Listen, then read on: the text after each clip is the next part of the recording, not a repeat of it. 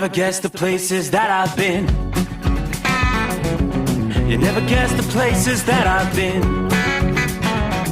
'Cause everything is like a dream, yeah, but only in that dream that I live in. I'm never gonna let the day begin. Never gonna let the day begin. 'Cause everything is like a dream, yeah, but only in that dream that I live in. Oh, don't wake me up before you go, and I'll just make this bed my home. Oh, darling, please just let me sleep. Give me my dreams.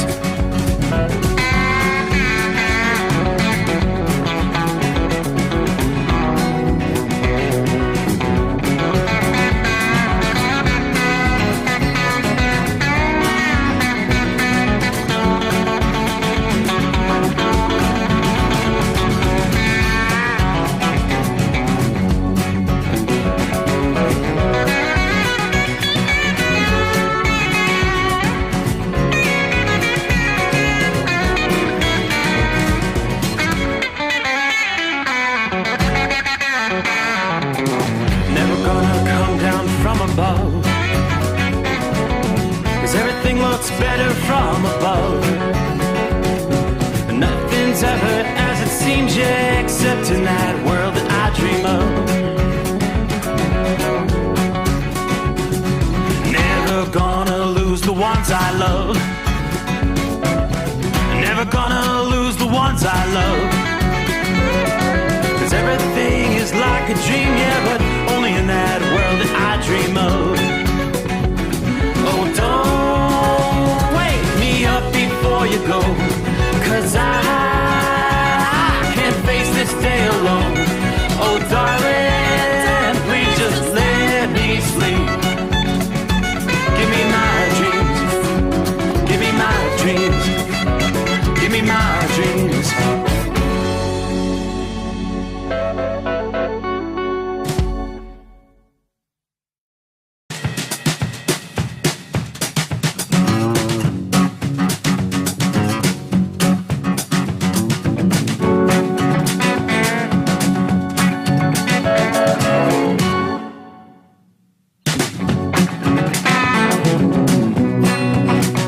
Looky there, look what time it is. Cross over the midnight hour in the Eastern time zone. And of course, time zone to time zone, we'll work our way into the 26th day of May. Yep, what day is it? That's right, you'll hear it. Hump Day. Hope your week's going well. Smack dab in the middle of a work week as we head toward a big holiday weekend. Memorial Day weekend, kind of like the unofficial kickoff of summertime. And yeah, we'll have some issues weather-wise, especially for our friends in the Northeast as we head into the Memorial Day weekend. A lot of outdoor plans may have to be moved indoors coming up this weekend. I'll give you more on that coming up here. Start things off tonight with very similar to what we had about 24 hours ago. There's not a whole lot of widespread precipitation out there, but where there are some showers and thunderstorms, some of them are packing a punch. It is central and northern Texas again tonight, areas that are seeing some of the strongest storms. Severe thunderstorm watches extending through central Texas, right on up through the Texas Panhandle region. Elsewhere around the country, don't really see any other severe weather watches, but we do have some thunderstorms, one line of storms crossing through northern portions of Michigan, north central and northwestern lower Michigan. And there's another separate line back right through the heart of Wisconsin. Rains pushing into the Green Bay area. Some of the storms may be packing a punch over the next few hours from Green Bay down to Oshkosh, Wisconsin. A line of showers that extends all the way down into southwestern corners of the state. Some of those are going to be crossing I-90, 94 there in central Wisconsin. More run-of-the-mill showers, maybe a few rumbles of thunder down into southeastern portions of Minnesota and on down into north central Iowa. Looking at some showers and thunderstorms just to the end. Really, it's pretty much between Marshalltown and Waterloo, Iowa. More showers, a line of thunderstorms. Some of them may be packing a punch crossing I-80 down toward Atlantic, Iowa. So again, not widespread areas, but just individual cells that have been popping up here and there, associated with a frontal system. On down into Texas, again, not really seeing a whole lot on the radar at this hour, but according to the forecasters, that could change because cities like Amarillo and even up to Oklahoma City, you could encounter some high winds and some thunderstorms during parts of Tuesday night. The setup for severe weather tonight, it's not widespread, but the risk for some gusty storms from the Midwest to the central and southern plains around West Texas. Yeah, you can expect many areas will see some strong winds, hail, heavy rain, and cannot rule out an isolated tornado. And of course, in that region, flooding's going to be a concern. The area of high pressure that's anchored over the southeastern USA, resulting in a persistent onshore flow out of the Gulf of Mexico across Texas. And that result is continued threats of flooding. The ground obviously saturated from extreme rainfall, especially through much of last week. Motorists, be ready to slow down when you encounter downpours while driving on the highway. You may see some ponding of water, and that increases the risk of hydroplaning. In some areas, flooding is less of a concern where the drought conditions are actually in place. We will be watching for a big drop in temperatures in the plains behind this cold front, though.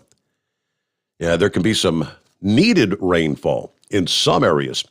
Several states across the midsection of the country are actually abnormally dry or even in drought conditions. Iowa is one of those states. Over 35% of Iowa is actually in moderate drought right now. And that's one of the big growing states as far as crops in this country, corn and soybean. Des Moines, Iowa has only picked up about 48% of average rainfall since the start of April. Now, there will be a few hot spots that are more likely to have some severe weather overnight from northern Iowa into northern Wisconsin, areas that I just described on the radar that are seeing some of those storms kind of packing a punch. Wichita, Kansas, Midland, Texas could be impacted by severe weather. Further north, places like Eau Claire, Wisconsin, and Rochester, Minnesota could see some of those stronger storms. As we head into the day, Wednesday here, as that cold front continues pushing eastward, gusty winds possible from the eastern Great Lakes all the way over eventually to the mid-Atlantic and the northeast. Winds and hail, the primary threat from any storms. This won't end the plains severe weather run, though. There's more on the horizon. Even with that first storm moving eastward, the plains will not get a break Wednesday. The next storm is already going to arrive, and severe thunderstorms will have a high potential for strong winds, hail, heavy rain, and tornadoes. The area of concern will be eastern Wyoming into Nebraska and northern Kansas. That's where the Weather Service, the Storm Prediction Center, has kind of painted a bullseye zone, while most of the severe thunderstorms will stay west of the hardest hit areas of eastern Texas and western Louisiana. Some locally heavy downpours streaming in from the Gulf of Mexico may pester those areas. Forecasters hint that wet snow or sleet might mix in with some of that rain Wednesday night. Again, behind that first cold front, the first system, temperatures are going to dip 10 to nearly 20 degrees below normal. It's possible just enough cold air comes in to allow for some flakes to mix in in parts of North Dakota by Wednesday night, then maybe northern Wisconsin Thursday night.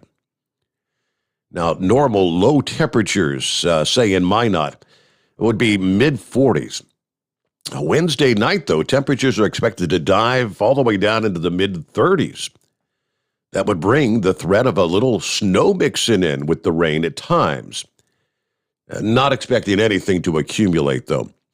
North of the severe weather area, we will be watching for a soaking rain setting up from portions of the Dakotas to Minnesota and Wisconsin, starting later this afternoon through the day Thursday. That would actually be some good news, considering the current drought conditions in the northern plains. Then even more storms are headed to Oklahoma, Kansas, and Missouri as we look ahead to Thursday. So storms today and Wednesday night might deserve some respect. Thursday, further to the south over the central states, that's a concern. We could be talking about some violent storms, quite violent. The risk of very large hail, high winds, and tornadoes once again. It is the season. It is the active spring weather season as we get ready to transition into summer here. Meanwhile, meteorologists tracking a slow-moving storm that's going to put a damper on your Memorial Day weekend for parts of the Midwest and Northeast. The storm will not only keep conditions cool for the unofficial start of summer, but could trigger some travel disruptions and rain over the holiday weekend. This is going to be one of those cross-country storms, the storm arriving along the Pacific Ocean, pushing across the northern third of the western states overnight tonight. That's the storm that later today will trigger showers and some spotty thunderstorms as it pushes east of the Rockies through the day today. And that's when it begins to become energized. It taps into some moisture from the Gulf of Mexico, moving eastward along a zone where you've got the clash of the air masses, cooler air to the north, hot, muggy air to the south. They come together, advancing across the Midwest Wednesday into Thursday, then the central Appalachians and the Mid-Atlantic Friday into Saturday. Eventually, the cool air will sweep southward in the wake of the storm and finally bring a bit of relief to those southern states who are right now enduring an early season heat wave. All right, on the storm's cool northern side, clouds are expected to be rather thick. Steady rain forecast to fall for a time. Where those steadiest rains fall is going to depend on the exact track of the storm. As the storm shifts across the northern plains, the steadiest rain should fall on some of the drought-stricken areas. Interstate 90, 94, portions of eastern Montana, the Dakotas, southern Minnesota, later today into Wednesday night. Then, a large complex of severe thunderstorms is forecast to develop just to the south of that area of steady rain. It could hit areas along I-80, especially hard in Nebraska and Iowa. Later this afternoon on into Thursday morning, we may have an active night weather-wise for tomorrow night's show. Thursday, the rainy portion of the storm pushes through the Midwest. Minneapolis, Chicago, Milwaukee, you'll at least pick up some rain from this storm. Wet weather's forecast to spread across southern Michigan and much of Ohio and Indiana Thursday night and Friday. Looks like rainy conditions are then in store for much of Pennsylvania, northern West Virginia, northern Maryland, southern tier of New York, much of New Jersey, and south coast of New England. Friday into Friday night, just as we're getting set for the big weekend. And it's going to be hitting right as the holiday travel is really going to be ramping up. Forecasters say motorists need to expect more delays than normal, even for holiday travel. Poor visibility, dangerous conditions at times, and the heaviest rain. AAA is predicting 60% more travelers than we saw this time a year ago, but obviously the pandemic had things at a crawl for the Memorial Day weekend. It's still going to be lower than pre-pandemic travel levels. But they predicted more than 37 million people are going to travel 50 miles or more away from home this Memorial Day weekend. Yeah, last year it was only like 23 million that traveled. That was actually a record for the lowest volume since AAA started recording the travel trends 20 years ago. But as more travelers take to the roads and the skies, the cloud ceiling and visibility in general may be low enough to lead to some airline delays. Pittsburgh, Baltimore, Washington, D.C., Philadelphia, even New York City, as well as some of the regional airports in the Central Appalachians and the Mid-Atlantic states. And things are going to cool off for the last few days of May. Much of the time, temperatures are forecast to range from the 50s to lower 60s, whereas average highs this time of year in that zone should be in the 70s. So not only will you need the umbrella if you're heading out outdoors or spending time outdoors, probably going to need a jacket, long sleeves and a jacket or a fleece. South of the swath of steady rain, we will be watching for thunderstorms rumbling from the Central Plains to the middle portions of the Mississippi Valley, the Ohio and Tennessee valleys, Southern Appalachians, and the Chesapeake Bay region as the storm moves along Thursday into Friday. And storms may become especially violent with the risk of tornadoes in the warm, humid air over the southern plains on Thursday. Again, so it looks like as we head here through the final week of May, a rather active weather pattern in the offing. So beware for the travelers out there. Meanwhile, yes, it is a full moon tonight. Last evening I said, is it Tuesday night or Wednesday night? I was thinking it was Wednesday night. It's actually tonight as we head into Wednesday morning here in just a few hours.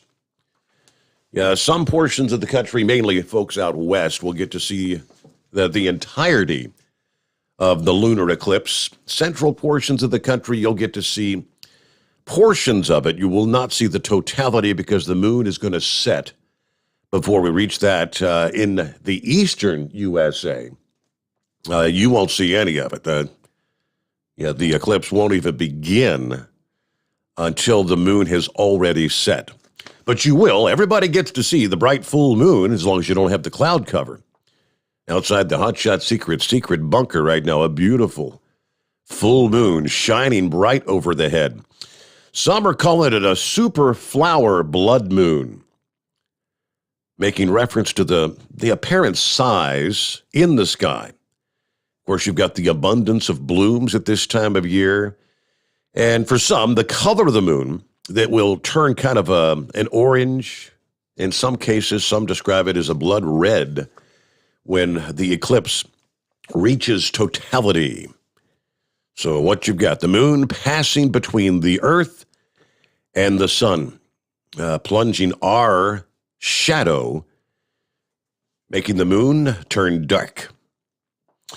Okay, not all the sunlight's intercepted. Some areas, some of the sun passes through the atmosphere, and that's when you get kind of a bronzed auburn light over the moon's surface. It's really the same effect that leads to, if you ever notice sunrise or sunsets, that oftentimes will appear red here on the earth. But again, if you live in New England, you're out of luck.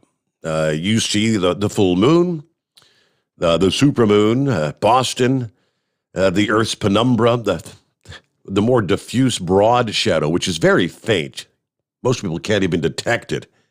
It'll just nick the left side of the moon beginning at 4:47 this morning. You see, but a short time later, 30 minutes later, the moon has already set.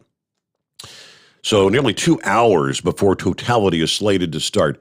New York, Philadelphia, you're probably pretty much in the same boat. Washington and Baltimore, yeah, you're right on the cusp. You'll see the umbra, the darkest part of the shadow, just make contact with the edge of the moon before it sets. It's not going to be anything to write home about. In D.C., for instance, partial eclipse begins about 3 minutes before the moon sinks below the horizon. probably won't even be able to notice it.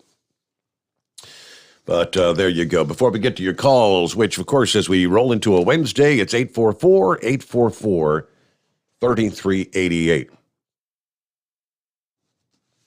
Heads up if you're rolling through California.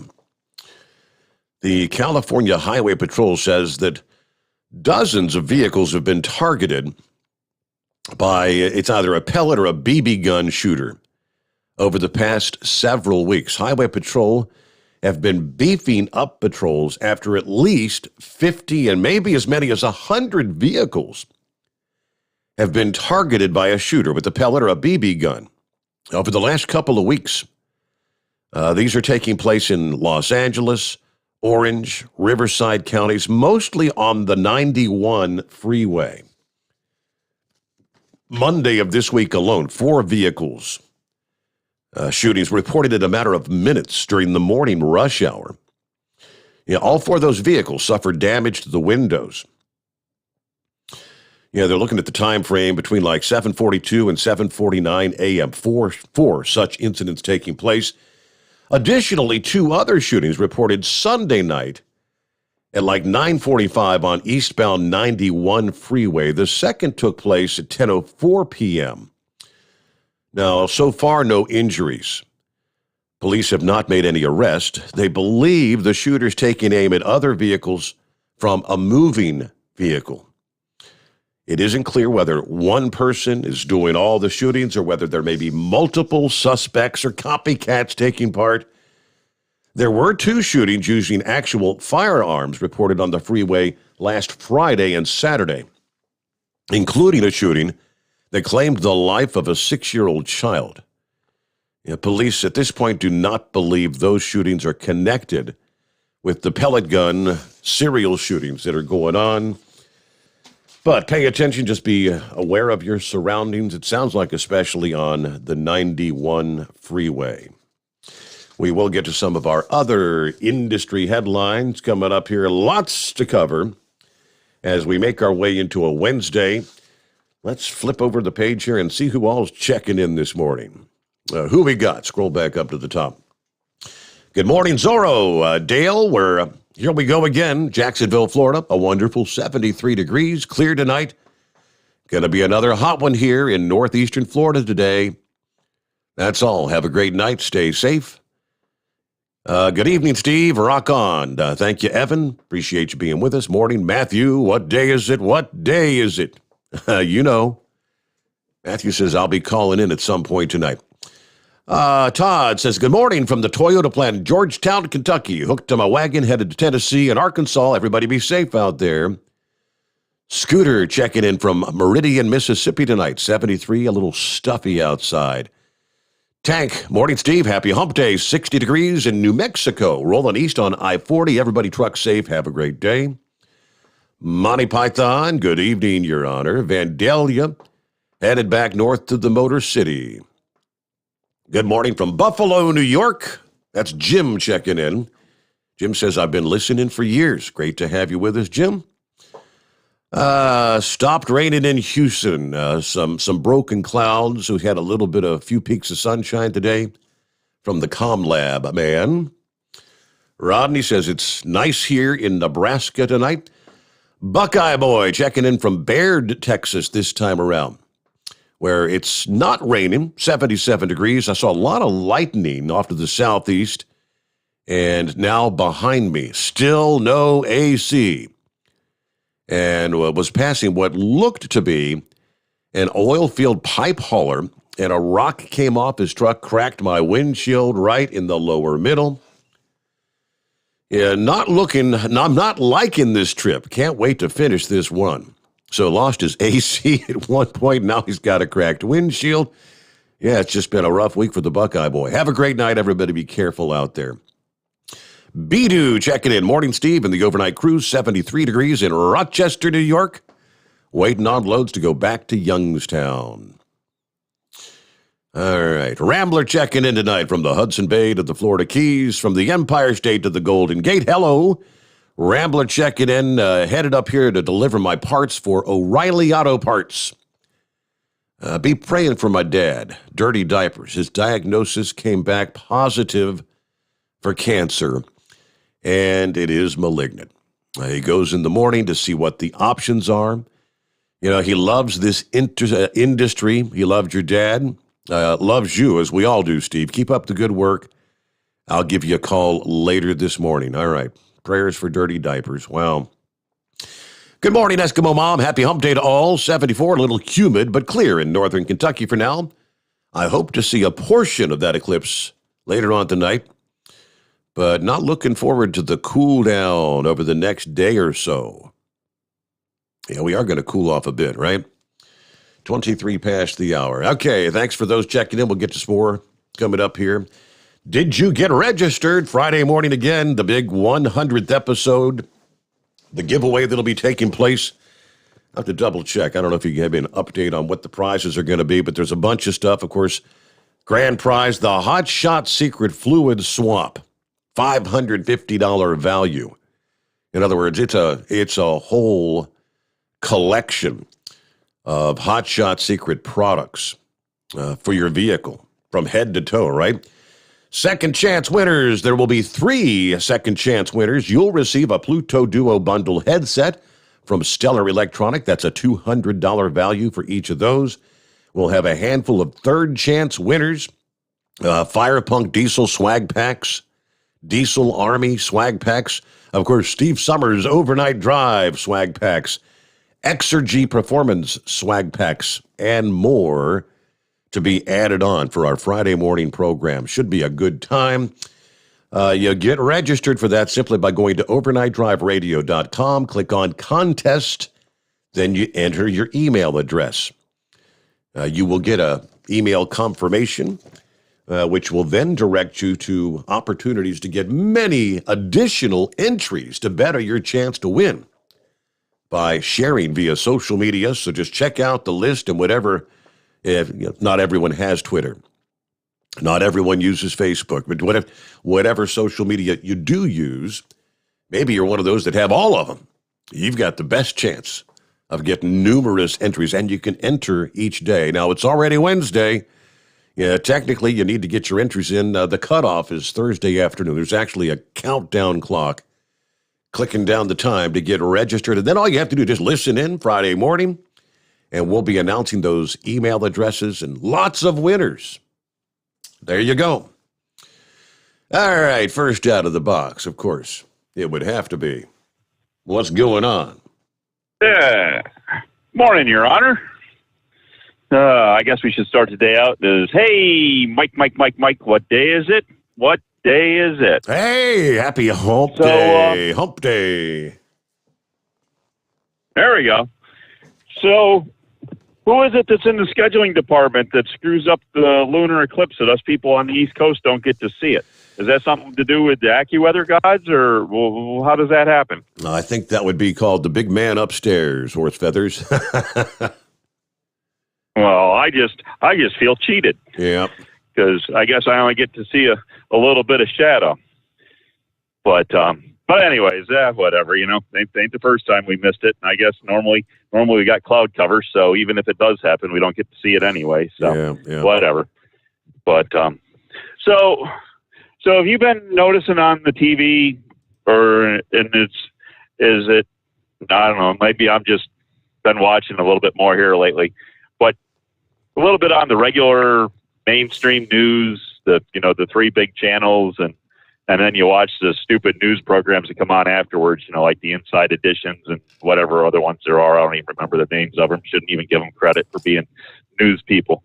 But is it to do with our country turning more socialist, communist, Marxist, whatever it's becoming, or is the culture making our country become that? Because they're showing these people on the planes that are getting in fist fights. They said there was an airline attendant that lost 2 teeth in one of these fist fights trying to break it up. Yep. And people in the airports and in the terminals are, grabbing each other, pulling each other, yanking each other, beating on each other. What's the deal? What's What the hell's wrong with people? Yeah, is it because there's been a year of everybody cooped up, everybody's on edge? I don't know. It's gone crazy, and now we got the craziness on the highways. There's always been some craziness, but I don't know. Has it always been there, and now more and more people are carrying their phones with them and realizing that they can be a photographer for the news for 15 seconds, that everybody's getting it out there, or what? But I don't know. But I told my wife, that craziness happens around me, somebody ain't going home. I mean, somebody gets me involved with it, they're going to be carrying somebody away, and it ain't going to be me. Well, apparently, a lot of this has to do with there are many, and there's those in this audience who have refused to don a mask, and I ain't wearing no mask. It ain't nobody going to make me wear a mask. I'm looking at the Bloomberg report yesterday. Officials are monitoring the airways, say they will not tolerate passengers who refuse to put on the mask as airline travel surges, especially this Memorial Day week. A recent spike in unruly passenger reports, many involving people refusing to cover their faces, prompting the Homeland Security Secretary this past day to issue a stern warning to travelers. Quote, "Let me be clear in underscoring something. It is a federal mandate that one must wear a mask in an airport, in the modes of public transportation, on the airplane itself. We will not tolerate behavior that violates this law." And he didn't specify how you could be punished, but both the Transportation Security Administration and the FAA have the authority to fine you if you violate, and in some cases, things like assaulting a flight crew, you can face federal criminal charges. So I think a lot of this is just people kind of pissed off about these ongoing rules and mandates due to the COVID. But is it the people that are not wearing the mask that are causing the problem, or is it the people that all think that everybody should wear the mask, ganging up on the one without the mask and starting the fight that way? Because I think, I think the numbers would be the way that, you want to find me, go ahead and find me because I'm not wearing my mask. But I think there's a whole bunch of just people that group up gang-wise and just start beating on the guy that doesn't have the mask. I think you could call them the face mask Nazis. I think if I had to wager a guess, yes. I mean, there are some people, there's a number out there that just get really, really offended by someone boarding a plane refusing to put the mask on. So first of all, they start to get into it. Tensions rise. Everything heats up. And then, of course, you're going to have the airline. What are they called these days? Stewardesses, whatever they call them. There's a particular term, but they're going to get involved, and then there's a scuffle. And I saw the headline that there was one airline steward that got her teeth knocked out. What the hell? But hey, let me pause right there. We'll get more of your calls ahead around the country. It's 844-844-3388. The Steve Sommers Overnight Drive, live from the Hotshot Secret Studios. USA Radio News with Dan Naraki. The United States is calling for an expanded probe into the origins of the coronavirus pandemic after new reports that researchers at a Chinese lab were severely sickened about a month before the first cases of COVID were reported. White House senior advisor for COVID response Andy Slavitt said Tuesday that a transparent investigation was needed, something he said wasn't currently happening with China. Health Secretary Javier Becerra echoed those calls while speaking at a meeting of the World Health Organization. Phase 2 of the COVID origin study must be launched with terms of reference that are transparent, science-based, and give international experts the independence to fully assess the source of the virus and the early days of the outbreak. Those calls coming as the United States passed a vaccination milestone on Tuesday. The CDC says that half of the nation's adult population, more than 129 million people, have been fully vaccinated. You're listening to USA Radio News. Why do you think bank presidents and jewelry store owners trust ADT to protect their homes and businesses? Because they feel safe, and you can too. How would you like to monitor your home from fire, floods, and yes, robberies without even being there right from your smartphone? That is peace of mind. You may even save money on your homeowner's insurance just by having an ADT system installed. And there's even a money-back guarantee. How about that? We guarantee 100% satisfaction. You have nothing to risk. Why do you think people who have so much to protect trust ADT? Because it works. Call right now for a free quote. We'll even give you a free gift for calling. So pick up your phone and call Protect Your Home, an ADT authorized premier provider now. 800-818-0191. 800-818-0191. 800-818-0191. That's 800-818-0191. Keep the bugs off your glass and the smokies off your ass. This is the Overnight Drive with Steve Sommers. Some say their truck reflects who they are, dependable and reliable. That's why you trust Blue Def. Now the best just got better. Introducing Blue Def Platinum, a revolutionary innovation with advanced system shield technology to significantly reduce harmful deposits. To maintain fuel economy, save money on costly repairs, and sustain the life of your SCR system, there's only one DEF to choose. Blue Def Platinum. The best just got better. Diesel Army is on duty 24 hours a day, 7 days a week. Burning the midnight oil with the best diesel coverage. All the tech, all the torque. Diesel Army, where there's smoke, there's fire. For the latest news and event coverage, as well as feature and tech articles, sign up for the newsletter and don't miss a thing. Visit dieselarmy.com from the Power Auto Media family of digital magazines. Again, it's dieselarmy.com. Do you have a Dodge pickup and hate your automatic transmission? Of course you do. Levon Miller at Firepunk Diesel here, and we specialize in heavy-duty and performance transmissions for your 3-quarter or 1-ton Cummins powered truck. So if you're interested in turning your stock slush box into a towing monster, call us today at 614-733-3744 or visit us online at shop.firepunk.com.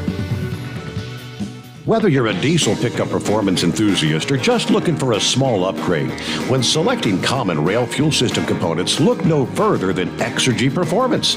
At Exergy, you'll find injectors, pumps, and more, engineered like no others on the market using state-of-the-art equipment run by people that have been in the business for decades. So if you're in the market for common rail components at any power level, contact Exergy Performance or one of the many dealers listed on our website at exergyperformance.com. Dean Michael, the tax doctor here. Are you tired of those tax problems following you around like a dark cloud, always in the back of your mind, losing sleep at night? Call me now and get your life back. 888-632-4506 or go to mytaxhelpmd.com. Pretending they're not there won't make them go away. The IRS isn't going to forget. They will levy your bank account and garnish your wages. Don't wait for that to happen. I'm not telling you these things to scare you. I'm telling you so you can benefit from my years of experience. Now is the time to act. 888-632-4506. At Hot Shot Secret, we share the science behind common diesel problems. For example, Stiction. engine oil can break down under extreme heat, leaving behind varnish, a carbon-based deposit that creates drag on the engine's moving parts. This sticky friction is stiction. Symptoms include a rough idle and the loss of fuel economy and performance. Hot Shot Secret Stiction Eliminator is formulated to be left in the engine. It works as you drive. Stiction Eliminator is available at truck stops, Tractor Supply, O'Reilly's Auto Parts, and online at hotshotsecret.com. And now, back to the Steve Sommers Overnight Drive.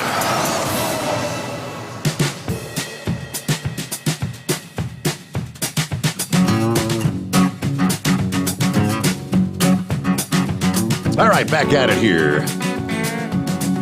On a Wednesday morning, working our way into the 26th day of May. Hope your week's going well. Unlike Buckeye Boy. But it could be worse, right? You want to jump in, it's 844-844-3388. That's our number. All right, thanks for hanging in there. Horse feathers. Yeah, thanks for holding me over there. I keep looking for the truck coming down the road. I don't see it. I'm not afraid to step off the curb anymore at the news break. Yeah, got to fix your microphone there. You got you moved that during the break. Yeah. Yep. Any better? Much Any better. That's a night, Hello. night and That's day. 1, 2. Night and day, huh? Yep. All right. There you go. I got you back too now. Yeah. So I don't know. The whole thing's just gone crazy. And, I've got to the point, I did do that mRNA gene therapy to be a petri dish and become a guinea pig with the 2 sticks of the needle in my arm. And hey, now that I've done that, I thought I was supposed to be good to not have to wear a mask. I thought the whole deal was, if I got the shot and I wanted to take the chance of getting the virus and becoming asymptomatic and carrying it around, and if you don't want the shot and you don't want to be asymptomatic with it and go through all the rigmarole you'll get with it and possibly die, and that's your choice, then God bless you. Do what you want, but we got to get back to the freedom of choice in this world and not have the minority mob rule. You might as well be over in Afghanistan or Pakistan or one of them countries with Sharia law and have people throwing stones at you if you're not, conforming to what the minority wants. I don't know. It's as I say, crap doesn't want to happen around me because I'm going to be a lot like Grump. And as I say, somebody ain't going home, and it's not going to be me. I'll tell you that right now. Okay. But anyways, it's I don't know. The whole world's I don't know. How long have I been saying this, Steve? What's it been? 2-3 years now? The whole world's gone crazy. Yep. I think we're past crazy. We're into the insane. But anyway, so did you catch in the news that the state of Maryland gave away their first $40,000 lottery yesterday? I did Today not. It'll be the second 40. And they're doing it for 40 days, correct? 40 days, 40 nights, and look for, oh, wait a minute, that was somebody else there that built a ship and had rain and was looking for land. And ultimately, yeah. a $400,000. So you didn't win on the first 40 grand? No, it was a neighboring county though. It was, so it was the ticket winner was in Baltimore County. And so, and I'm not sure how Baltimore City falls in 2 counties, I believe. I believe Baltimore City falls in both Baltimore County and Anne Arundel County. So there's a possibility it could be a Baltimore City person, but it could be a person on the outskirts. But they said that everybody that's received the vaccination, so whether you went to one of those mass vaccination centers run by the state or run by the county, or if you went to your local Walgreens or CVS or your local down-home pharmacy, you're supposed to be included in this. They were supposed to include your information on this drawing. So anyways, it'll be interesting to see. But as somebody else was saying, I told my wife last night too, take my tax money and do something useful with it. To throw people $40,000, and then of course the state gets some of the money back because the federal government's going to get some of the money back because you're going to have to pay income tax on it, and probably some sort of capital gains or something. I'm sure they'll come up with more taxes to put on it, and you just put my money to better use. Put it into schools. I mean, they still got schools that don't have air conditioning here in Maryland, and we're talking 90 degrees during the daytime here for Wednesday. It's too hot to be in school, but you just do something useful with the money. But I don't know. I guess we're sending federal aid over to rebuild the Gaza Strip, huh? Since Israel destroyed most of it, the United States is going to pay to have that rebuilt. So I don't know. Maybe just give me the $40,000. I'll take that back. Give me the $40,000 and don't waste it other places that I don't care about. Because we're going to rebuild it, and then 4 years later, they'll start lobbing missiles back into Israel, and it's a vicious cycle that goes on over and over. We spend millions to help rebuild because we're such humanitarians. All right. Well, thank you much, Horse Feathers. Who else we got checking in? Crazy Ray's out there with us. West Michigan checking in. Happy Hump Day. Copy the mail. Everybody knows who that is. Crazy Ray says, I've never worn a mask. My wife has yelled at me a bunch. I guess I won't be flying anytime soon. Right? All right. If you tried to fly and refused to put on your mask, it may turn out to be a very, very expensive flight that you don't even get to take. The Federal Aviation Administration has announced fines totaling $20,000 against 2 airline passengers who interfered with crews. This is a zero-tolerance policy designed to combat a surge of similar cases in recent months. It's $10,500 fine against a passenger who repeatedly ignored orders to wear a mask, then coughed and blew his nose into a blanket during a JetBlue flight from Fort Lauderdale to Los Angeles. A second man who slammed overhead bins and shouted profanities at flight attendants and the captain after boarding a JetBlue flight from L.A. to Newark, New Jersey. Before he was escorted off the plane, he's facing a $9,000 fine. These 2 cases, 3 days after the FAA announced potential fines against 4 other passengers.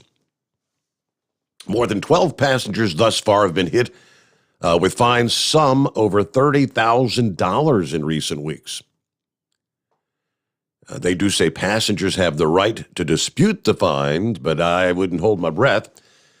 This zero-tolerance crackdown started in January, when we started seeing disturbances on flights to and from Washington, D.C. The new policy no longer requires airlines to warn or counsel unruly passengers, but rather go straight to enforcement.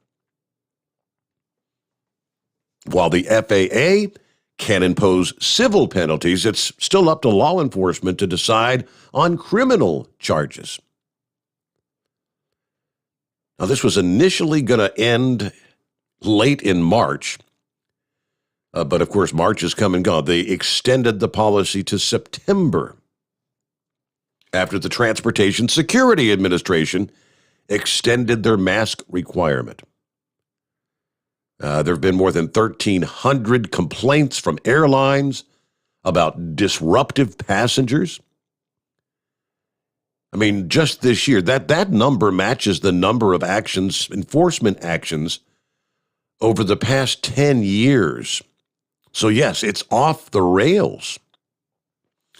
Also, U.S. airlines have temporarily banned at least 3,000 people for refusing to cover their faces. All right, there you go. That's people that just don't want to, they think, I'm not going to be a sheep. I'm not going to don the mask. You would think at this point in time, with the new CDC guidelines, for people, especially if they've actually had the vaccine, that they may be granted not to have to wear the mask. I would certainly think, but some of these people refuse to wear a mask and have not got the vaccine, so that's where it stands. All right, it's 844-844-3388. What's the next shortage going to be? According to WCCO, as we look ahead to our first summer holiday this weekend, it's the 4th of July fireworks distributors that are already saying you maybe want to start shopping now. The supply and demand concerns could play a part in your plans. In the state of Wisconsin, they say the interstate stores are kind of a staple. But in Baldwin, some of the fireworks city shelves are looking more like the hand sanitizer aisle early on in the pandemic, kind of like empty. Buy early because stock is short, according to Rasmussen. Rasmussen is Fireworks City's co-owner. Been in the business for the past 23 years. He says, I've never seen anything like this. I'd say we're about short by 30%. He's looking back on last summer when no large fireworks shows were planned because of the pandemic, meaning many, many more people had backyard celebrations. Now it's production delays in China from shutdowns that his staff already saw coming last fall. We've been trying to work on it all winter, he says. Seven of his shipping containers are stuck overseas. And it's costing a whole lot more to get them here. That there's going to be an increase in prices just because shipping has doubled since last year. In some cases, communities don't want to cover the price hike. Stillwater's mayor tells WCCO his city's still going to have a big party on the 4th just without the fireworks. There's also a plan to shoot off some fireworks later in August for a different celebration. Rasmussen said it's the assortment and the novelty packs, the fountains, the artillery shells, that are really in short supply. He said vendors are advising you can expect to pay 10, maybe even 20% more on some of your fireworks this year. A more expensive backyard celebration. Fireworks, of course, have always been a notorious markup. They get this stuff for dirt cheap out of China. And I've seen some reports that it's like a 500% markup, sometimes even more than that. So it's a big moneymaker, but it's such a short time of the year. Yeah, fireworks retailers around the 4th of July. It's like many of the big box stores and whatnot, your clothing stores and things like that really rely like on the months of November and December to make or break their entire year with Christmas sales. 4th of July, it's kind of the make or break.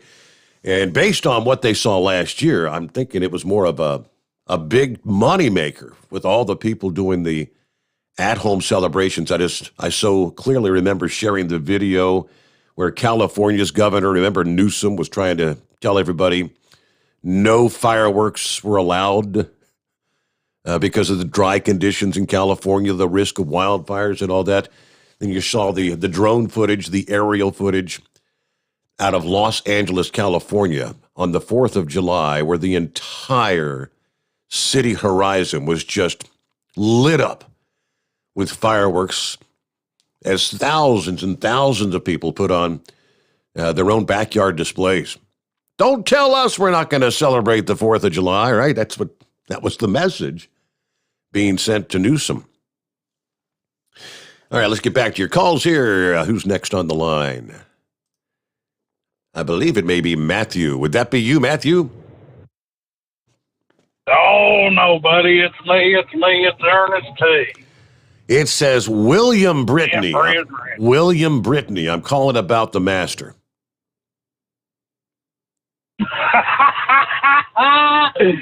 I was calling about the master facts, but once I've heard all this, Steve, I'll tell you what, daggone, I'm not going to have my traditional sparklers inserted into my banana hammock for the 4th of July, buddy. I'm worried. This is awful, buddy. I mean, how can you not have family fun in a banana hammock with a couple of sparklers sticking out of it? Bingo, you know? Right. Yeah, you're the one that ends up in the ER about midnight, right? Yeah, buddy. I mean, it ain't a party unless somebody goes to the hospital. That's the way I always look at it. But I don't think they got a rule on them airplanes yet, or whatever, that you can't carry a hammer on there, Steve. You know, hell, the world's gone crazy. Let's turn this into Mario Brothers. Remember Donkey Kong, the video game? Oh, yeah. Super Mario jumping around there with a hammer. And the original, absolutely. Those were the days of real video games, Redneck. That's right, buddy. And I mean, that's just my piece of advice to anybody in this world. If you're worrying about your welfare or safety, get you a good old claw hammer. You know, it'll do wonders for, road rage, fights on airplanes, or wrestling matches like Big Moose is going on to, you know. So, yeah, man. But I really have something important to talk to you about, Steve. And I need the honest and total truth from you, or I just can't call into the show anymore. Okay, what can I help you with, Redneck? Buddy, do you have any connections to any of the Freemasons? Freemasons. I can't say that I do, Redneck. Why do you ask? Well, buddy, let me tell you something. I've been enlightening my mind today. I've been reading these books on the Freemasons, basically a little Freemason Bible, dogma, and blah, blah, blah, blah, blah. But there's some scary stuff in there. Oh, yeah? Well, yeah, buddy, and I started checking that out, buddy. All kinds of celebrities are Freemasons. All kinds of politicians. Almost everyone we've ever had has been a Freemason. Every president we've ever had, I think except for one, was a Freemason. Yeah. And their total plan is, buddy, they look at all the rest of us as peasants and unfavorable people of questionable moral value and whatnot. I forget the terms they use on it, buddy. But this is all a plan. But, you know, America Fallen has been a plan for close to 300 years now. I am no longer associating with any Freemason. The only reason I got into this, buddy, because I had a cousin that was a school teacher. And I know she was hanging out with them Masons stuff, doing all this charity work, you know, that big cover up. And then he's a bit older than me, and he had a psychological breakdown about 2 weeks ago. And I was talking to his dad about it. He said that his son just couldn't handle it, where he was involved with the Freemasons. No. And he knew that they were tearing down the country. He got to the 33rd level. That's a big deal in there, man. That means you're like the top of the deal with the Freemasons. And I know they're all wrapped up in all these charities and stuff. But, buddy, it will scare you to death once you realize what's going on. This is sick, disgusting. It's what's killing America. And I'm hoping every truck driver out there will take a look at this. And you will too, Steve. Because this is the real source of all problems. Isn't that all supposed to be a bunch of... Isn't it all supposed to be a bunch of conspiracy theory stuff about the Freemason? Well, buddy, from what I can tell, it's a conspiracy, but there's no theory to it. It's actually happened. Okay. Yeah. I mean, there's people that you wouldn't even expect to be Freemasons. You got Shaquille O'Neal, buddy. LeBron James. Just think about what LeBron James has done over the past couple of years. You know, Kamala Harris. And I'm not sure about Joe Biden yet. But I'd say if I dig enough, I'm going to find it out. There was one president that actually talked about it, Steve. And that was old JFK. And just a little bit after he got through talking about it, he's a confirmed Freemason.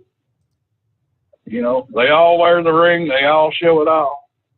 If you ever look at any photos, most presidents or celebrities or anything like that, there's always one picture of them hiding that hand in the vest, buddy. There's always one picture of them covering up one eye or giving the okay signal. You know, these are all Mason, you know, signals to each other saying, hey, I'm a big time Freemason here. I'm in on the deal, buddy. Yeah. But you know what happened to JFK? Yeah, we all do.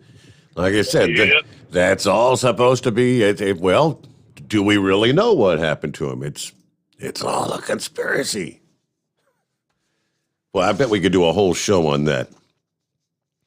All right, Redneck, don't get too spooked. But yeah, I've never really done any reading into that. I've heard some of those theories over the years and whatnot. But speaking of conspiracy theories, 6 months after Trump, quote, lost the election, conspiracy theorists and backers of former President Trump are continuing their push for examinations of ballots. See, they're still calling you a conspiracy theorist. A Georgia judge last week awarded a group the chance to review all the mail ballots in a large Georgia county that includes the Atlanta area. Officials in a rural Michigan county this past day debated a review of their voting machines. There is a similar debate that has caused sharp divisions in a New Hampshire town. That one is quite the interesting story, by the way.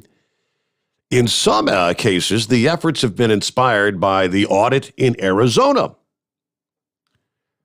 a very elaborate exercise set in motion by the Republican-led state Senate there. Most say it's not very likely to yield any new revelation about Joe Biden's victory. The votes have been counted and often recounted and certified. There's still the lingering debate and the lingering wrangling continues to support many suspicions. All right.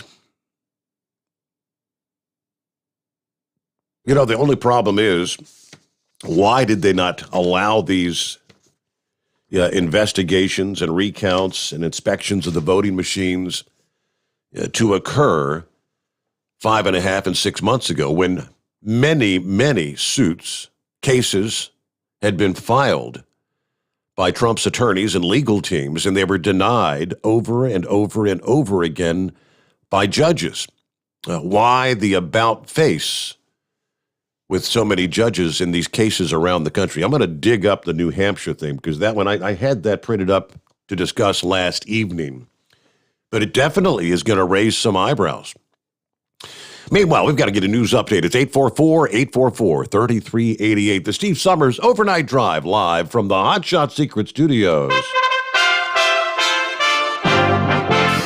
USA Radio News with Dan Naraki.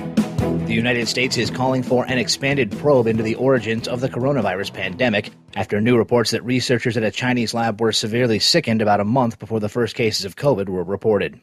White House senior advisor for COVID response Andy Slavitt said Tuesday that a transparent investigation was needed, something he said wasn't currently happening with China. Health Secretary Javier Becerra echoed those calls while speaking at a meeting of the World Health Organization. Phase 2 of the COVID origin study must be launched with terms of reference that are transparent, science-based, and give international experts the independence to fully assess the source of the virus and the early days of the outbreak. Those calls coming as the United States passed a vaccination milestone on Tuesday. The CDC says that half of the nation's adult population, more than 129 million people, have been fully vaccinated. You're listening to USA Radio News. Billy Gerard here for Ocean Salmon.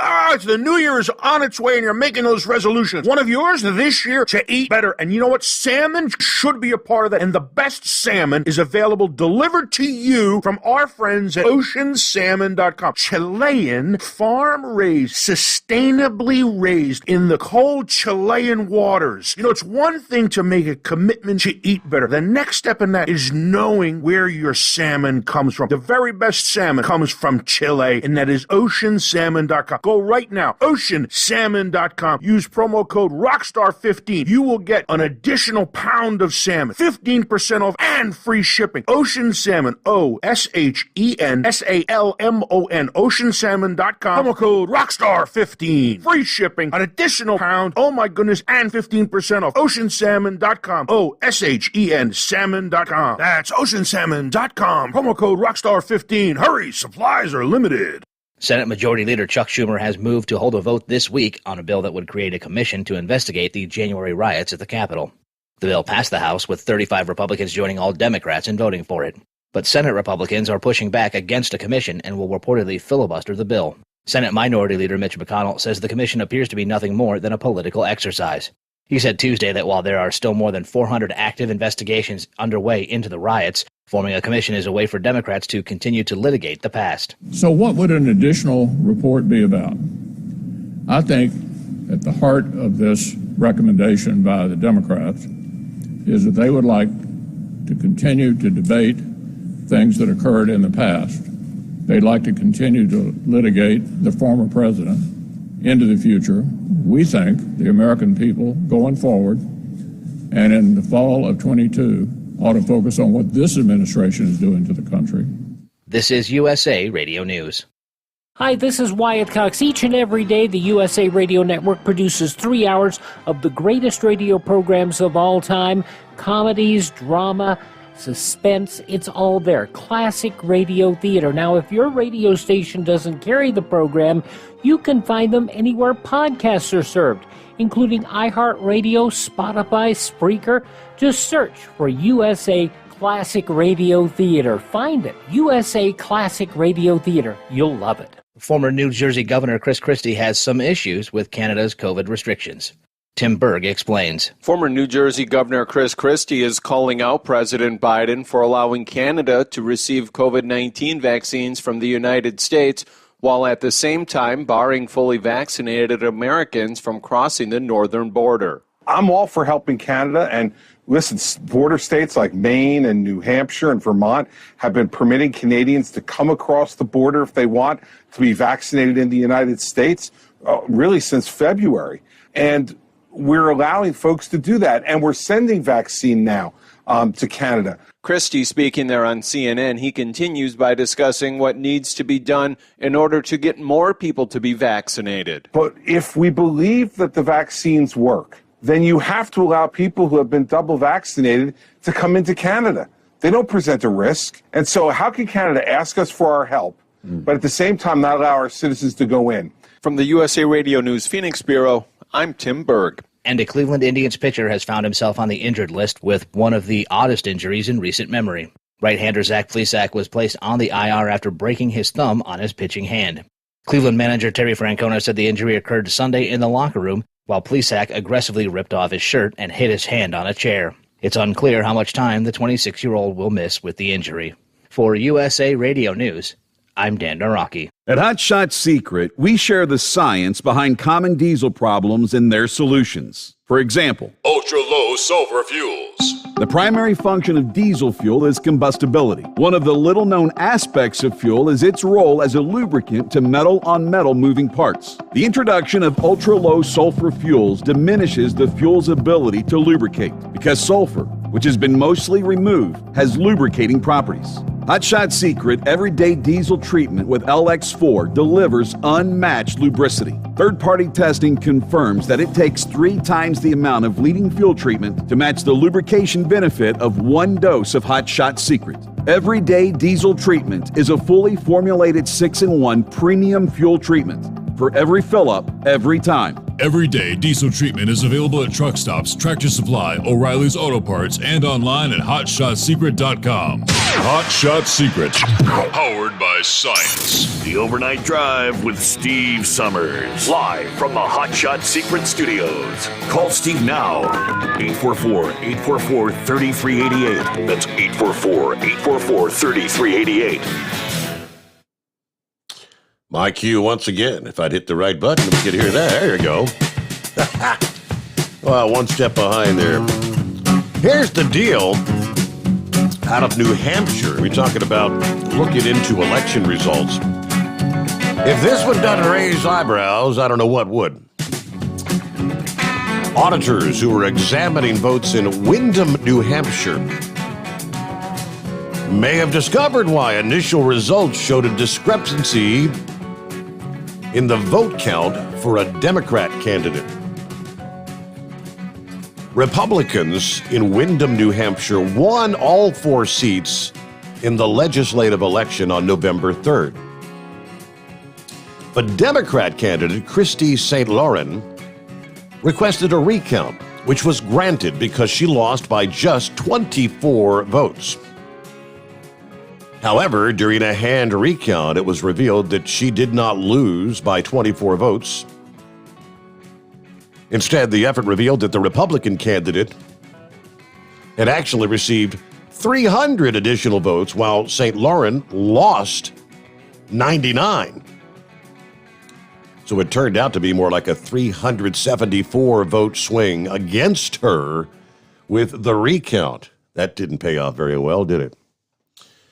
An audit was carried out to determine why such a discrepancy in the initial results and the recount tally. Auditors involved in the process say they think they may have discovered the reason why. We now have experimental confirmation that if the contest is undervoted, a fold through a vote target can create a vote. None of the 65 ballots were marked for St. Laurent, but the machines interpreted 25 of the folds as votes for her. You're telling me a fold convinces the machine to say, oh, that's a vote for that candidate? That's odd. All right, the account included a photo of the fold lines in the ballots that are believed to have caused the scanner machine to interpret the fold lines as valid votes. Something we strongly suspect at this juncture, based on the various evidence, as that in some cases, fold lines are being interpreted by the scanners as valid votes. Auditors in another tweet found that another machine had an even more dramatic problem, only counting 28% of the 75 votes for each Republican candidate in the contest. Yeah, the first machine, they clarified, let's see here. None of the 65 ballots were marked. The machine interpreted 25. They later clarified it was 75 votes, not 65 votes. Because if someone voted for all 4 Republican candidates and the ballot happened to have a fold line going through the St. Laurent's target, then that might be interpreted by the machine as an overvote, which would then subtract votes from each of those 4 candidates, according to the auditor. Conversely, if there were not 4 votes already in the contest by the voter, a fold line through the target would have caused the machine to interpret it as a vote for St. Laurent.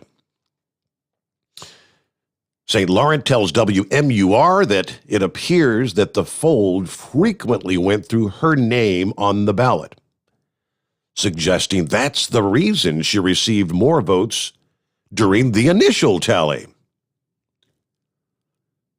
Wherever the fold happens, I guess most commonly through my name, she says.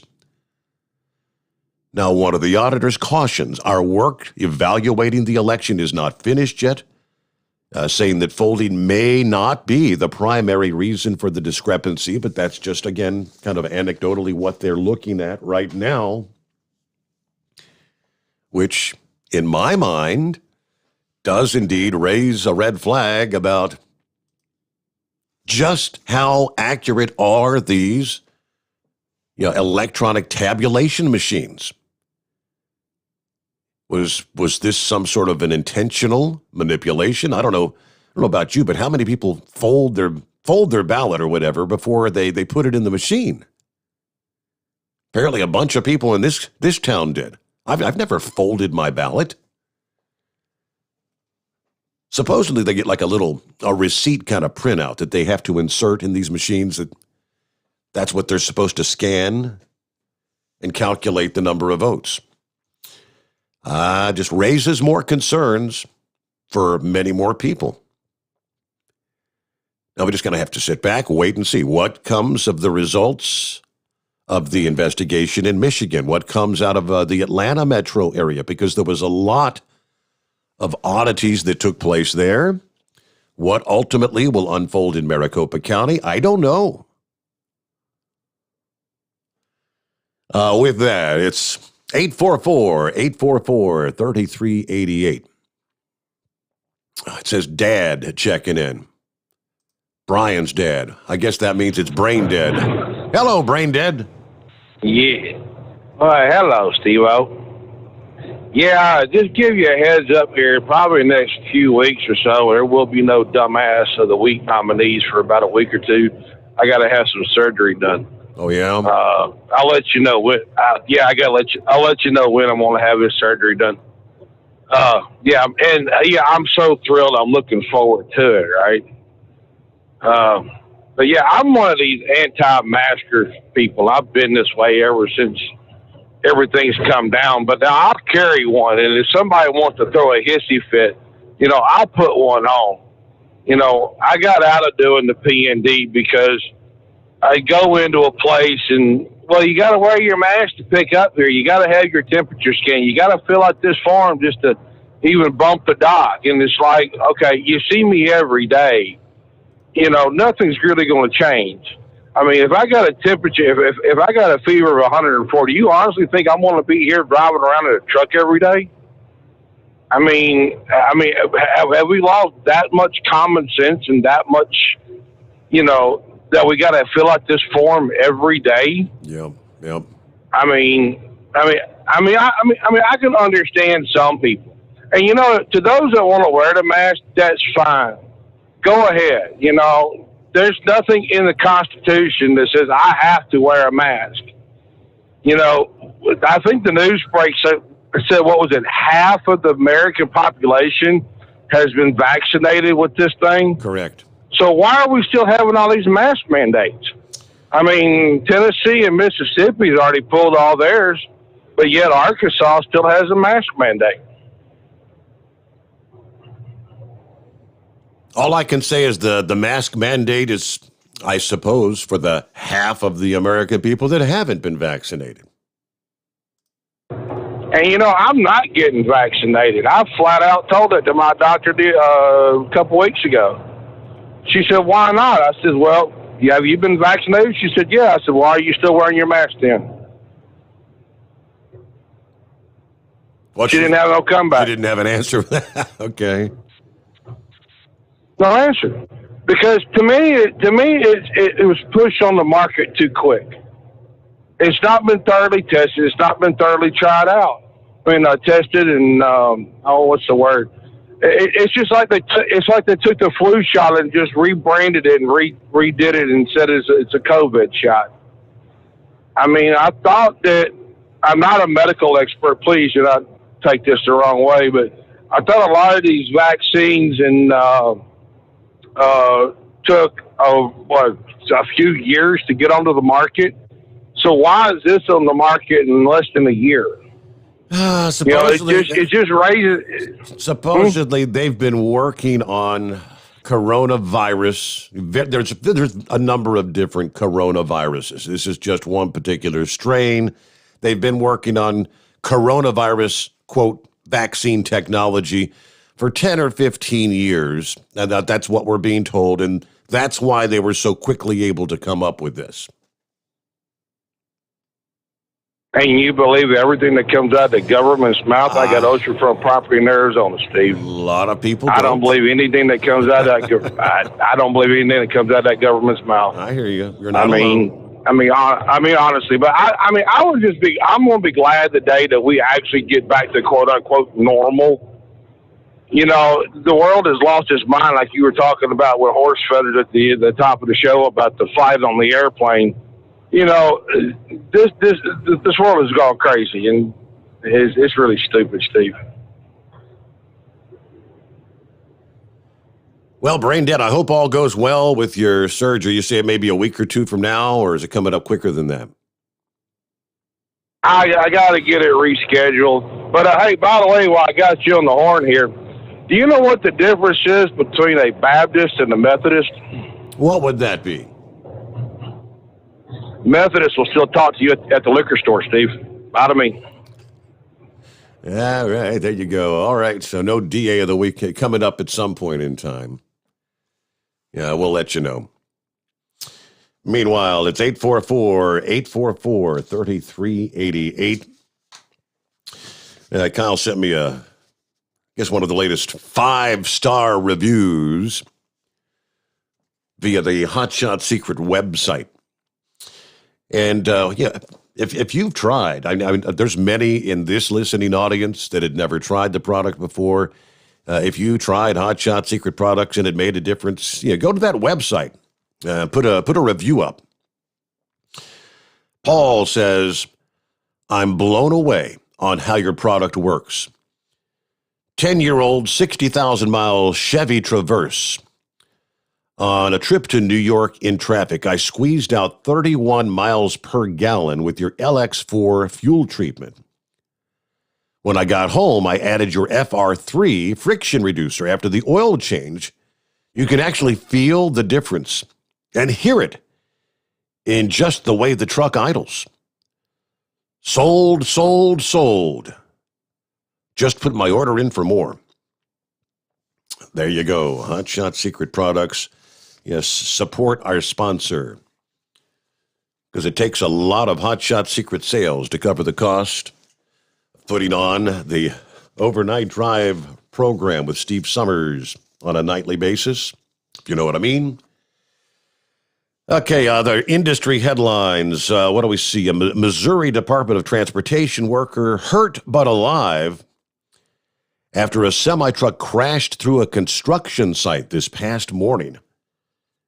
This was in Lee's Summit, Missouri, along Interstate 470. According to the local Fox affiliate, the semi was traveling westbound on 470 just before Blue Ridge Boulevard when it crashed in the back of what they call the buffer truck, situated just in front of the construction zone. That's pretty much exactly what these things are supposed to do.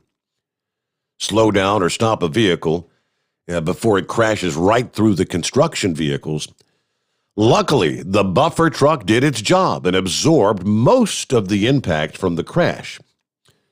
But one Missouri DOT worker was still injured. The extent of the worker's injuries not released, but they were transported to a nearby hospital, expected to recover. No information regarding the truck driver released. But yes, the buffer truck was indeed destroyed in the crash, but it did its job.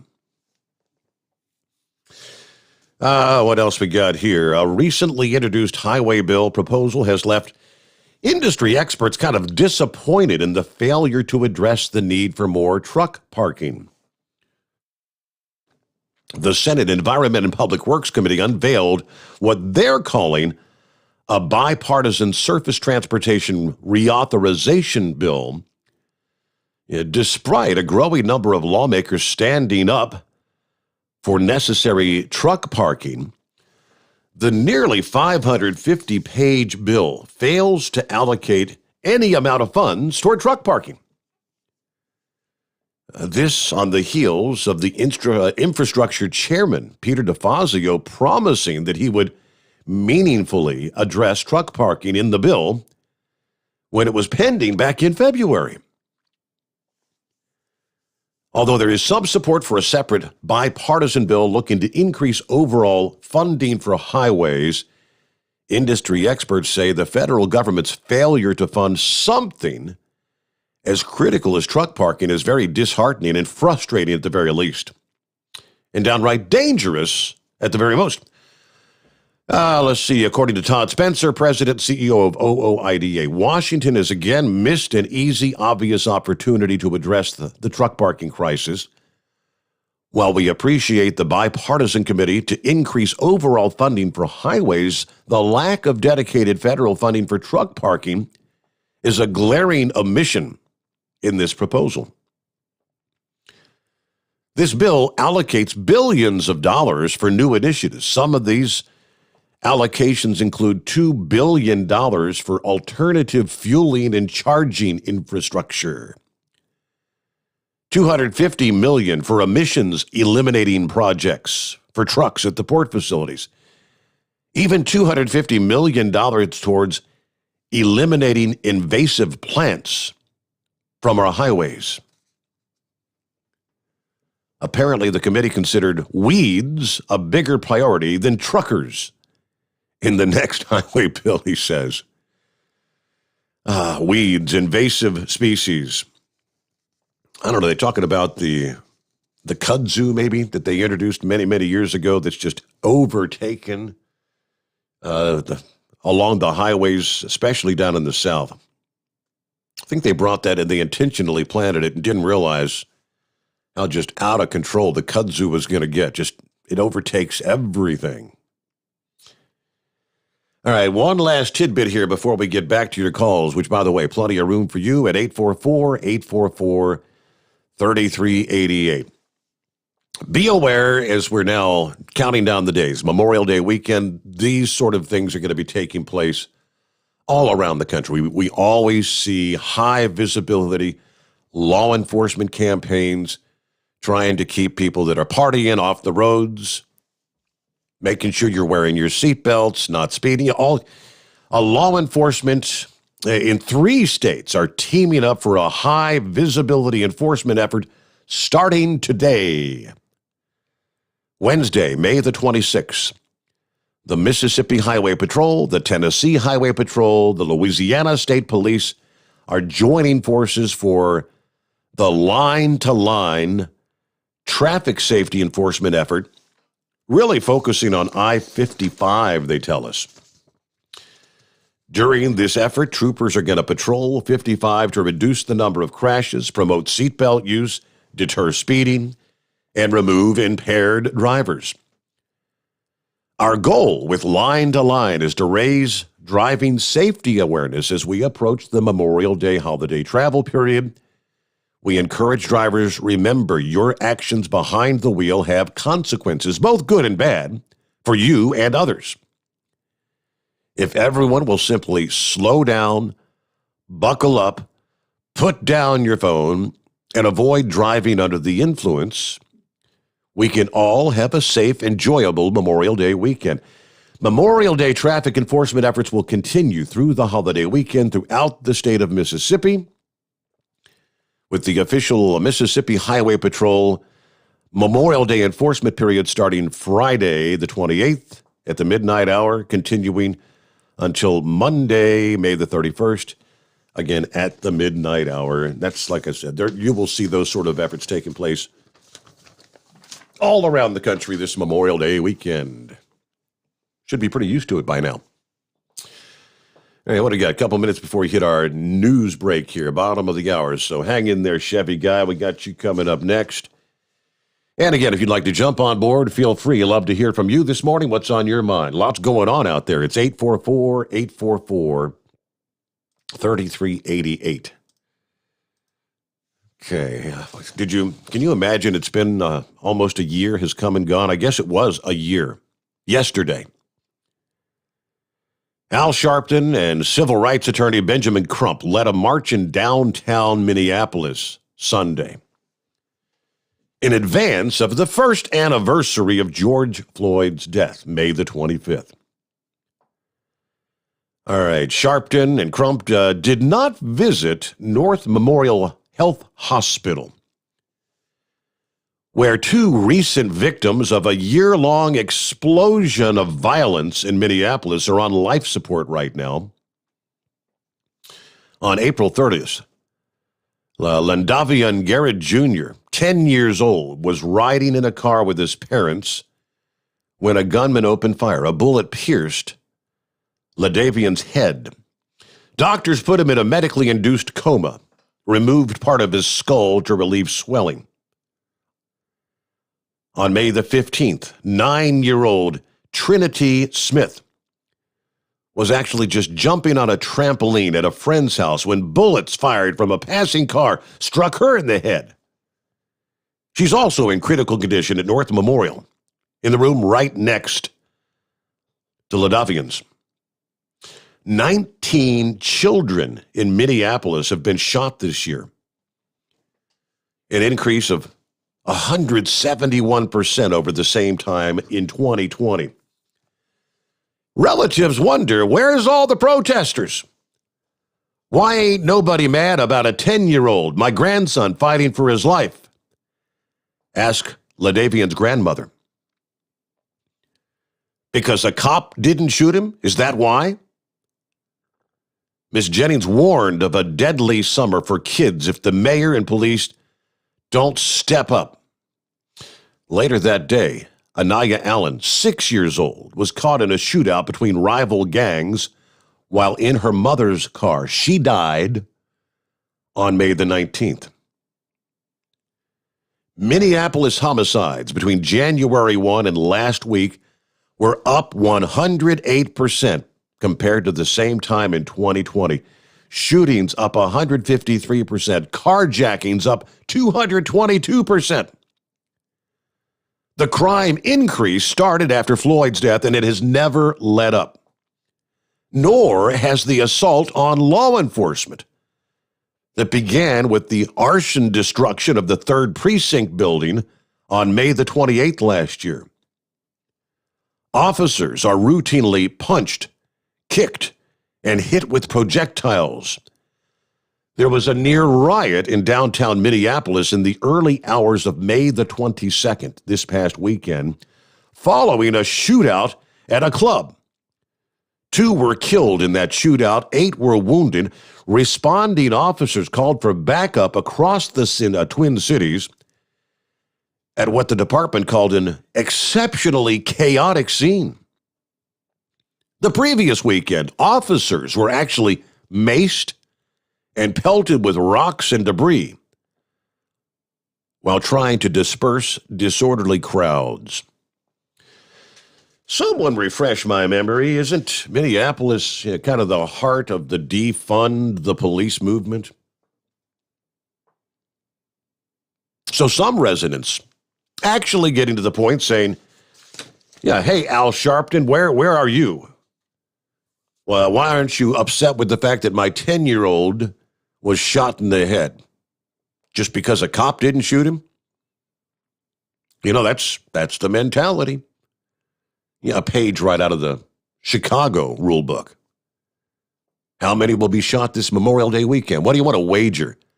Over or under 50? I'll put my money on over. All right, we get a news break here. It's 844-844-3388. The Steve Sommers Overnight Drive live from the Hot Shot Secret Studios.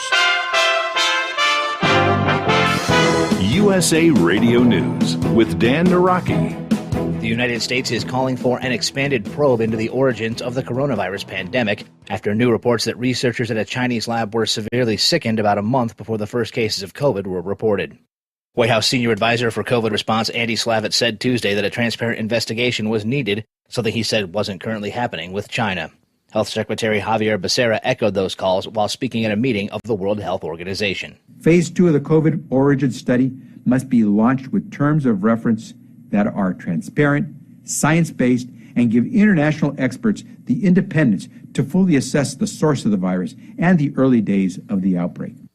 Those calls coming as the United States passed a vaccination milestone on Tuesday. The CDC says that half of the nation's adult population, more than 129 million people, have been fully vaccinated. You're listening to USA Radio News. Do you need to sell your home?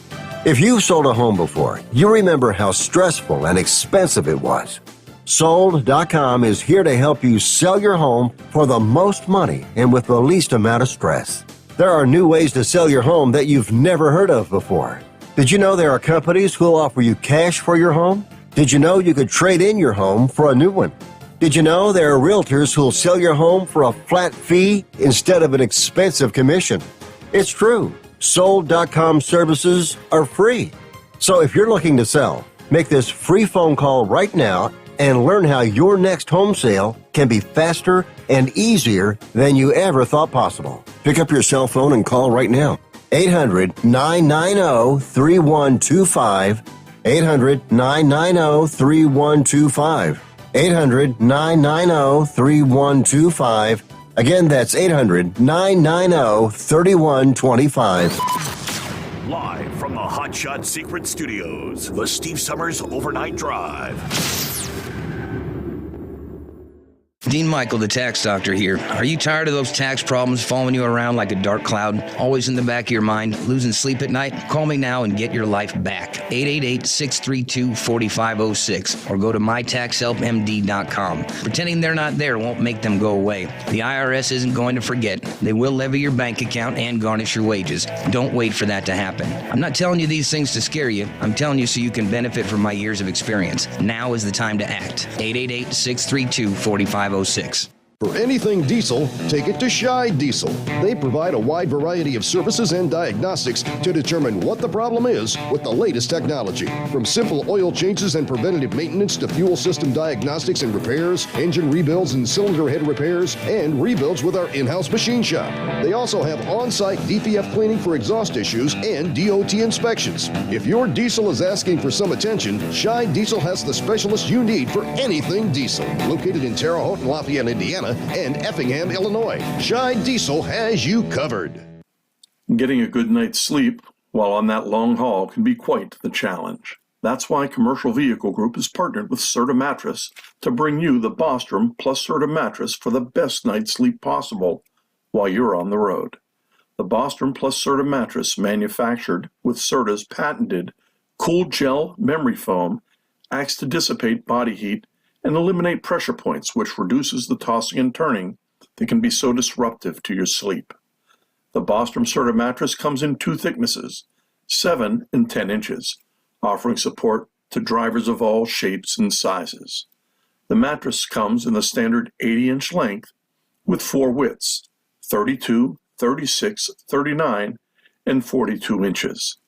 For more information on the mattress or where to buy, call us at 800-459-7328. That's 800-459-7328. At Hot Shot Secret, we share the science behind common diesel problems. For example, fuel additives. Most fuel additives either impact performance or provide protection. Hot Shot Secret Everyday Diesel Treatment provides both performance enhancement and fuel system protection. Everyday Diesel Treatment delivers a 6-in-1 premium fuel treatment for every fill-up, every time. Everyday Diesel Treatment is available at truck stops, Tractor Supply, O'Reilly's Auto Parts, and online at hotshotsecret.com. Keep the bugs off your glass and the smokies off your ass. This is the Overnight Drive with Steve Summers.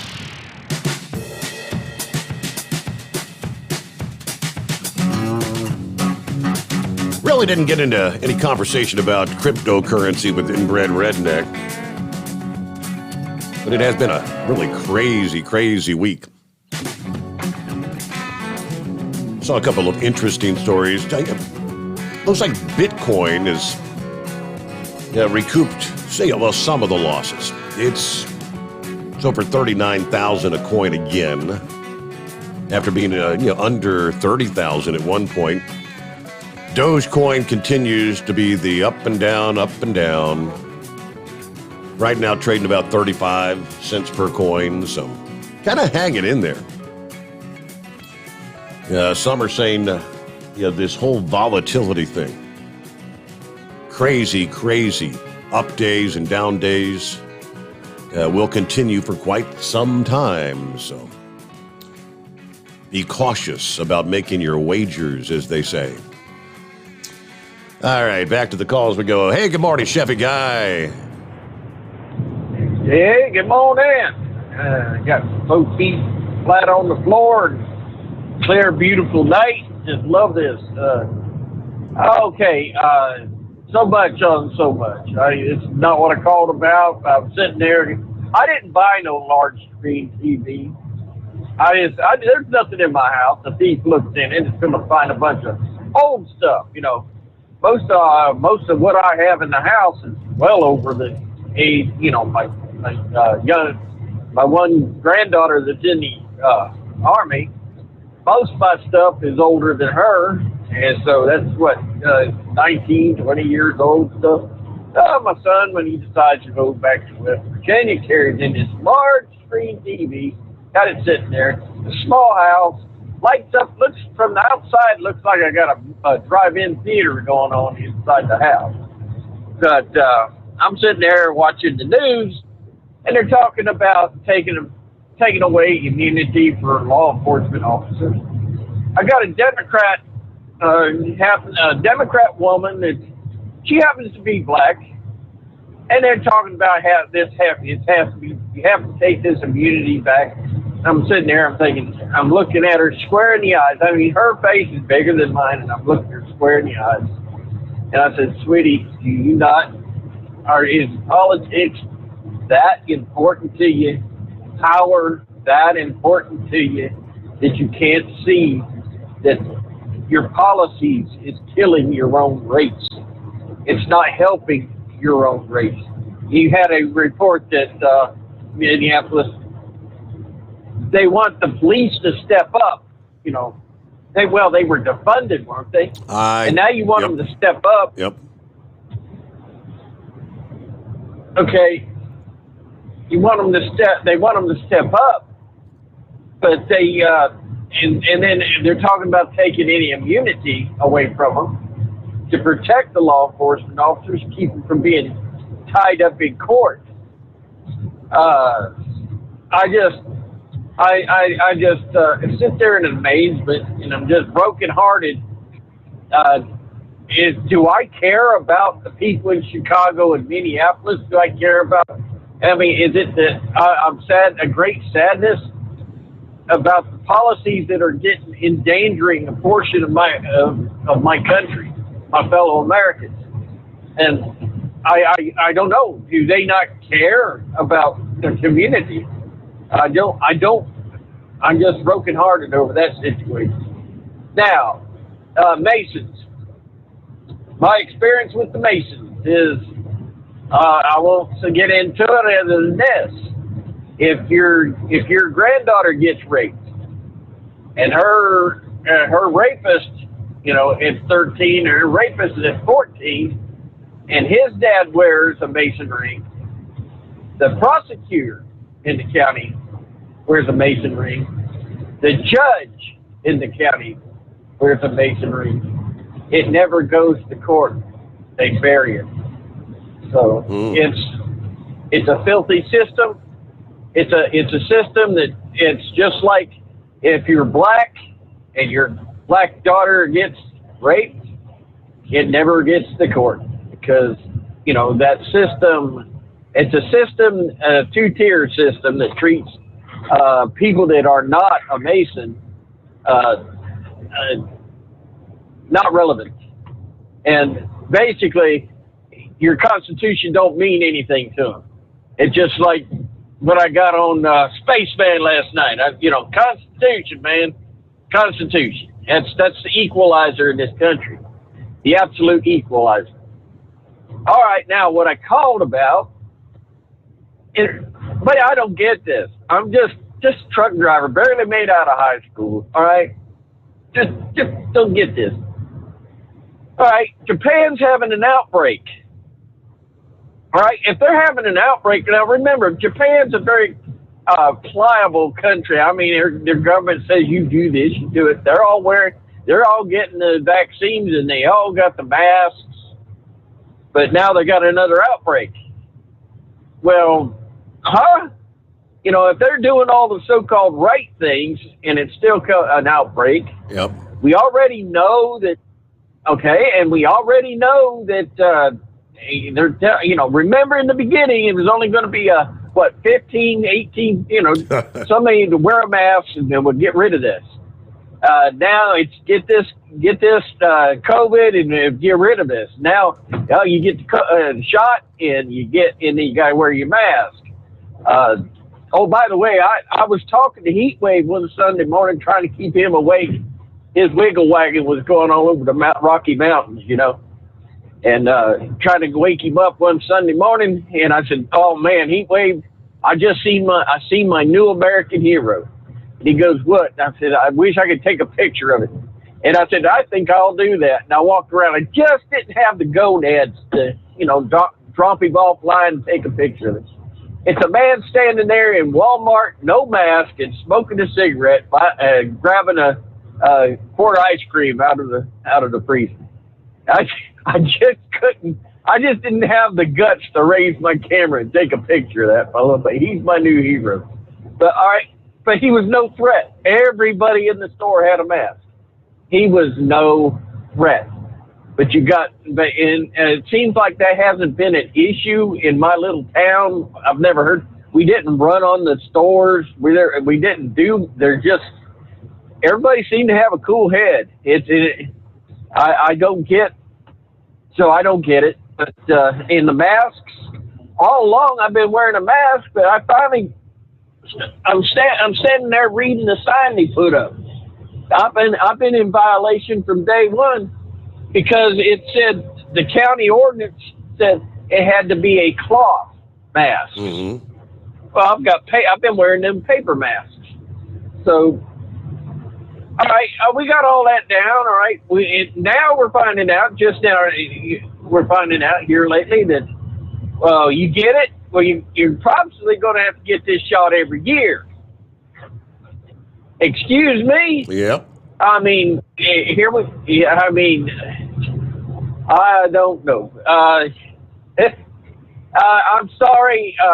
It's just like this. You know that. You've heard people that had the COVID, they got better, turned around, and got it again. Then they say, well, if you have the shot, it won't be that bad. Well, right. You've had people. How do you anybody know? I mean, because you know you've had people get COVID, and it was nothing more than the sniffles, and then the next thing you know, another person's on a ventilator on his way out of this world. So anybody that will sit there and tell you to your face that they're an expert on COVID is lying through his teeth. And that's all there is to it. So I'm sorry, Mr. Spaceman, don't be trying to weaponize the healthcare system in this country. And because we still don't know where we're going with this, and like Pappy said, I think we was talking, you know, he was taking that drug for years, and all of a sudden he got advertises on TV, you know, people wanting to sue him for some kind of stomach cancer or whatever like that. Next thing you know, he can't buy it. It's off the shelf. And that stuff took 10 years to get on the market. So I'm sorry, guys, what you shot in your arm, you know, go for it. I'm going to avoid it as long as I can. And other than that, and that's as a free American, that's my choice. Other than that, I'm going to sit back and copy the mail. Sorry for stepping on some people's toes, but at least we still have this venue to speak up and say something, because it seems like they're shutting everybody else down, and I just enjoy this program. 3 out of Dunbar Road down in Barnwell, South Carolina at the Tractor Supply. I got a big old bottle of it, paid full price. I don't need cut. I make enough money. And I'm going to support these people that keep this, like Heatwave said, that, you know, on Saturday and Sunday, he getting his fix. it's just great to have this venue out here and all these guys to talk to or talk about, and you to talk to. So we're going to sit back, copy the mail. We're going to enjoy the rest of the trip. Tim Bohr. Thank you much, Seven Guy. And, you know, if you're going to order the Hot Shot Secret on the Hot Shot Secret website, make sure you use the Overnight Drive code at checkout for your 10% off. And when, anytime you use that code, they know you're a listener to this program. And I kind of get a little bit of credit for helping to get those sales, right? Take advantage of that. Don't forget. Scooter said, Steve, you were talking about Minneapolis. This past day, Jen Psaki was asked about the huge jump in crime and shootings following the defund the police nonsense. And in typical Democrat fashion, she laid the blame on a gun problem. These people are lunatics that hate this country and obviously live in an alternative reality. See, it's not a people problem. It's a gun problem. Go figure. Not a bit surprising coming out of Jen Psaki. All right, let's see here. Let's get one of the industry headlines. I knew this one was kind of crucial to the industry, where in some cases there are representatives in D.C. that feel like you're just a big, wide open wallet. You got so much money, you can't give enough of it away. So we propose a truck-only vehicle miles traveled tax, which there's actually an agreement with OOIDA and the American Trucking Association. Not many things they see eye to eye on. It is short-sighted, inequitable, and discriminatory against the industry. That's the message from OOIDA and the American Trucking Associations about the proposal to put the burden on the truck drivers to fill the nation's infrastructure gap. The two trucking organizations wrote to the leaders of the Senate Committee on Finance this past day, which says, as the leading payer into the Highway Trust Fund and the only mode of freight transportation with that responsibility, the trucking industry is proud to pay our fair share. To claim that cars are subsidizing trucks as a pretext to implement new discriminatory truck-only tax is egregious and misleading.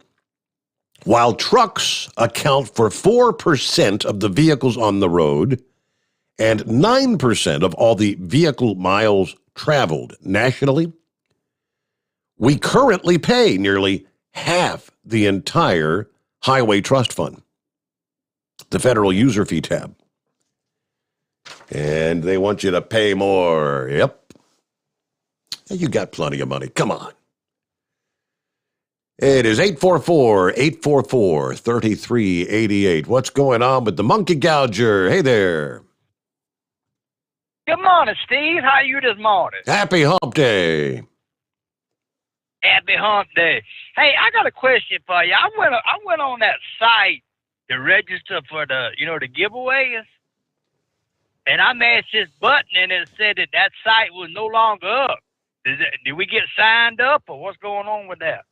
Somebody else had that issue last evening because he clicked on a link, I guess, that someone had shared. If you go on your computer or your smartphone to the internet and go to overnightdriveradio.com, then you should be able to click on contest and not have any trouble. That other guy was able to do that. Well, I signed up for it and clicked on that site. It said the site wasn't up, so I went to another site. I went back and signed up again, and I didn't go to that other site, so maybe I got signed up. I hope I am. I need some free stuff. Like I said, just open your computer to whatever you use. I use Google Chrome. Just type in overnightdriveradio.com, and that'll take you straight to it. And it should work correctly. Okie dokie.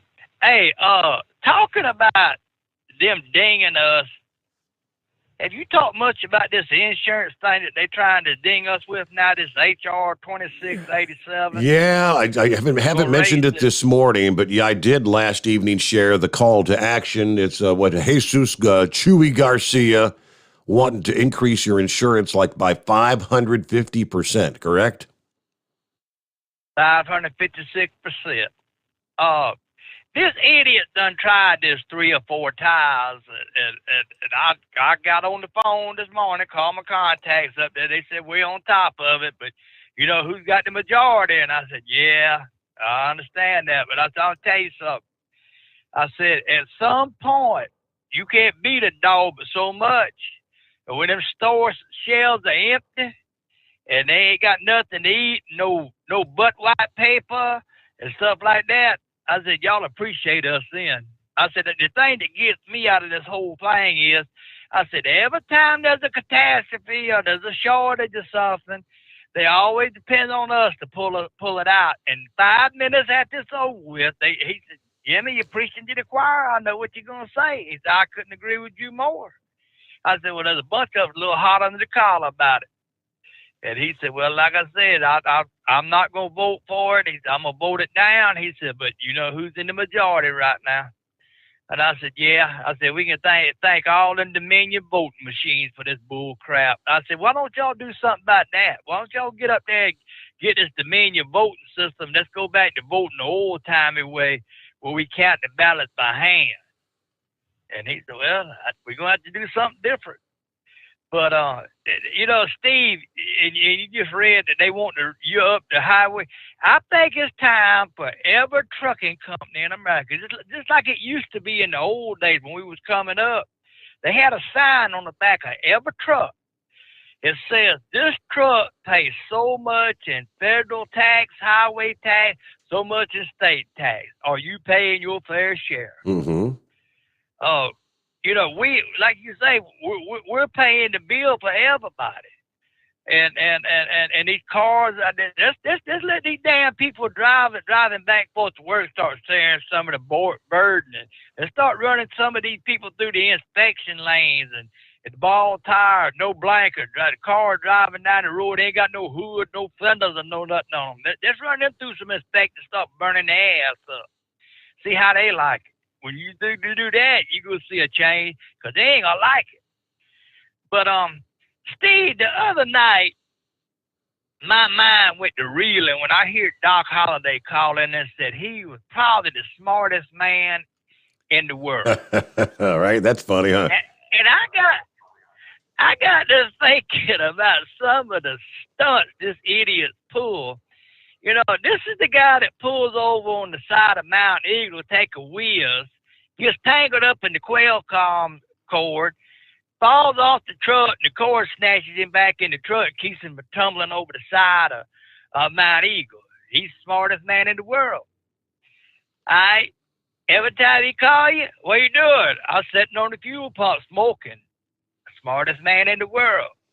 And this was the one that taught, well, I've got one more. He goes and buys himself a set of $800 teeth, goes to the casino over there at West Memphis, gets all drunk up, comes out there and throws his teeth up in the goldfish pond. Smartest man in the world. Hey, he's the one. He's the one that figured out that when you're in the casino, there's this little machine called ATM, and it pays out every time. Every time it pays out. And this is the one that really got me, and I know you're going to love this. Truck Show 2011. You know, the truck show wound up. Everybody's suffering from hangovers and everything from the big Saturday night. I get a phone call at about 8 or 9 o'clock in the morning. Hey, Monkey Gouger, where you at? I said, I'm in the damn bed, fool. He said, well, look here. I locked myself out the room, and we stuck on the patio. I said, well, call down to the front desk. I ain't got the phone number. So what does that idiot do? He gets out there on the ledge and walks over to a certain person's room and jumps the balcony and starts knocking on the door. Do you remember anything about that? That room would have been one Steve Sommers. That is a true story, and I'm trying to recall. I think he was in his damn underwear. Right, he was in it. That look, can't you see him going? Can't you see how high was y'all up? 4 or 5 floors? I think 3rd floor. Yeah, and he's out there in his BVDs, skimming down that ledge out there in front of everybody, and to get over to your room to get to. So he could get back in his room. He's the smartest man in the world. Yep. I think he came out the door and it was locked behind him. And I don't know, his girlfriend at the time, either she got in the shower or she went down to get breakfast or something. And he was stuck out there on the balcony. Oh, both of them was stuck out there. Both of them was out there. Was she out there with him? Okay. Out there. Okay. Yeah, that was the story I got. Okay. But he's the smartest man in the world. I said I'm gonna call Steve tonight and ask if he remembers them escapades. He's pulled some doozies over the years. Yes, he has. He has pulled some good ones. There ain't no doubt about it. Doc has pulled some good ones. So, Steve, I want to remind everybody to please call your representatives and get on board with this bill that is HR 2687. And hey, guys, look, we got to do something here. We got to put a foot down. And I'm gonna tell you, if those bunch of container yankers can go up yonder and stage a rally quietly and get the attention and make it to the White House, if all of us use our head a little bit, use some of their strategy, and not going up there and have that black smoke lives matter bull crap, just let that go out the door. And go up there and just sit up there and blow our horns every hour on the hour, and enough of us up there, they might take a little bit of attention. But, Steve, there's one other thing I want to say before I get out of here, is what tickles me most of anything, anytime there's a catastrophe, shortage, epidemic, or whatever, first thing they do is lift the hours of service. Now, does that make it any safer? I mean, I just cannot fathom the way these people up there in Washington think. Now, I mean, they ain't no thinking to it. They're thinking out the ass instead of using the head to think with. It just proves the fact that it proves the fact that when they need something, you can totally disregard the rules and regulations because we need it. Otherwise, it's really probably just more about generating revenue than anything else. Exactly. That's it right there. And every time you turn around, they're trying to shoot us down. Now, if this thing goes through, all these little one-truck owner-operators, they're gone. I mean, I hate to tell you, boys, if you independent out there and you ain't leased a company or something that can do something about this, you're done. So you got a big stake in this, too. And I want to stress this part. Any night in America, 75% of the freight rolls on owners of trucks with 6 or less. We're toting the load. And that's a proven fact. It's OIDA said it, Overdrive said it, everybody said it. We are the backbone of America, and it's time for us to grow a backbone and do something. You can't wait around and let somebody else do it for you. You got to start dialing that number. You got to start hitting that number, and we got to start getting the word out there. Enough is a damn enough. And Steve, with that, you had yourself a good hump day, and I'll talk to you tomorrow night. Thank you for checking in, Monkey Gouger. You do the same, and it is 844-844-3388. Back after this, the Steve Sommers Overnight Drive live from the Hot Shot Secret Studios. USA Radio News with Dan Naraki. A group of Republican senators are expected to present the White House with a counter-proposal to President Biden's infrastructure plan later this week. The plan is expected to contain nearly $1 trillion of funding compared to the president's original $2.25 trillion package. The Republican proposal is also expected to find ways to fund infrastructure projects without raising taxes. The president's plan uses a boost to the corporate tax rate to pay for its projects. And nearly half of all adults in the United States are now fully vaccinated against COVID-19, according to the CDC. The agency said Tuesday that more than 129 million people over the age of 18 are fully vaccinated, and nearly 164 million Americans of all ages have received at least one dose, about 49.5% of the country's population. In at least 25 states, more than half of the adult population has received at least one dose, with 9 states having vaccination rates of at least 70%. This is USA Radio News. Friends, Mike Lindell is a great supporter of conservative radio, but most of all, he's a man who has invented a great USA product that will help you get a great night's sleep. For over 3 years, I've told you how the MyPillow Premium Pillow has changed my life. I get the best sleep of my life. But more importantly, the pillows don't go flat. You can wash them and dry them as many times as you want. They maintain their shape, and they are made in the USA. Here's the best deal you'll ever get on a MyPillow Premium Pillow. $29.98 for a standard or queen size pillow. King size only $5 more. You're saving $40. Go to mypillow.com, click on the radio listener square, use my promo code USA, or call 1-800-951-8175. You can save up to 60% on any MyPillow product when you use my promo code USA, or call 1-800-951-8175 and ask for the MyPillow Premium Pillow Special. House Republicans on the Energy and Commerce Committee are calling for more information from a number of federal agencies about the origins of COVID-19. The committee began an investigation in March into the origins of the virus and are requesting that documents from the State Department, National Institutes of Health, and other agencies be declassified to assist in their investigation. Top Republican on the committee, Kathy McMorris Rodgers of Washington, tells Fox News that her committee will leave no stone unturned in their investigation. There's a lot of circumstantial clues that point to a laboratory accident. So as a part of our investigation, we are pushing more information from NIH, the State Department, the Lawrence Livermore National Laboratory, the Department of Homeland Security, and EcoHealth Alliance. So EcoHealth Alliance is the entity that received the funding from NIH. And we want to know what that was used for. And it was part in EcoHealth Alliance is the one that was involved in funding this bat coronavirus research with the Wuhan lab. This is USA Radio News.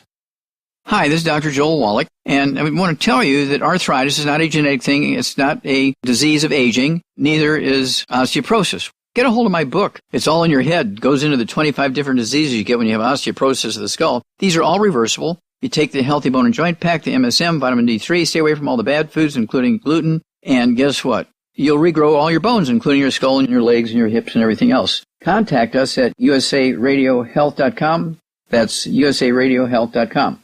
Former New Jersey Governor Chris Christie has some issues with Canada's COVID restrictions. Tim Berg explains. Former New Jersey Governor Chris Christie is calling out President Biden for allowing Canada to receive COVID-19 vaccines from the United States, while at the same time barring fully vaccinated Americans from crossing the northern border. I'm all for helping Canada, and listen, border states like Maine and New Hampshire and Vermont have been permitting Canadians to come across the border if they want to be vaccinated in the United States, really since February.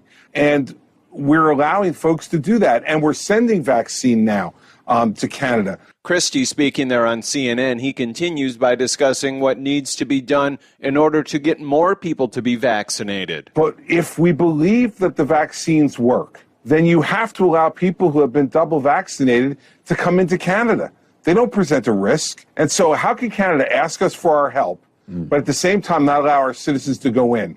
From the USA Radio News Phoenix Bureau, I'm Tim Berg. And one of Japan's largest newspapers has joined calls for the cancellation of this summer's Olympics. Asahi Shimbun has called for the cancellation in a Wednesday editorial, saying the decision to hold the games is reckless and demanded that Prime Minister Suga pull the plug.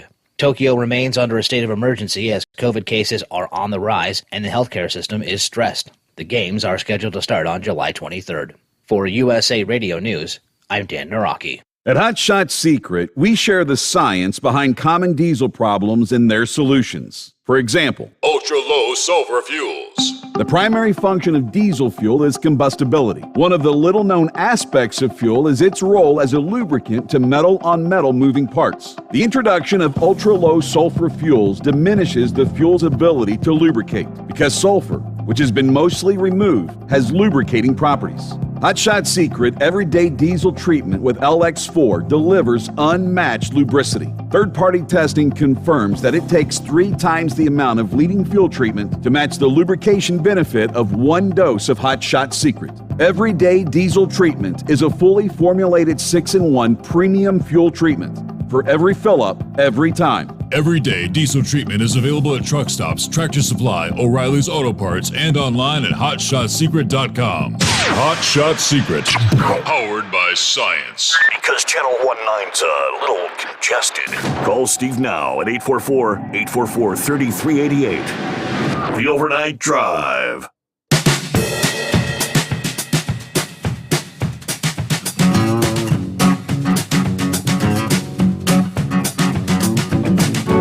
Hello to Blade Runner. Thanks for sharing some of the stories. They sent me an interesting one out of Detroit, I believe. Wow. Yeah, so somewhere there's a bad actor.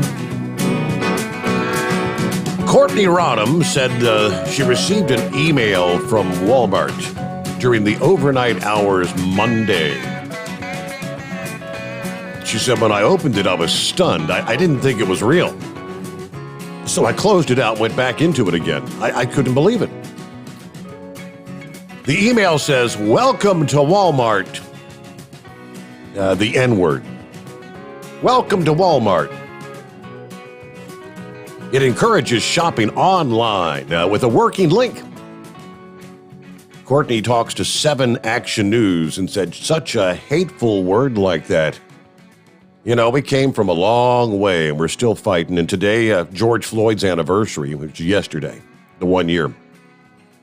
I would have never thought I'd be talking about Walmart calling me that word. Walmart responds to 7 Action News. We discovered that an external bad actor created false Walmart accounts with the obvious intent of offending people. We are shocked and appalled to see these offensive, unacceptable emails. We're looking into our sign-up process to ensure something like this does not happen again. We're also looking into all available means to hold those responsible accountable. Joseph Goldman is Courtney's attorney. He tells 7 Action News, the company says they were not hacked. So somebody did this, and I believe it's internal. It appears only 12 people across the country got the same thing in a short period of time. Courtney said Walmart is her go-to store, including for her son for Christmas. She uses a Walmart credit account, puts gifts on layaway. When this first happened to us yesterday, my 12-year-old son was so hurt, and he says, Mom, why would Walmart do this to us? He knows we use this. That's his treat.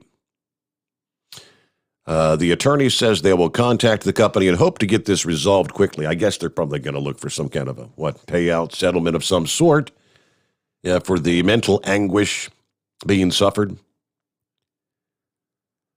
Let's see, about his client. He says, she's basically speaking here for all the black patrons of Walmart. It should be easy to track the email with a digital footprint. I'm sure they'll get to the bottom of it, but yeah. Was it an actual employee or was it an outside player that was able to, again, they said their system wasn't hacked, but. All righty, thanks for sharing that. It is 844-844-3388, and I'm not sure, is it John we got on the line? Good morning. Good morning. Good morning. Jim Sucky blamed things on the gun. In the community that I live in, they've outside of Atlanta, Georgia, they're having the carjackings, and it's been several killings and a lot of shootings at the gas stations. And we've got a lot of Chevron stations in the area. So this community wants the Chevron stations closed because they are causing all of this violence. One of the TV stations here in town has a verify portion. Somebody called in and says, is Atlanta becoming the little Chicago? So they go to verify that. And sure enough, Chicago's got 2 million people. Atlanta's got 500,000 people. And Atlanta has more violence than Chicago. So if we were to expand out to the 2 million people, take in the metro area, that would just about get us up to 2 million. We may be close to tripling what Chicago's doing. Wow. So I'm real proud in Atlanta. But for the people to blame the violence on the Chevron stations, I was excited about that. We don't have enough independent or brand name. We don't have enough brand name stations now. Most everything's gone to Quick Trip and Racetrack. Very interesting, John. Hey, thanks so much for sharing this morning. All right. We sure do appreciate you being there. Enjoy listening to you. Thank you for listening in. Yep. Yeah. Don't be a stranger. There you go. Several interesting developments out of the state of Texas this week. And Florida as well. DeSantis, I think, is in the headlines for several different things. Let me start with a story out of Texas. I guess it all started with Colin Kaepernick. First one taking a knee during the national anthem, right? Well, we all recall. Which then began to spread to other sports. Some baseball, some basketball. And on down the line it goes. And then some sporting venues opting to say, all right, we're just not gonna play the national anthem. Kind of appeasing that very vocal minority. Texas state lawmakers have approved a bill that will withhold funding from sports teams that choose not to play the national anthem before games. Passed the State House by voice vote on Monday. It is expected to be signed by the governor. It may be signed now. They said it was supposed to be signed on Tuesday. It is called the Star-Spangled Banner Protection Act. It passed the Senate in early April. Senate Bill 4 said professional sports teams will forfeit the opportunity to further receive state money and could be required to repay any money paid to the teams by the state or any governmental entity. Now, some are saying, oh, hold on now, you're violating free speech. Once again, we're carrying legislation that is openly and aggressively unconstitutional, says Democrat Representative Jean Wu, who attempted to change the bill into a resolution that would have allowed the House favor playing of the anthem but not make the law to enforce it. One of the bill's sponsor, Representative Dustin Burrows, disagreeing, claiming this legislation does not violate free speech. It's very simple. If you don't want to play the national anthem, that's fine, but just you don't get the tax dollars. If we're going to go ahead and subsidize with hard-earned American dollars the sporting facilities and teams in the different ways that I think it's articulated in this bill, this would apply. See, it was earlier this year, the lieutenant governor blasting the NBA's Dallas Mavericks after team owner Mark Cuban decided to stop playing the national anthem before games. He said, sell the franchise. I'll tell you, some Texas patriots will buy it. We are the land of the free and home of the brave. Cuban ultimately reversed his decision after saying, team executives were loudly hearing the voices who feel the anthem does not represent them. The Republican-led Senate voted 28-2, with 11 Democrats voting in favor to advance the bill. They actually said, we're surprised we actually got Democrat support. Patrick says, Texans are tired of sports teams that pander, insulting our national anthem and the men and women who died fighting for our flag. This bill will ensure Texans can count on hearing the Star-Spangled Banner at major sport events throughout the state that are played in venues that taxpayers support.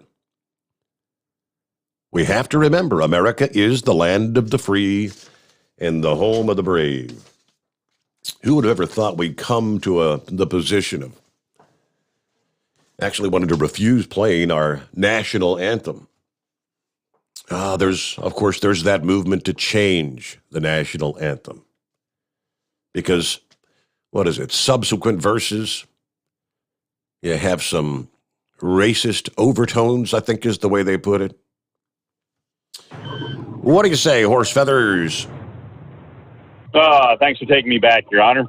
Yeah, so, Maryland there, the home of the national anthem there. Francis Scott Key out in the Baltimore Harbor, Battle of 1812 or War of 1812 or something like that, right?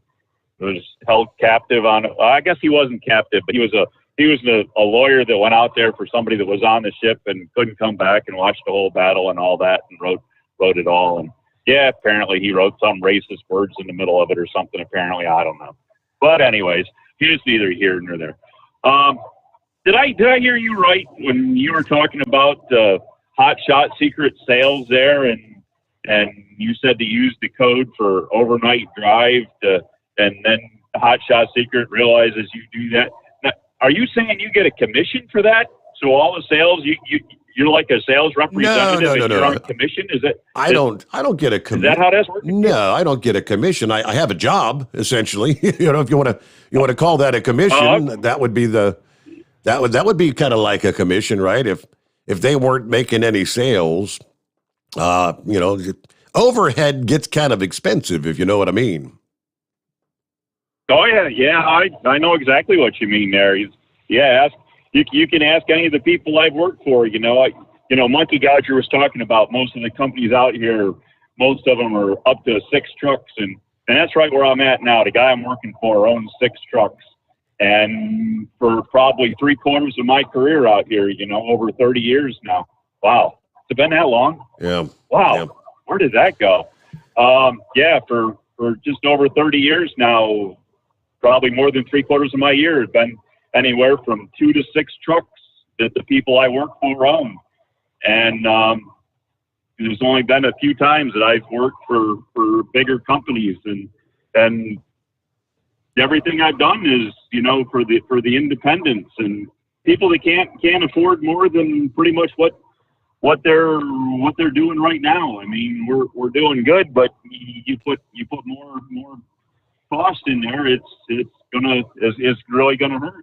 Yeah. And as you say, the first thing that happens in the wintertime when it gets cold and there's not enough trucks to move your propane and your home heating fuel and your natural gas, and you guys are all safe drivers. You don't need hours of service. Just go out there and work as much as you want and all that. But they don't think that we're hauling under capacity.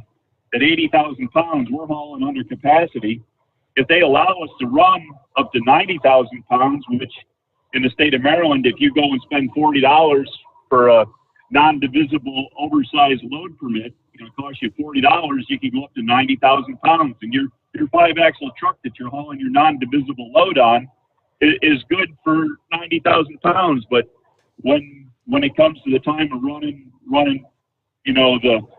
the divisible loads, the liquids and stuff like that, where you can, go to 80,000 pounds and stop, they don't let you increase, and they don't realize that if you carry an extra 1,000 gallons per trip, every 9 trips, every 10 trips, it's another whole truckload. Carried an extra truckload. Yep. And so, but they want us to work more hours, but they don't think about the best way to do it. Yeah, they don't want to pay you more, right? Well, that's the whole point of it. But anyways, and then one other thing, you guys were talking there about vehicles and stuff on the road, and Monkey Guy just said something about crap on the road. Now, in the state of Maryland, I'm not sure how it is other places, but in the state of Maryland, all vehicles get inspected at the time of purchase. So if you buy a new car at the dealership, or if you buy a used car at the dealership, it gets inspected. In the state of Maryland, it never gets inspected again until it is another purchase. So you have to sell it to, outright to another person, or, you have to trade it in and then somebody else has to buy it.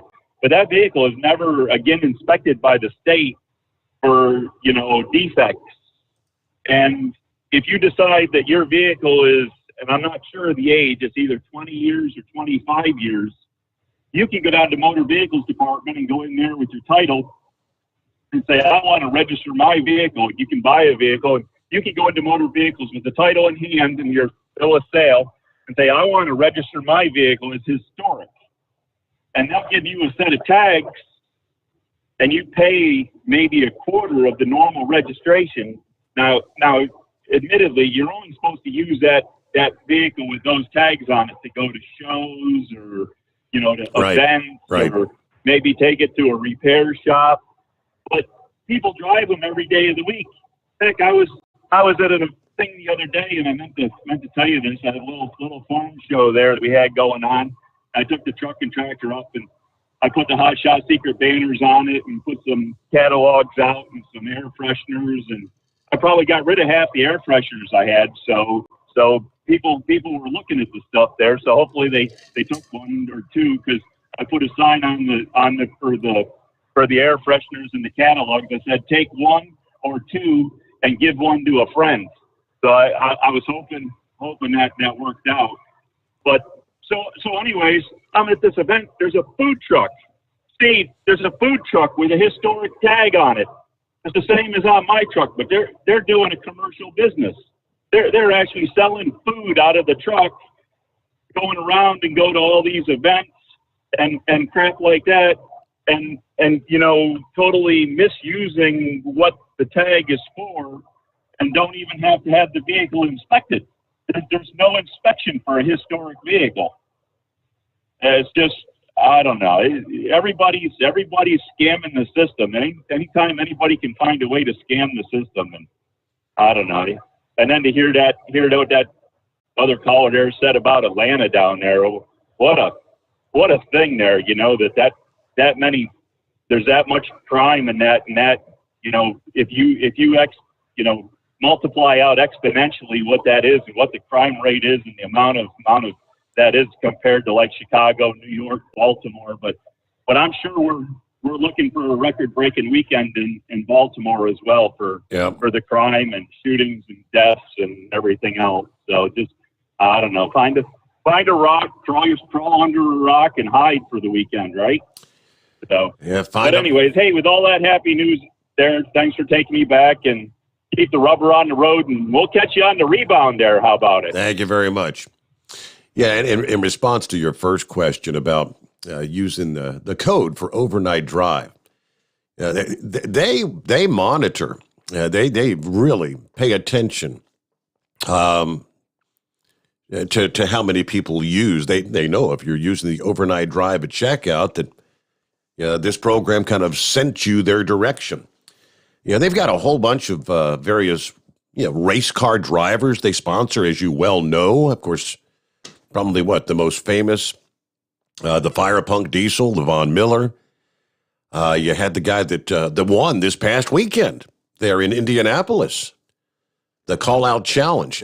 All these drivers that they sponsor, and I'm not sure how many. There's a bunch of them, though. Some bigger than others. But they divvy them out a code like that.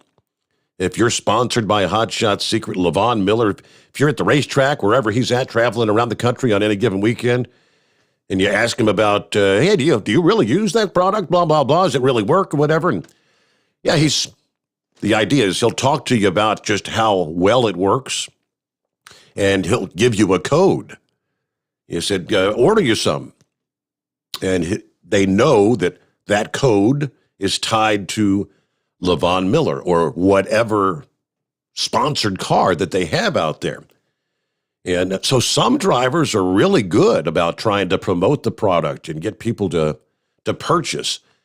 There are some sponsored drivers, and you got to keep in mind now, when you say sponsored, most of the time it's things like you drive a race car, you have your car, and okay, you promote the product, we'll supply you with the racing oil, which ain't cheap, you know. It's like, I guess that's the Blue Diamond, a top-notch racing oil will supply you with the FR3 and the FR4 and all these different racing products that adds up to a lot of money.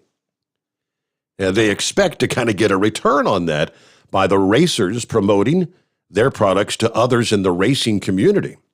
It's like, hey, this stuff's a hell of a lot better than that stuff in the white bottle, you know, that kind of thing. Yeah, this is the best your money can buy.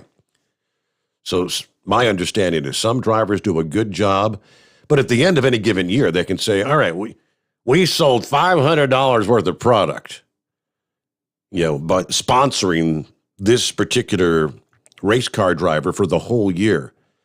Yeah, we sold $7,000 worth of product. Yes, sponsoring this particular driver. They know who's actually taking care of promoting their products. So that's what we're here for. Use that code, Overnight Drive at checkout. It's 10% off. If you drive a truck, if you're a first responder, if you're a veteran or an active duty, all of you are entitled to an additional 10%. That's a full 20% off your purchase via hotshotsecret.com. I just thought I'd share, but that was a good question, Horse Feathers. Thanks for asking. I don't get a commission off each sale. I get to keep a job to be with you, by hopefully selling whole lots of Hot Shot Secret and more as the show continues to grow. That's the plan. Let me see here. What do you say? As Gomer Pyle would say, surprise, surprise, surprise. Not really. Remember, Gretchen Whitwer had egg on her face this past week. She got caught breaking her own COVID restrictions there in Michigan. Of course, Gretchen Whitmer is another one of those, what's good for me is not good for thee, or vice versa. Do as I say, not as I do. The East Lansing restaurant and bar where she sat with a large group of people in violation of the health restrictions. Surprise, surprise, will not be issued any citations or fines, according to the health officer. She said, we did have a conversation with the Land Shark Bar and Grill, as we always will. Enforcement, including enforcement of COVID-related orders, is always a stepwise kind of function. So we don't jump right into issuing violations and fining people. We'll go in, have a conversation. We'll get the owner to recognize what's going on and say, okay, I understand. We're not going to do it anymore. That's what we did. The conversation has occurred. And I wonder in the coming days how many other bars, restaurants, business, how many in Michigan have actually been fined and shut down and things like that during the whole pandemic. But are you surprised? No, I'm not. Wide open lines here on a Wednesday, hump day coming on. Jump on board at 844-844-3388. The Steve Sommers Overnight Drive, live from the Hot Shot Secret Studios. USA Radio News with Dan Naraki. Senate Majority Leader Chuck Schumer made a move Tuesday to hold a vote this week on a bill to create a commission to investigate the January riots at the Capitol. Kentucky Republican Mitch McConnell says that move is a political exercise from Democrats. The Senate Minority Leader said the commission would be an attempt to continue to prosecute former President Trump. I think at the heart of this recommendation by the Democrats is that they would like to continue to debate things that occurred in the past. They'd like to continue to litigate the former president. And Manhattan's district attorney has convened a grand jury to look into possible indictments for former President Donald Trump and his businesses. The panel will sit 3 days a week for 6 months. Manhattan DA Cyrus Vance has been investigating the Trump Organization over allegations of possible bank and tax fraud. The former president has called the investigations corrupt and politically motivated. This is USA Radio News. If your loved one has passed away due to COVID-19, pay close attention to this message. You could be entitled to a death benefit of over $300,000. The U.S. government has set up a fund to pay families relief if they've lost a loved one due to COVID-19. We know this is a hard time for you, and this fund has been set up by the federal government to help ease your pain. The compensation includes a death benefit and lost wages benefit. Time is limited, so we urge you to make a free phone call right now. There's no cost to you for this claim. All legal fees are only covered once you receive your money. So if you've lost a loved one due to COVID-19, call the legal helpline right now to find out if you qualify for a cash award. Here's our number: 800-923-9018, 800-923-9018, 800-923-9018. That's 800-923-9018. Paid for by the IPG Law Group. You're listening to the Overnight Drive with Steve Summers. At Hot Shot Secret, we share the science behind common diesel problems and their solutions. For example, Hot Shot Secret Diesel Extreme. Today's ultra-low sulfur fuels leave injector deposits causing frequent DPF regens and low throttle response. Diesel Extreme is a once every 6-month treatment that will clean your entire fuel system, including the tank, lines, pump, and the injectors. Hot Shot Secret Diesel Extreme is available nationwide at truck stops, fine farm and auto stores, and online at hotshotsecret.com.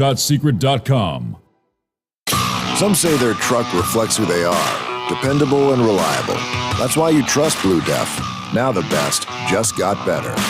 Introducing Blue Def Platinum, a revolutionary innovation with advanced system shield technology to significantly reduce harmful deposits, to maintain fuel economy, save money on costly repairs, and sustain the life of your SCR system. There's only one DEF to choose. Blue Def Platinum.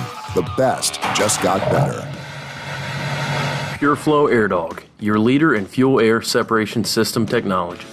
Our systems filter out water, particulates down to 2 micron, and remove all of the air out of your diesel fuel. This allows for nothing but pure, clean diesel fuel to reach the expensive injection system equipped in your vehicle.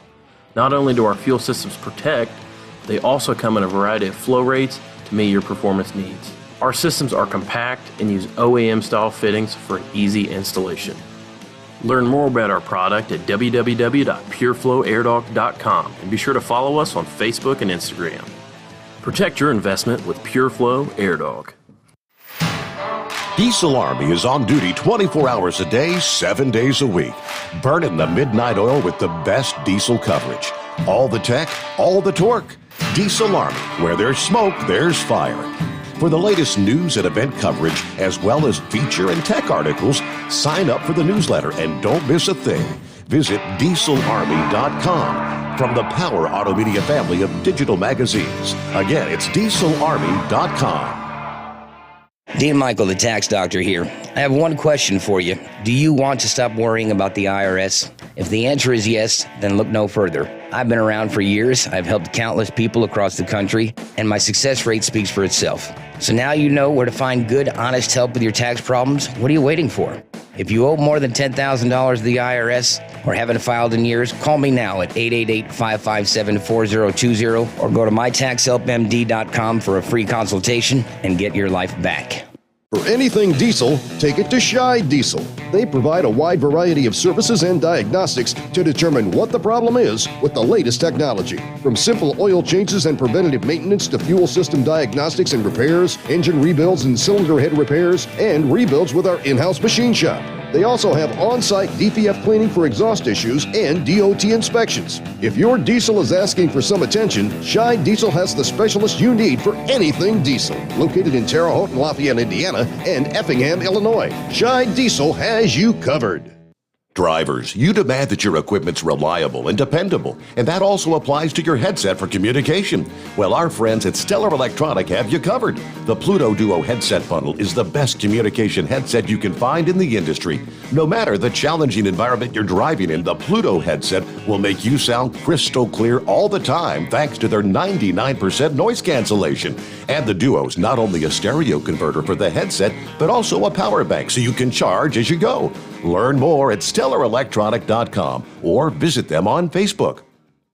At Hot Shot Secret, we share the science behind common diesel problems and their solutions. For example, Diesel particulate filter regeneration. the DPF catches particulates left over from combustion. The DPF regeneration cycle cleans the filter with temperatures exceeding 1,000 degrees Fahrenheit. A computer sensor triggers the DPF regen, which is often accompanied by a loss of power and fuel economy. The frequency of DPF regens are in correlation to the cleanliness of the fuel burn. Under heavy operation with the dirty burn, DPF regens can occur multiple times per day. Hot Shot Secret Diesel Extreme Fuel Additive promotes a more complete combustion, creating fewer emissions and therefore fewer DPF regens. Vehicles using Diesel Extreme experience 83% less DPF regens. Hot Shot Secret Diesel Extreme is available nationwide at truck stops, fine farm and auto stores, and online at hotshotsecret.com. Hot Shot Secret, powered by science. Because Channel 19's a little congested. Call Steve now at 844-844-3388. The Overnight Drive. Keep the bugs off your glass. And the Smokies off your ass. This is the Overnight Drive with Steve Summers. Some say their truck reflects who they are. Dependable and reliable. That's why you trust Blue Def. Now the best just got better. Introducing Blue Def Platinum, a revolutionary innovation with advanced system shield technology to significantly reduce harmful deposits. To maintain fuel economy, save money on costly repairs, and sustain the life of your SCR system, there's only one DEF to choose. Blue Def Platinum. The best just got better. Diesel Army is on duty 24 hours a day, 7 days a week. Burning the midnight oil with the best diesel coverage. All the tech, all the torque. Diesel Army, where there's smoke, there's fire. For the latest news and event coverage, as well as feature and tech articles, sign up for the newsletter and don't miss a thing. Visit dieselarmy.com from the Power Auto Media family of digital magazines. Again, it's dieselarmy.com. Do you have a...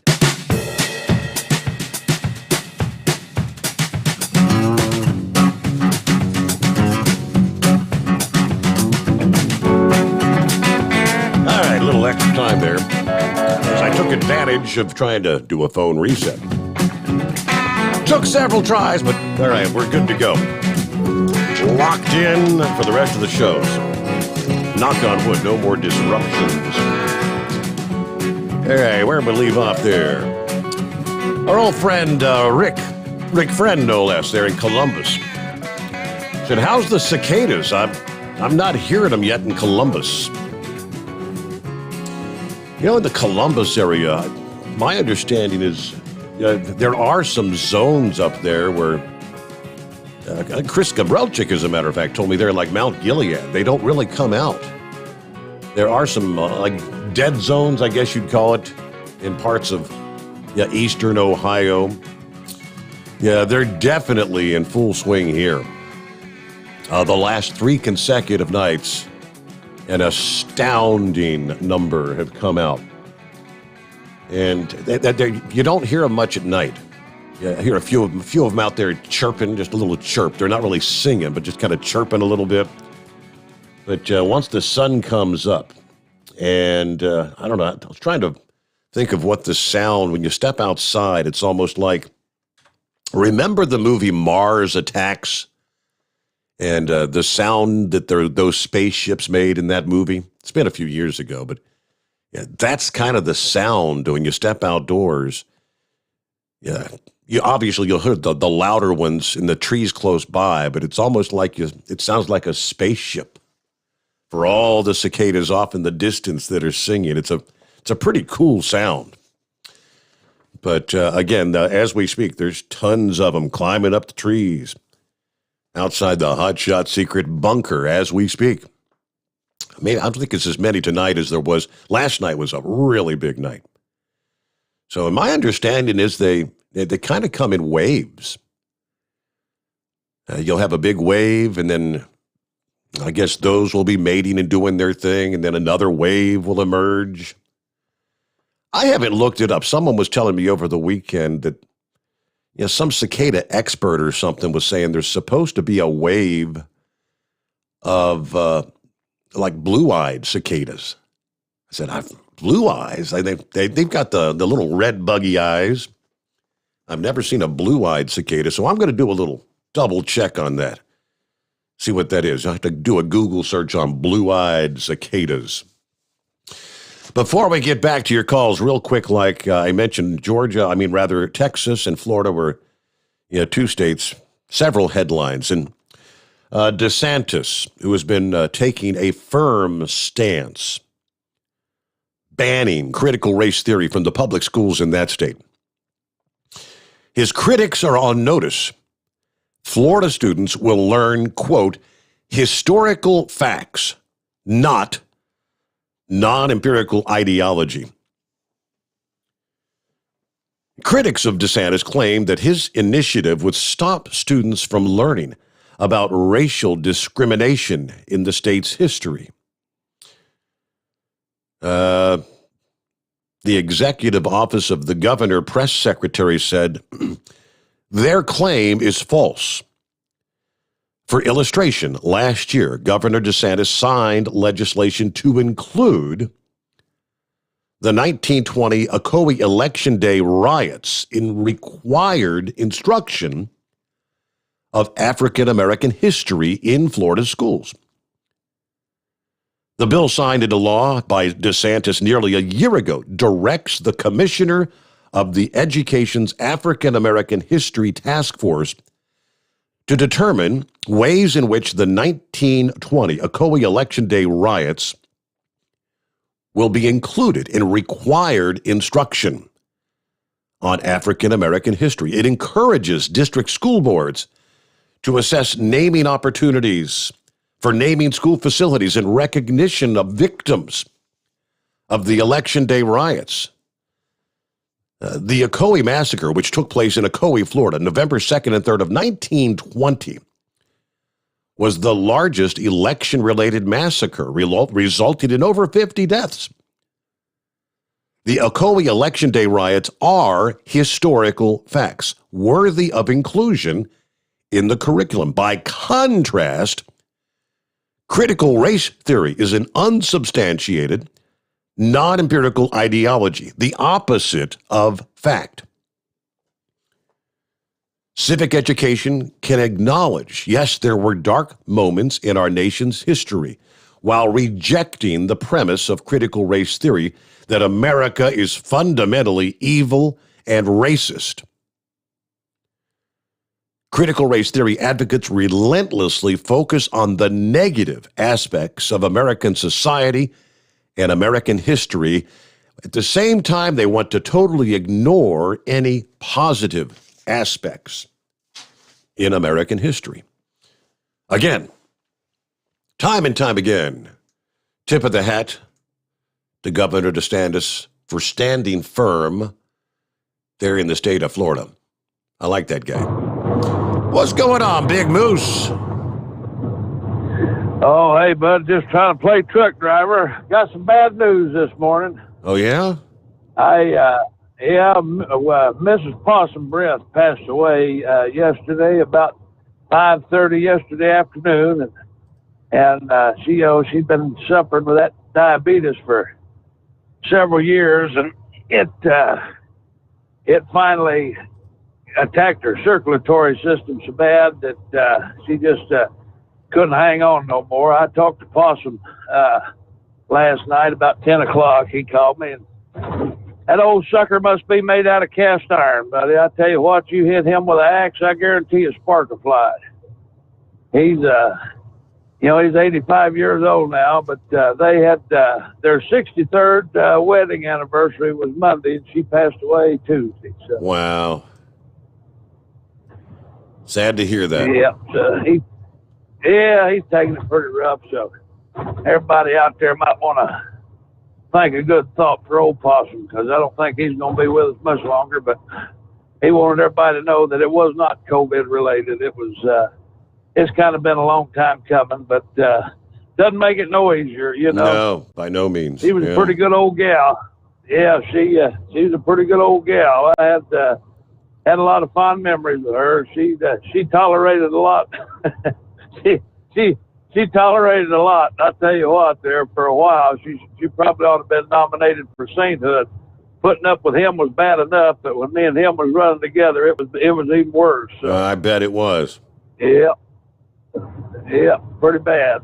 There's one time she had a brand new Cadillac. I think it's about an 82 or 3 model. It was one of them had that diesel engine in it. You remember them? A little bit, yeah. Well, if she had bought one of them, man, she thought she was the Queen of England. And old Possum brought home a cattle truck. It was empty. And he decided before he'd leave, he'd better spray that thing out. Well, he sprayed it out all right. Sprayed it all out all over her brand new white Cadillac. Uh-oh. And Lord have mercy, I tell you what, you never seen a fit throwed like she throwed that time, you know. We'd laugh about that. I mean, you know, 30 years later, we were still laughing about that one. But yeah, it's kind of rough. I hated to hear it. I hated to hear his voice, you know, and I could tell something was wrong as soon as he picked up the phone, you know. Mm-hmm. But yeah, bad deal. But yeah, as far as everything else goes, just the same old, same old. I'm going to try to get down here and get dropped and hooked and get back without getting my you-know-what wet. So I don't know when the weather's supposed to hit us, but I know it's coming this way. You know, I saw a story this past day of a couple that celebrated their 63rd anniversary. They had just celebrated it, and they passed away within like 72 hours of each other. They kind of feel like, you know, when the one passed, the other just kind of died of a broken heart, you know? Oh, yeah, well, that's about what I'm afraid of, just between me, you, and the world. But you could tell, you know, he's putting on a facade, but you could tell he was broke, you know? Yeah. That'd be a heck of a thing. So, yeah, like I said, I guess they're gonna, I guess, do the whole cremation bit out there, but they're gonna bring her back here to their family plot there in Hamilton. So that's where they was all from, you know. So maybe I get to see the old codger one more time. Who knows? I hope so. A lot of good memories with that feller. I was telling them guys here the other day about how when he was having a surgery, and me and him and your old man, we conjured up a tale. I was in California. Possum was laid up in Hamilton with his belly laid open, and we had the whole world believing that we was in California having a race back to Cincinnati, and the first one back to the studio down there was going to win the other one's truck. Really? And I called, made up this big tale about losing a fan belt or alternator or something, you know. And anyway, old Possum, you know, over the course of a couple of days, he managed to get down there and was live on the air bragging about how he blowed his truck up getting there, but it didn't matter because he was going to have mine to use as soon as I got there, because I lost, you know. Man, we had a big time with that. That was a good time. But anyway, I'll get off here and let somebody else talk a while. Keep it twixt the spotted and the solid, and we'll be 10-10 till we do it again. Probably same time, same channel tomorrow. Okay. Well, thanks for checking in, Big Moose, the old possum breath.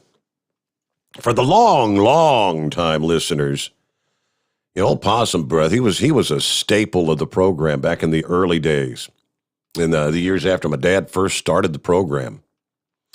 Yeah, we're going back to the mid-1980s. Yeah, a few years back, yep. So, yep, sorry for that. Sorry to hear about that, old possum breath. I know you're probably not listening because at 85 years old, you're in bed at a decent hour. He's not up all night like he did for so many years, moving freight around the country. All right, what else do we have in the mix here? Sylvester, I suppose, listening in this morning. He sent me a couple of stories. He's been trying to keep us up to speed with what's going on. China saber rattling with the U.S. and China doing the same with Australia. The latest from the land down under is tensions continue to rise. Says Australia should brace for a strong response by China. After reports, the federal government is in talks about strengthening U.S. military capability in the Northern Territory.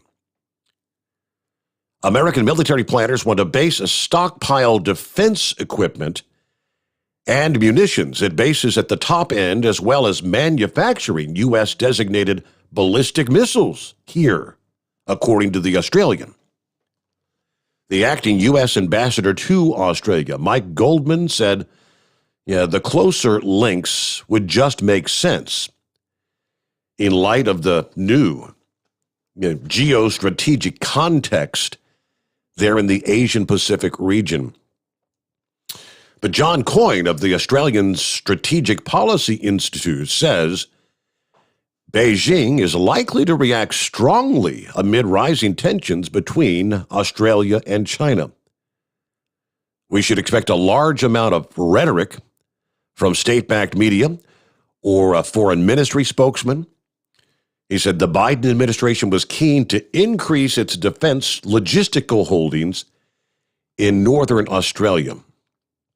Following U.S.-Australia talks last year, diesel fuel shortage capacity in the region increased to $200 million. Currently, about 2,500 U.S. Marines deploy to Darwin every year, but the U.S. is looking to potentially increase that to double, 5,000. Goldman said the U.S. wanted to be more ambitious in its joint plans with Australia for a formal naval base in Papua New Guinea. But he stressed any change in posture from Washington would be done with the full cooperation of Canberra. He also condemned Beijing for targeting Australian exports to China with trade sanctions. Again, rising tensions between Australia and China. The U.S.-Australia defense ties is all about being prepared for any potential conflict. We're sending a very strong message that we're on alert, we're not alarmed, but we are doing all we can to be prepared. The United States is a very strong ally of Australia, and we will continue to work with them. So, some of the events, the geopolitical front, world affairs, a lot of tension in this world today. What's going on with Heat Wave this morning? Good morning, senor. Well, just a heads up for anybody traveling I-25 north out of Albuquerque. You get over here to Bernalillo, they got some road construction going on. I guess they're doing some blacktopping, taking the old off and putting some new on. So no backup yet, but just beware. Other than that, not a whole hell of a lot going on. Possum Breath, if you listen to tonight or at a later time, you do have my deepest sympathies on the loss of your loved one there. I know I'm a young pup, and I mean, if I lost my wife with all her myriad of issues, I don't know how long I'd survive after that either. But life does go on. So, anyways, I was just talking to Chevy guy here about 30 minutes ago. And he was asking me if I was listening to Glenn Beck. And I said, no, why? And he said, well, because of what you were talking about last night was something Glenn Beck had talked about. When I was talking about the China virus mutating to the different groups of people out here. And I was, making a comparison to Roundup as a weed killer would kill everything, and then they started finding out the different genomes of corn, cotton, and soybeans to make make it resistant to Roundup, the herbicide. Yeah. So you could spray the whole damn place, and only the weeds would die. So I said, no, I come up on that on my own. And he's like, hell, I thought you was listening to Glenn Beck. So apparently that was the topic of the day yesterday with Glenn Beck. So no, that moon is really, really bright, very beautiful. I mean, it's almost 12 o'clock right above Albuquerque right now. And we're trying to beat another team in the town so we can go ahead and grab the next load out. And I tell you what, when you have a 63-mile-an-hour truck, you pray for all the hills you can get going downhill. Yep. Because climbing up them hills is a real pain in the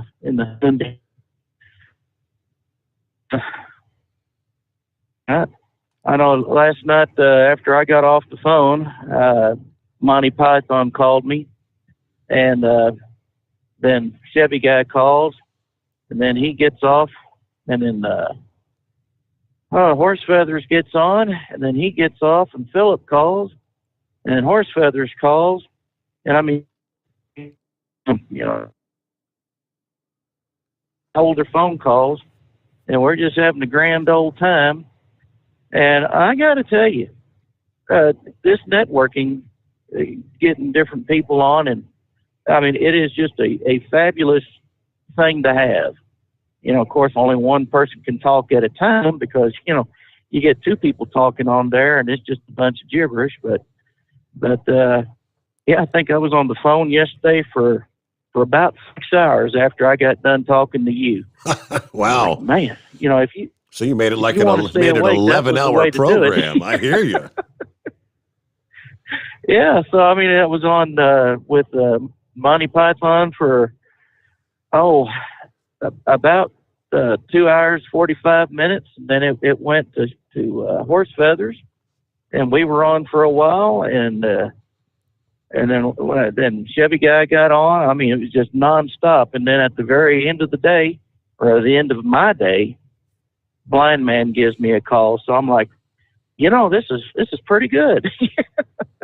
Now, if they could only just do that on the weekends that I work when you're not on the air, yeah, that'd be all right.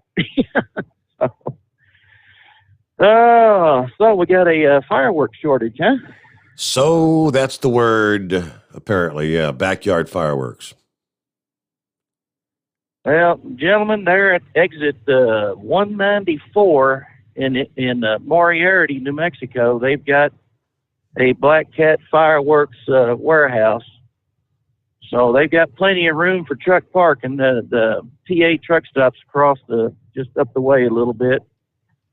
Stop in there and grab all you can, I guess, is what's going to be the battle cry. I'm sure whenever I take time off here for Memorial Day, I'll run down there and grab as many fireworks as I can. I'm going to stock up so we have something like we had earlier last year with toilet paper being scarce. And then I'll just go ahead and jack up the prices another 500%, and I'll make me a pretty nice little profit.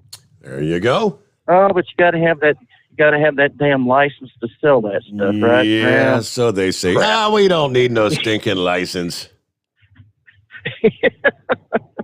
Yeah. So, yeah, our manager for the Crash and Smash Eliminators 1 and 2 wrestling tag team, he was wanting to know when we wanted to have our wrestling match here the other day, and he was talking about the 4th of July. He kept repeating 4th of July. So I guess what's going to be is we're going to have that wrestling match 4th of July at your place. If that pool ain't up, then that load of lumber that's sitting over there, or soon to be sitting over there, will be the main stage of our cage match. So, hell, everybody can bring their lawn chairs and bring your best bottle of bubbly adult beverage.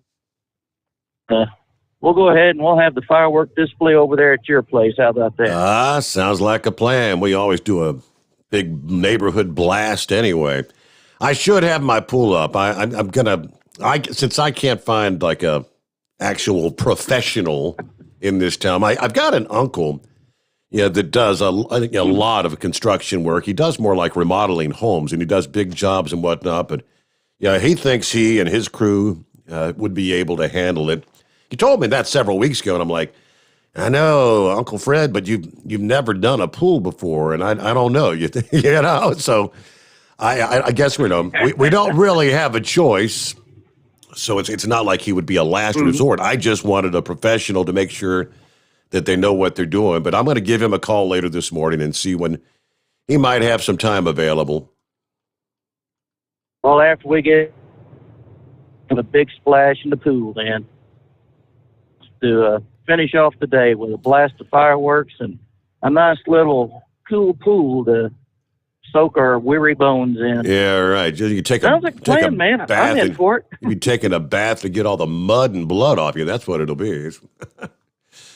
All right. Well, heat wave, have a good morning, and we'll chat with you probably tomorrow morning, right?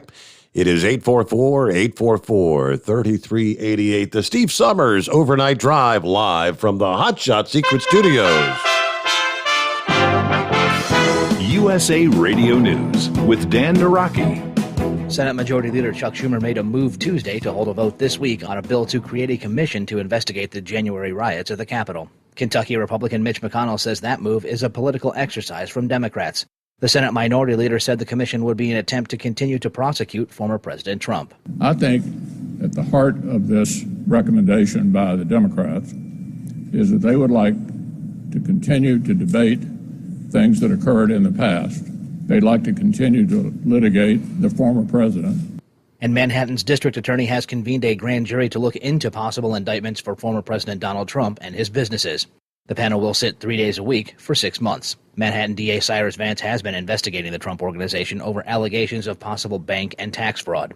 The former president has called the investigations corrupt and politically motivated. This is USA Radio News.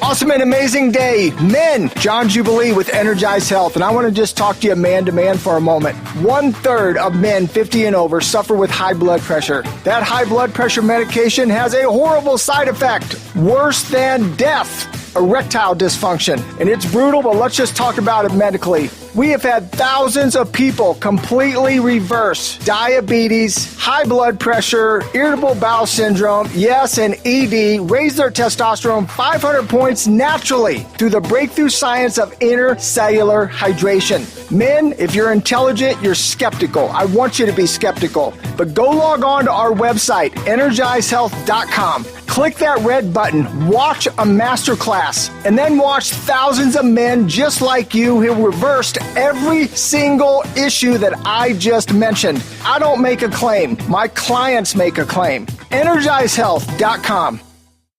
A new bill in Texas will allow permitless handguns to be carried in public. Lance Pry has more. Texas lawmakers approved a bill Monday that would allow residents to carry handguns without licenses. Governor Greg Abbott said last month he would support the so-called permitless carry bill, which would apply to people 21 and older and will begin later this year. From the West Coast USA Radio News Bureau, I'm Lance Pry. And as the airline industry gears up for an expected busy Memorial Day travel weekend, passengers will still be required to wear a mask on board an airplane.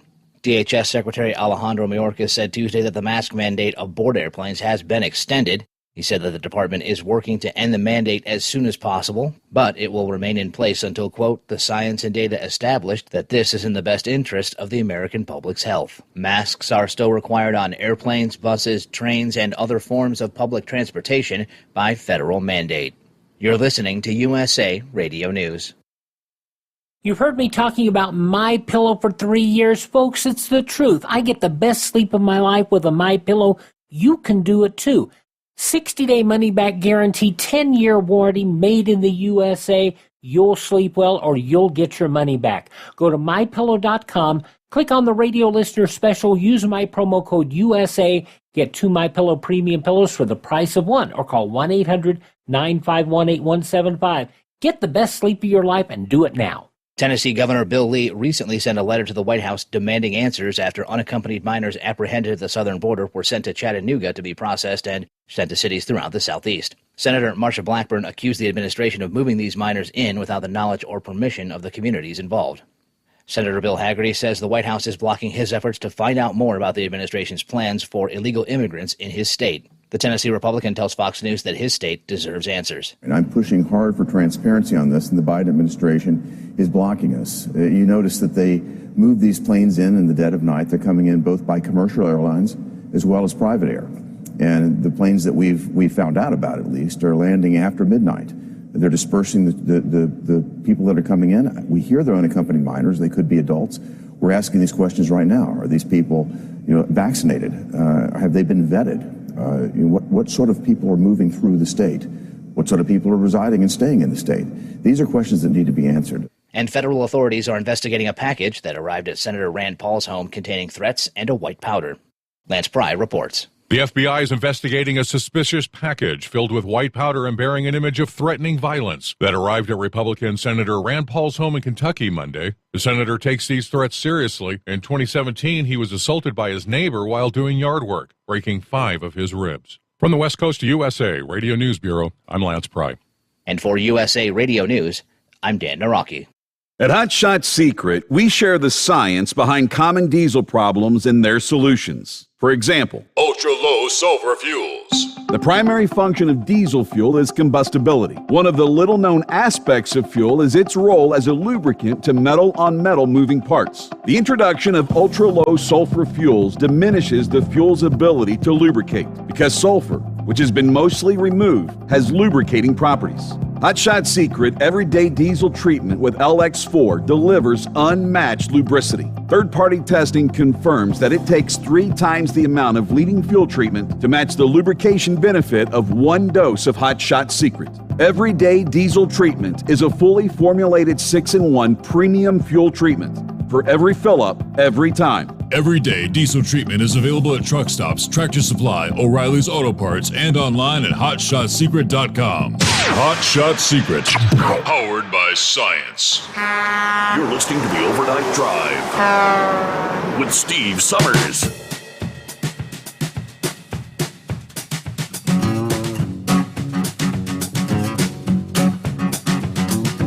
Yeah, we jump right back into another hour here. Where'd we leave off?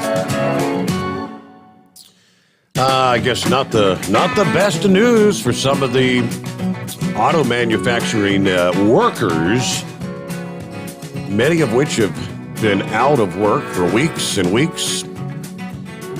Latest announcement comes from Ford, cutting production at 8 plants, just ahead of the electric pickup debut.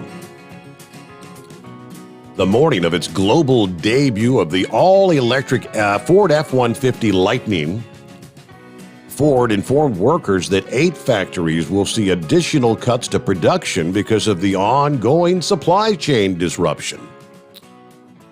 Ford will be temporarily shutting down both factories that build the best-selling F-150 trucks, as well as the factories that build other popular vehicles, including the Explorer, the Police Interceptor, and the Lincoln Aviator. The global semiconductor shortage continues to affect global automakers as well as other industries. According to the statement from Ford's Labor Communications Manager. All right, what do we see here? The following plants will be affected. The Chicago Assembly Plant will be down the week of May 31 and will operate on a reduced schedule the week of June 7. Flat Rock Assembly Plant will be down the weeks of May 31 and June 7. Dearborn Truck Plant and Kansas City Assembly Plant, the F-150 truck line, will also be down the weeks of May 31 and June 7 and will operate on a reduced schedule the week of June 14. The Hermosillo plant, assembly plant in Mexico, will be down the weeks of June 21 and June 28. Louisville assembly plant in Kentucky will be down the week of May 31 through the week of June 28. Wow, a full month shutdown for Louisville workers. Oakville Assembly Complex in Canada will be down the week of May 31 through the week of June 21, another month-long shutdown. Ohio Assembly Plant will produce only Super Duty chassis cabs and medium-duty trucks. The weeks of May 31, June 7, and June 14. Dearborn Truck and Kansas City Assembly Plant in Missouri build the F-150. Chicago Assembly builds the Explorer, the Police Interceptor, and the Lincoln Aviator.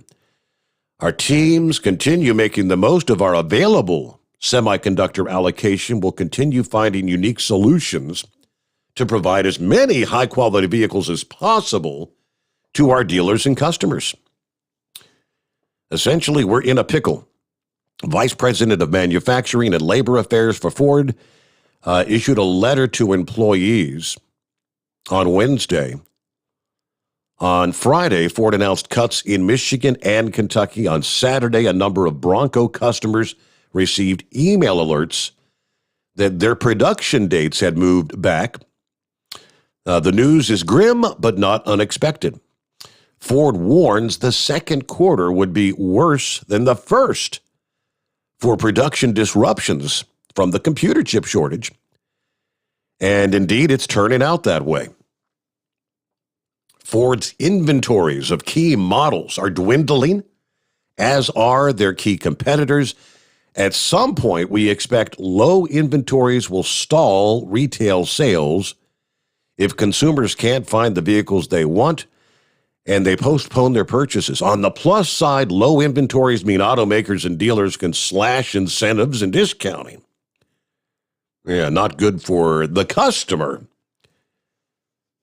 And Ford's not alone. The entire auto industry is in the same pickle.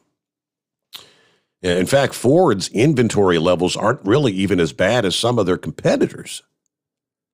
But everything is worse for the industry than even the experts expected. As important as chips are to current products, they're more important to the future as we go to electric vehicles and increased computerization. Yeah, finding a long-term solution where the auto industry is in charge of their own future is going to be the key if we're ever going to get some sort of stability. Meanwhile, dealers are trying to remain calm. Dealers can only wait and hope for the best. Trying to keep the morale up. Wow. You know, I made the long postponed decision. Been thinking about it for a number of weeks now, but I told the wife this past day, I said, I think I'm going to have to break down and we're going to have to get a new vehicle. I got that old Cadillac that I've been limping it along for several years.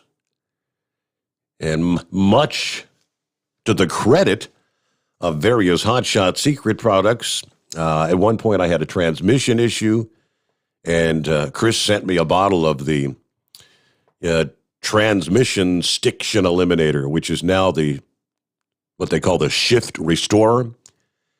And that actually salvaged my transmission issues. I had the issue with the head gasket several years ago, and I used some of that head gasket sealer. Amazingly, that has held. That wasn't made by Hot Shot, but of course, been using the stiction eliminator, the gasoline extreme, and trying to keep her going. Just a couple weeks ago, had to put like $600 into brakes. Yeah, I got all the way down. The squeakers never made a squeak. And one day, you could feel the metal on metal and the grinding sound. I only drove it for like a day, but sorry, you need two new rotors, and I think you had to put calipers on their side. I don't know. So then I look out this past day, and I'm like, son of a, what's under the vehicle?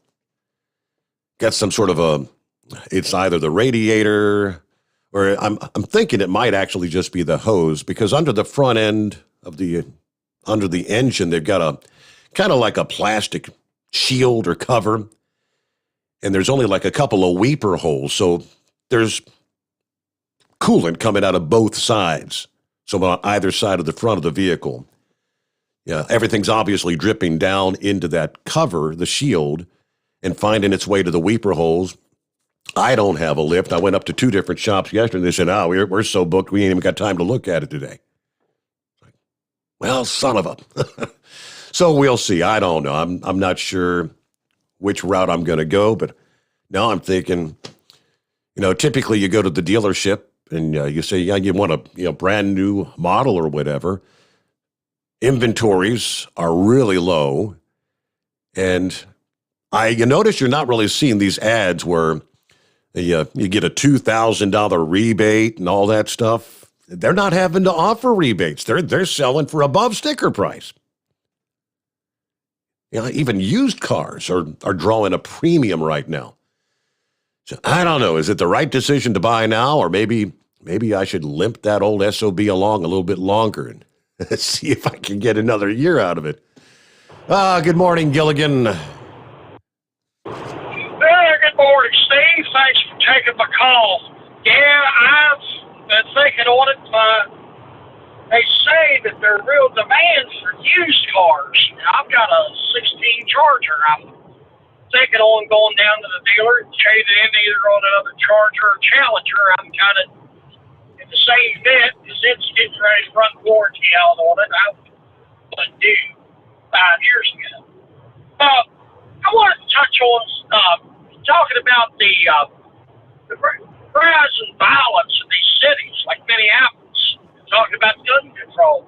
Now, if I'm not mistaken, D.C.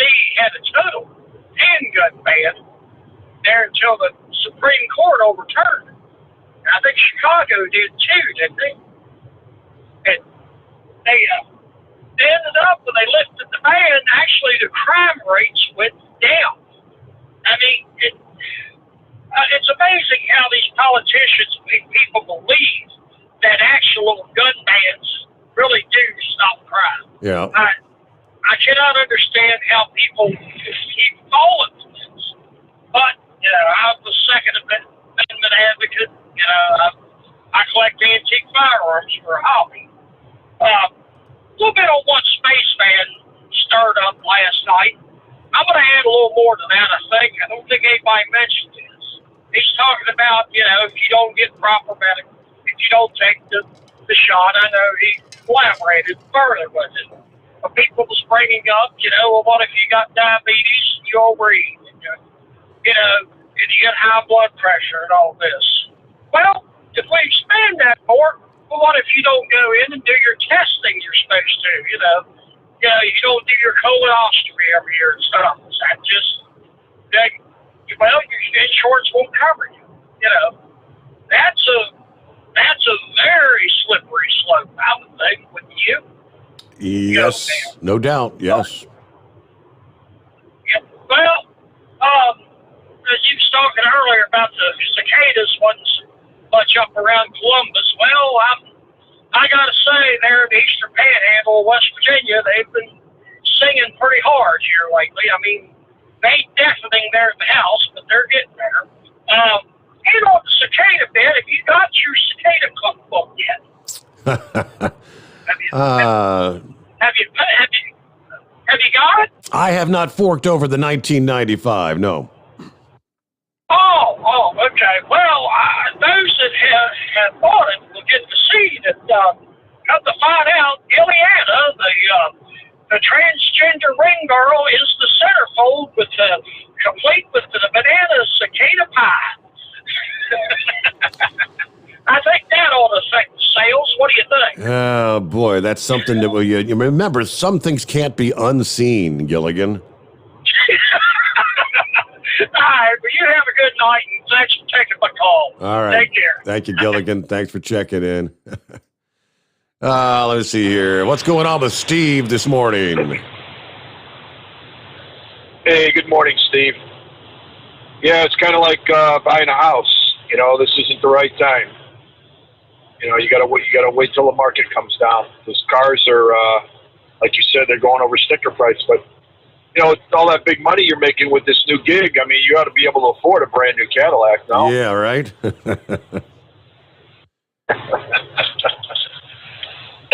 So you look at some of these vehicles. Monthly payments will be damn near what a mortgage payment is. Yeah, I mean, I was looking at it. I was looking at a brand new F-150. You know, they're like over $50,000. Yeah, right. You know, so I'm trying to figure out, okay, how can I swing this? You know, if you put $10,000 down, well, now you got a $40,000 loan. You're talking like $700-800 a month. Exactly. That's my point. Yep. Yeah. So I won't be buying a new truck anytime soon. But I did want to mention, you know that guy on Fox News, Steve. He does special report at 5 o'clock. Brett Baer. Mm-hmm. You heard of him? Sure. I was watching him last night before I went to work, and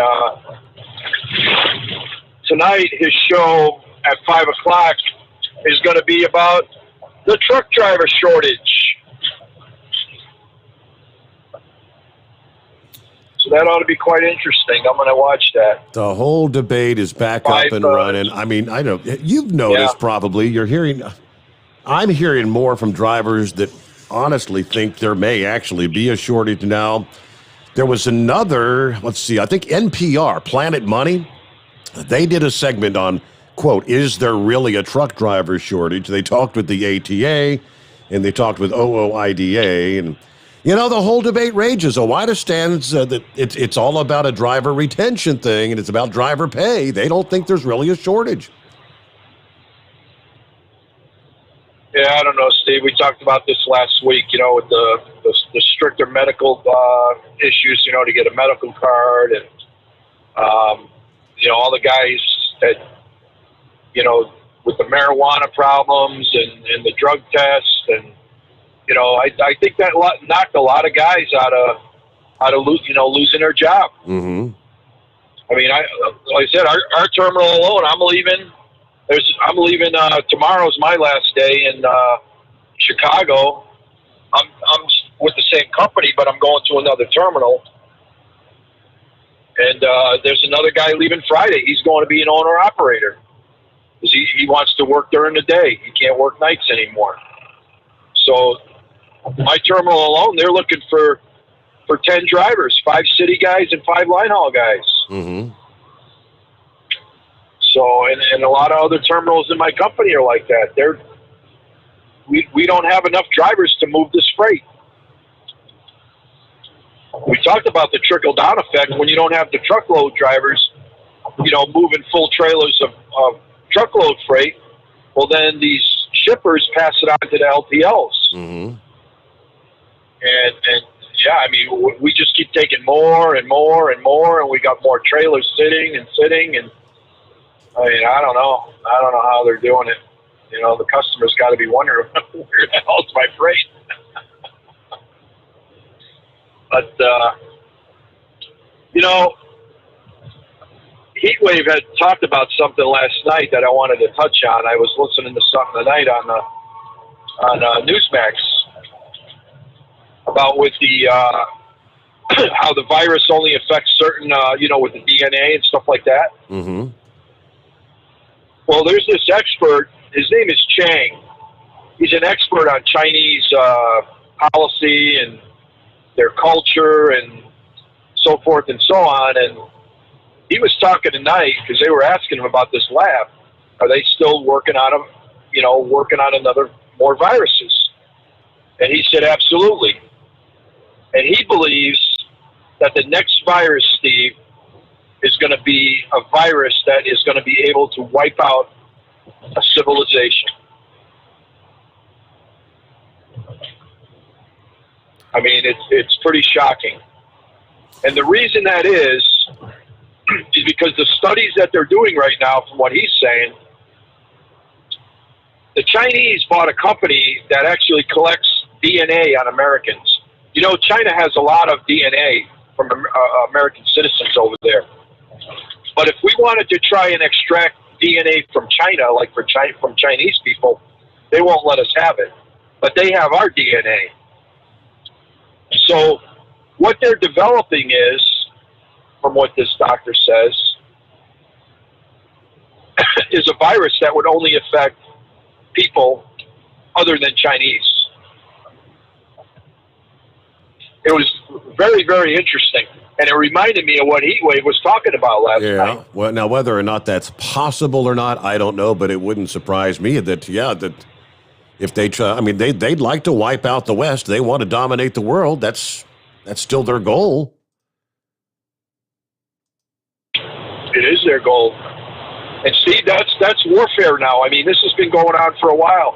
You know, chemical warfare, you know, bio warfare, tech warfare. You know, it's not about shooting bullets anymore. You know, because Russia's got nukes, we got nukes, and China's got nukes. So it's not about that. They don't want to destroy the planet. They just want to destroy the species. So how do you do that? Well, a virus is a pretty good way. I mean, there's been a lot of science fiction movies about it and TV shows, and, you know, like you talked about the Jetsons, how it's coming into fruition, you know. We looked at the Jetsons and says, oh, no, that's not possible. And Star Trek, that's not possible. But anything's possible. Yep, the communication devices. I mean, when we were young, and they tried to say there will be a day when you can actually have a phone that doesn't have a cord, and you'll actually be able to see who you're talking to on the other end. It's like, there's no way, and that's not possible. Yeah, you're exactly right. I mean, look at, you know, I think I bought my first computer in, I don't know, 98, 99 when we had AOL and dial-up. Yep. I mean, you remember when you had the dial-up internet? Oh, yes. And you could actually... it's crazy how far we've come in 20 years. You could watch as a picture would load line by line into the screen. Yeah. Anyway, I was listening to, remember we were talking about Chattanooga, Tennessee last night? Mm-hmm. With the illegals, I heard on your news break there, they're sneaking those illegals in the middle of the night, landing them in planes. And Senator Bill Hagerty of Tennessee, who's a great senator, he wants answers from the Biden administration. He wants to know what the hell's going on, who these people are, why they're landing planes in the middle of the night. Have they been vetted? Have they been vaccinated? So forth. And he says the Biden administration is blocking them. They're not giving them answers. So you're just... I just can't believe that they can just... They're taking into communities around the country and just pretty much dropping them off in the darkness of night, right? I mean, there is a large Hispanic community there in Northwest Georgia. The years that I worked in Dalton, I'm sure it's probably even grown since then. But, a large Hispanic community that worked in the carpet mills and the glue factories and all that.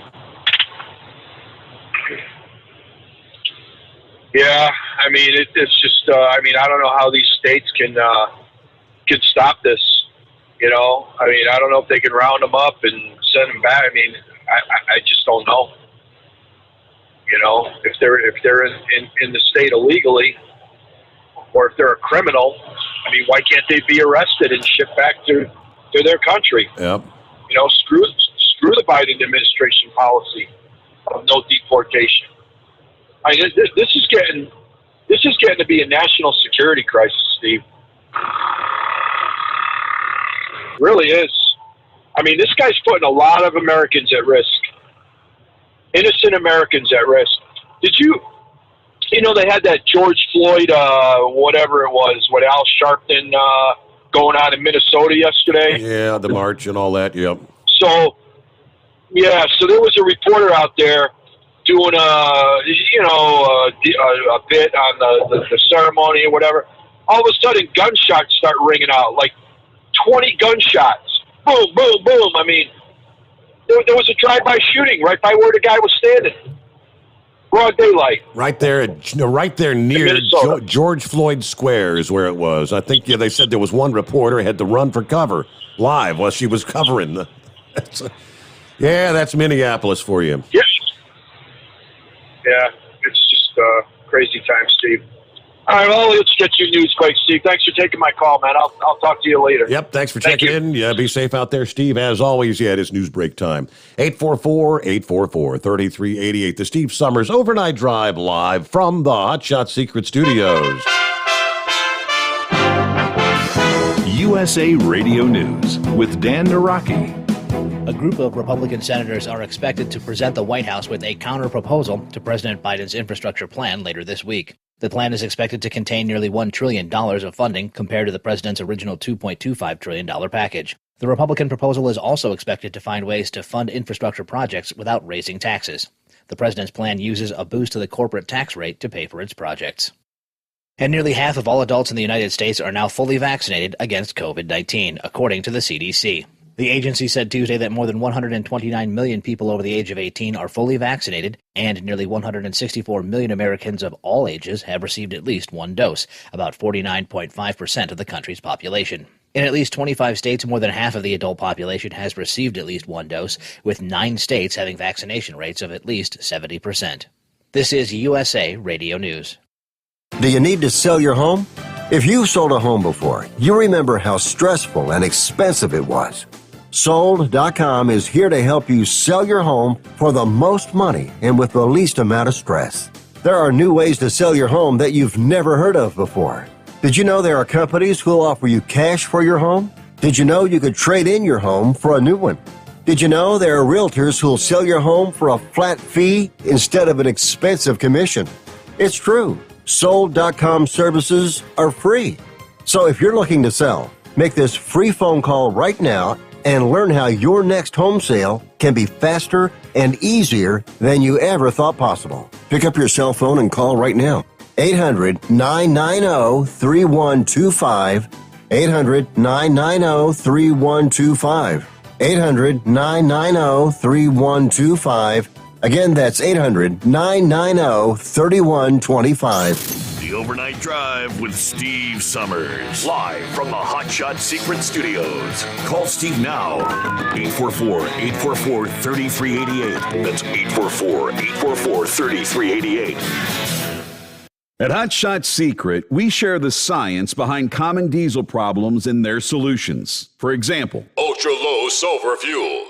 The primary function of diesel fuel is combustibility. One of the little-known aspects of fuel is its role as a lubricant to metal-on-metal moving parts. The introduction of ultra-low sulfur fuels diminishes the fuel's ability to lubricate because sulfur, which has been mostly removed, has lubricating properties. Hot Shot Secret Everyday Diesel Treatment with LX4 delivers unmatched lubricity. Third-party testing confirms that it takes 3 times the amount of leading fuel treatment to match the lubrication benefit of 1 dose of Hot Shot Secret. Everyday Diesel Treatment is a fully formulated 6-in-1 premium fuel treatment for every fill-up, every time. Everyday Diesel Treatment is available at truck stops, Tractor Supply, O'Reilly's Auto Parts, and online at HotShotSecret.com. Hot Shot Secret, powered by science.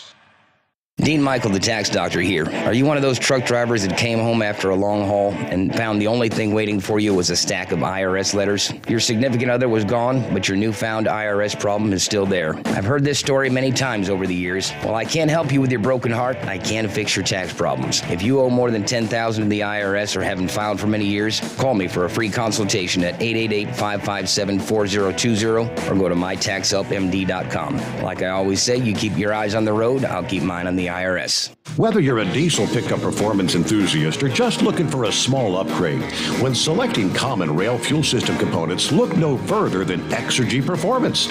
At Exergy, you'll find injectors, pumps, and more, engineered like no others on the market using state-of-the-art equipment run by people that have been in the business for decades. So if you're in the market for common rail components at any power level, contact Exergy Performance or one of the many dealers listed on our website at exergyperformance.com. Do you have a Dodge pickup and hate your automatic transmission? Of course you do. LaVon Miller at Firepunk Diesel here, and we specialize in heavy-duty and performance transmissions for your 3-quarter or 1-ton Cummins powered truck.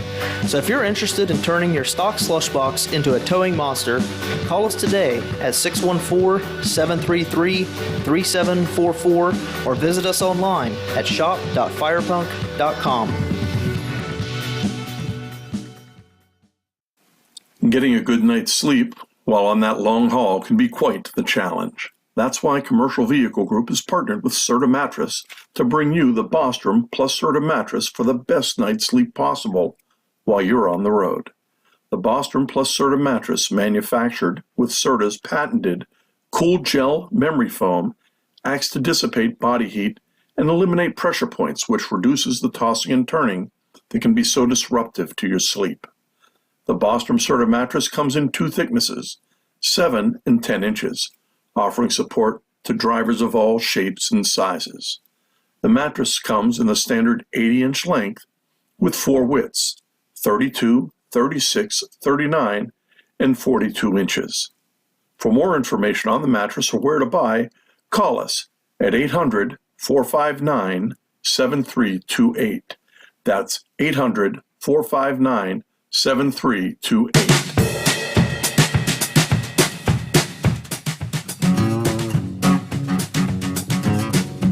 Yeah, Steve brought up the whole driver shortage thing. Truck driver shortage? What truck driver shortage? Again, the ATA's claimed for decades. Driver shortage. They've done such a good job of it that you'll commonly hear lawmakers tossing the claim around as if it's a fact. But when someone actually takes the time to analyze the data, they frequently come to the conclusion that there is no truck driver shortage. The most recent example, in a newsletter for NPR's Planet Money segment, where again the headline was, "Is there really a truck driver shortage?" Planet Money's reporter spoke with the ATA as well as OOIDA, looked at the numbers, and appeared to discover what OOIDA has been saying for decades. There's no shortage. It's simple math. If every year there are an excess of 400,000 brand new drivers created, how could there possibly be a shortage? The article pokes holes in the ATA's arguments and questions their solution of allowing under 21-year-old drivers to enter long-haul trucking. They've been making this argument since the 1980s. But the store shelves somehow remain stocked. In a capitalist system where you can pay people to do basically anything, how is it even possible to have a worker shortage for multiple decades?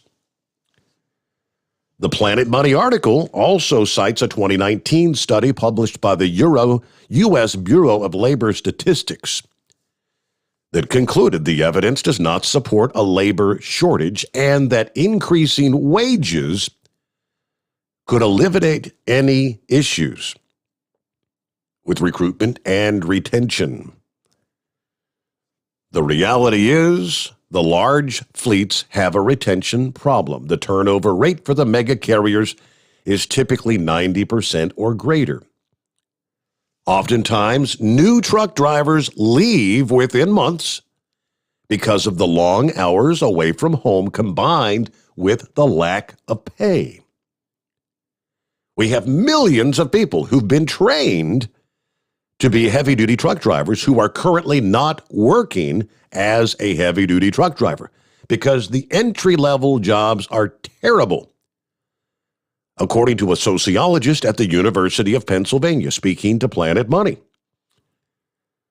They acknowledge the argument over whether the industry has a driver's shortage or a retention problem is about much more than word usage. The debate over whether to call this a retention problem or a shortage may be something like mincing words, but that matters. If you believe OOIDA, it means the solution is to pay drivers more and provide better working conditions. If you believe the ATA, it means the solution is to let teenagers haul freight all over the country. That was their conclusion. Now, it'll be interesting to see with, Brett Baer is going to be doing a segment on that, I guess, tonight. We'll see what he comes up with. Meanwhile, let's get back to the calls. Hang in there, Knucklebuster. Got you just ahead. Hello, Philip. What's going on this morning? Hey, Steve. How you doing, bud? Doing well. Happy Hump Day. Yeah, you too, man. I know days of mic check.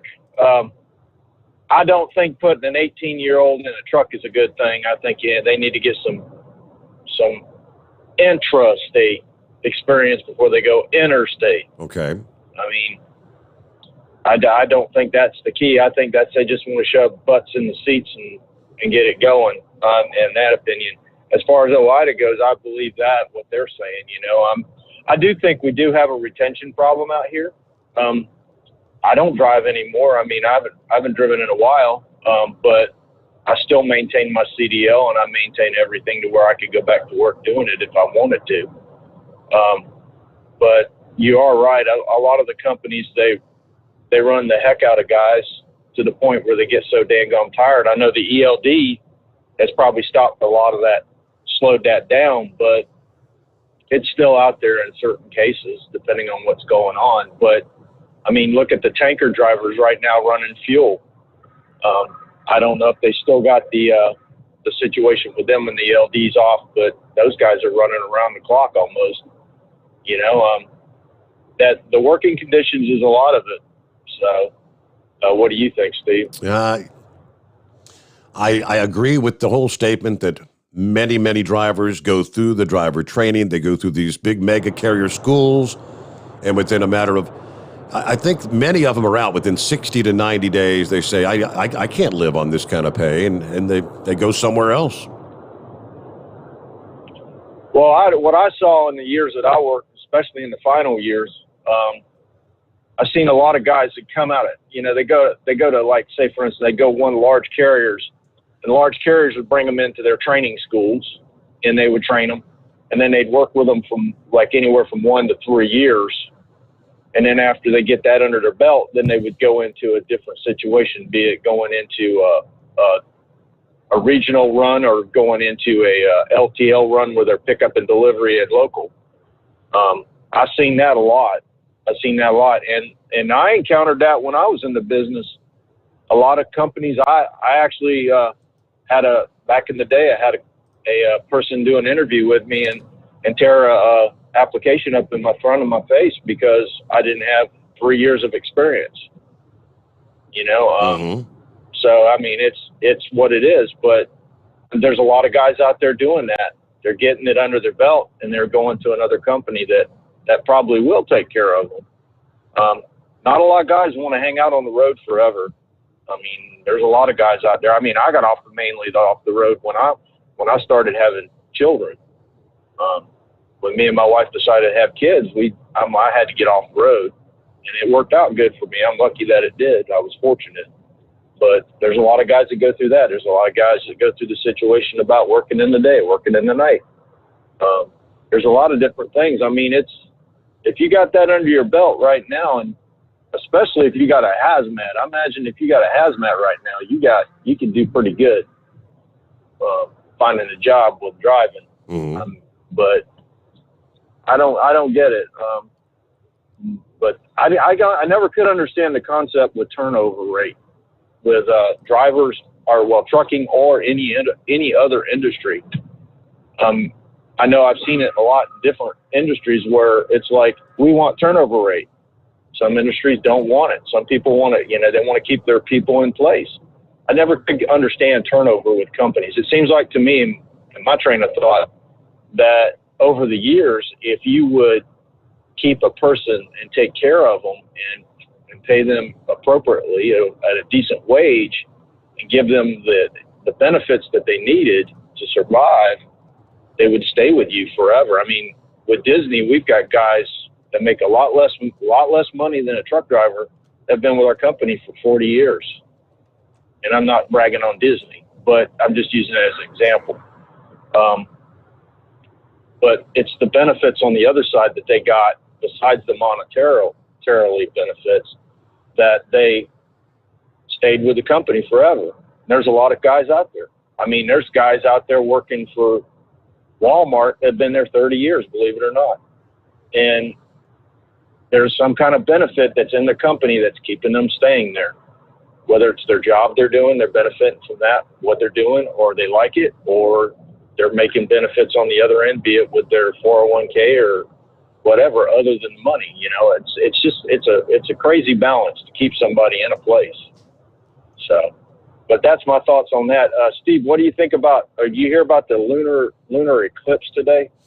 Yeah, it's supposed to get underway here in about an hour or two, didn't it? Supposedly, I mean, I heard it was going to be around 5:45 our time down here in Florida. I don't know if I'll see it or not. You're not going to see it because the moon is going to be setting before it actually gets going. Oh, okay. People in the central states will see some of it, and people out on the West Coast, they'll be able to see the totality. Oh, okay. Yeah, is it going to be a full one, or is it going to be just a partial? It's it's going to be a total. It's going to be a full, where the blood red moon kind of thing, where we go through the actual umbra, I think it is, of the shadow. Oh, okay. Oh, okay. And I just want to let anybody know that if you're coming down today down here to Florida at 3:00, we're going to have a SpaceX launch at 3:00 this afternoon. We got another. I believe it's going to be Starlinks this time. Yep. And oh, by the way, I want to thank all these people out here driving on I-4. I really like it when somebody passes me in the pull-off lane. I really like it. I'm telling you what. I don't know what's going on with these crazy jokers down here driving, but Sunday morning they were almost rear-ending people, and today they're passing everybody on the pull-off lane. I tell you what, I just don't know. I'm about to wonder if people got their head up their tail or something. I don't know, but that's just my thoughts, Steve. And Chevy guy, yes, it is the graveyard. I know now. I know why you say that all the time to me about I-4, and that's pretty much all I got today, bud. Y'all have a good one. Thank you. Thank you very much, Philip. Have a great day. Enjoy that launch this afternoon. All right, so Rand Paul and Dr. Fauci have been kind of going back and forth. This report, it says Fauci's got pretty much caught with his pants down. As reported in several previous articles, the National Institute of Allergy and Infectious Diseases, which is a division of the National Institute of Health, headed by Dr. Anthony Fauci, since 1984, has for years provided grants to the EcoHealth Alliance and others to conduct what they call gain-of-function research on coronaviruses. EcoHealth Alliance, in turn, farmed out some of the research to the Wuhan Institute of Virology, from whence the SARS appears to have emerged. In a May 11th Senate hearing, here just a few weeks ago, Senator Rand Paul questioned Fauci on the funding of gain-of-function research on bat coronaviruses, some of which was conducted at the Wuhan Institute of Virology, to which Fauci denied the charge, saying the NIH has not ever and does not now fund gain-of-function research in the Wuhan Institute. It's a curious denial, considering the National Institute of Health's funding of such research has been thoroughly documented and can easily be double-checked or fact-checked. When Paul asked Fauci, if the NIAID funded Dr. Ralph Barrick's gain-of-function research, Fauci claims Barrick does not do gain-of-function research. And if it is according to the guidelines and is being conducted in North Carolina. Paul shoots back saying, quote, "You don't think him turning a bat virus spike protein that he got from the Wuhan Institute into the SARS virus is gain of function? You'd be in a minority, because at least 200 scientists have signed a statement from the Cambridge Working Group that it is gain of function. They've got a video where a guy by the name of Jimmy Moore reviews the lies dished out by Fauci during the Senate hearing. Investigative journalist Ben Swan lays out some of the proof showing Fauci's dishonesty. What's insane about the exchange is that Fauci is clearly and provably lying to Congress, which is a crime, by the way. And he's lying to the American people. As reported by Swan, the National Institutes of Health and the NIAID has funded gain-of-function research to the tune of at least $41.7 million. Up until 2014, this research was conducted by Barrick at the University of North Carolina. In that year, 2014, the U.S. government issued a moratorium on federal gain-of-function research funding due to safety, ethical, and moral concerns raised in the scientific community. It was at that point, 2014, that funding for gain-of-function research started being funneled through the EcoHealth Alliance to the Wuhan Institute of Virology. Swan reviews the documents proving Fauci lied to Congress. Overall, the results from the studies highlight the utility of a platform that leverages metagenomics findings and reverse genetics to identify pre-pandemic threats. For SARS like CoV, the data can inform surveillance programs, improve diagnostic reagents, but building new reagents must be carefully weighed against potential gain-of-function concerns, said the report. As noted by Swan, this paper clearly spells out the NIAID spent $41.7 million on gain-of-function research with the aim of determining how bat coronaviruses could be made more pathogenic to humans, and that this research continued after the 2014 moratorium on such funding had been implemented. Flip over to, Rand Paul is trying to say Fauci lied to Congress. I would say what Dr. Fauci said yesterday was verifiably false.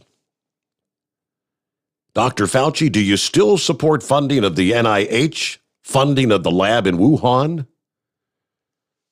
Fauci says, Senator Paul, with all due respect, you are entirely, completely incorrect.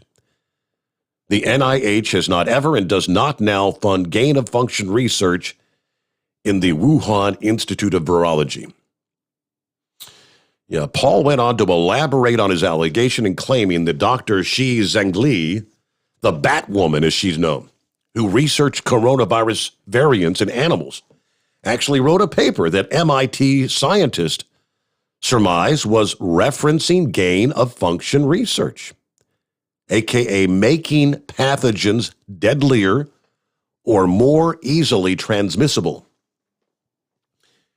And that paper acknowledged their funding came from the National Institute of Allergy and Infectious Disease, where Dr. Fauci is the director.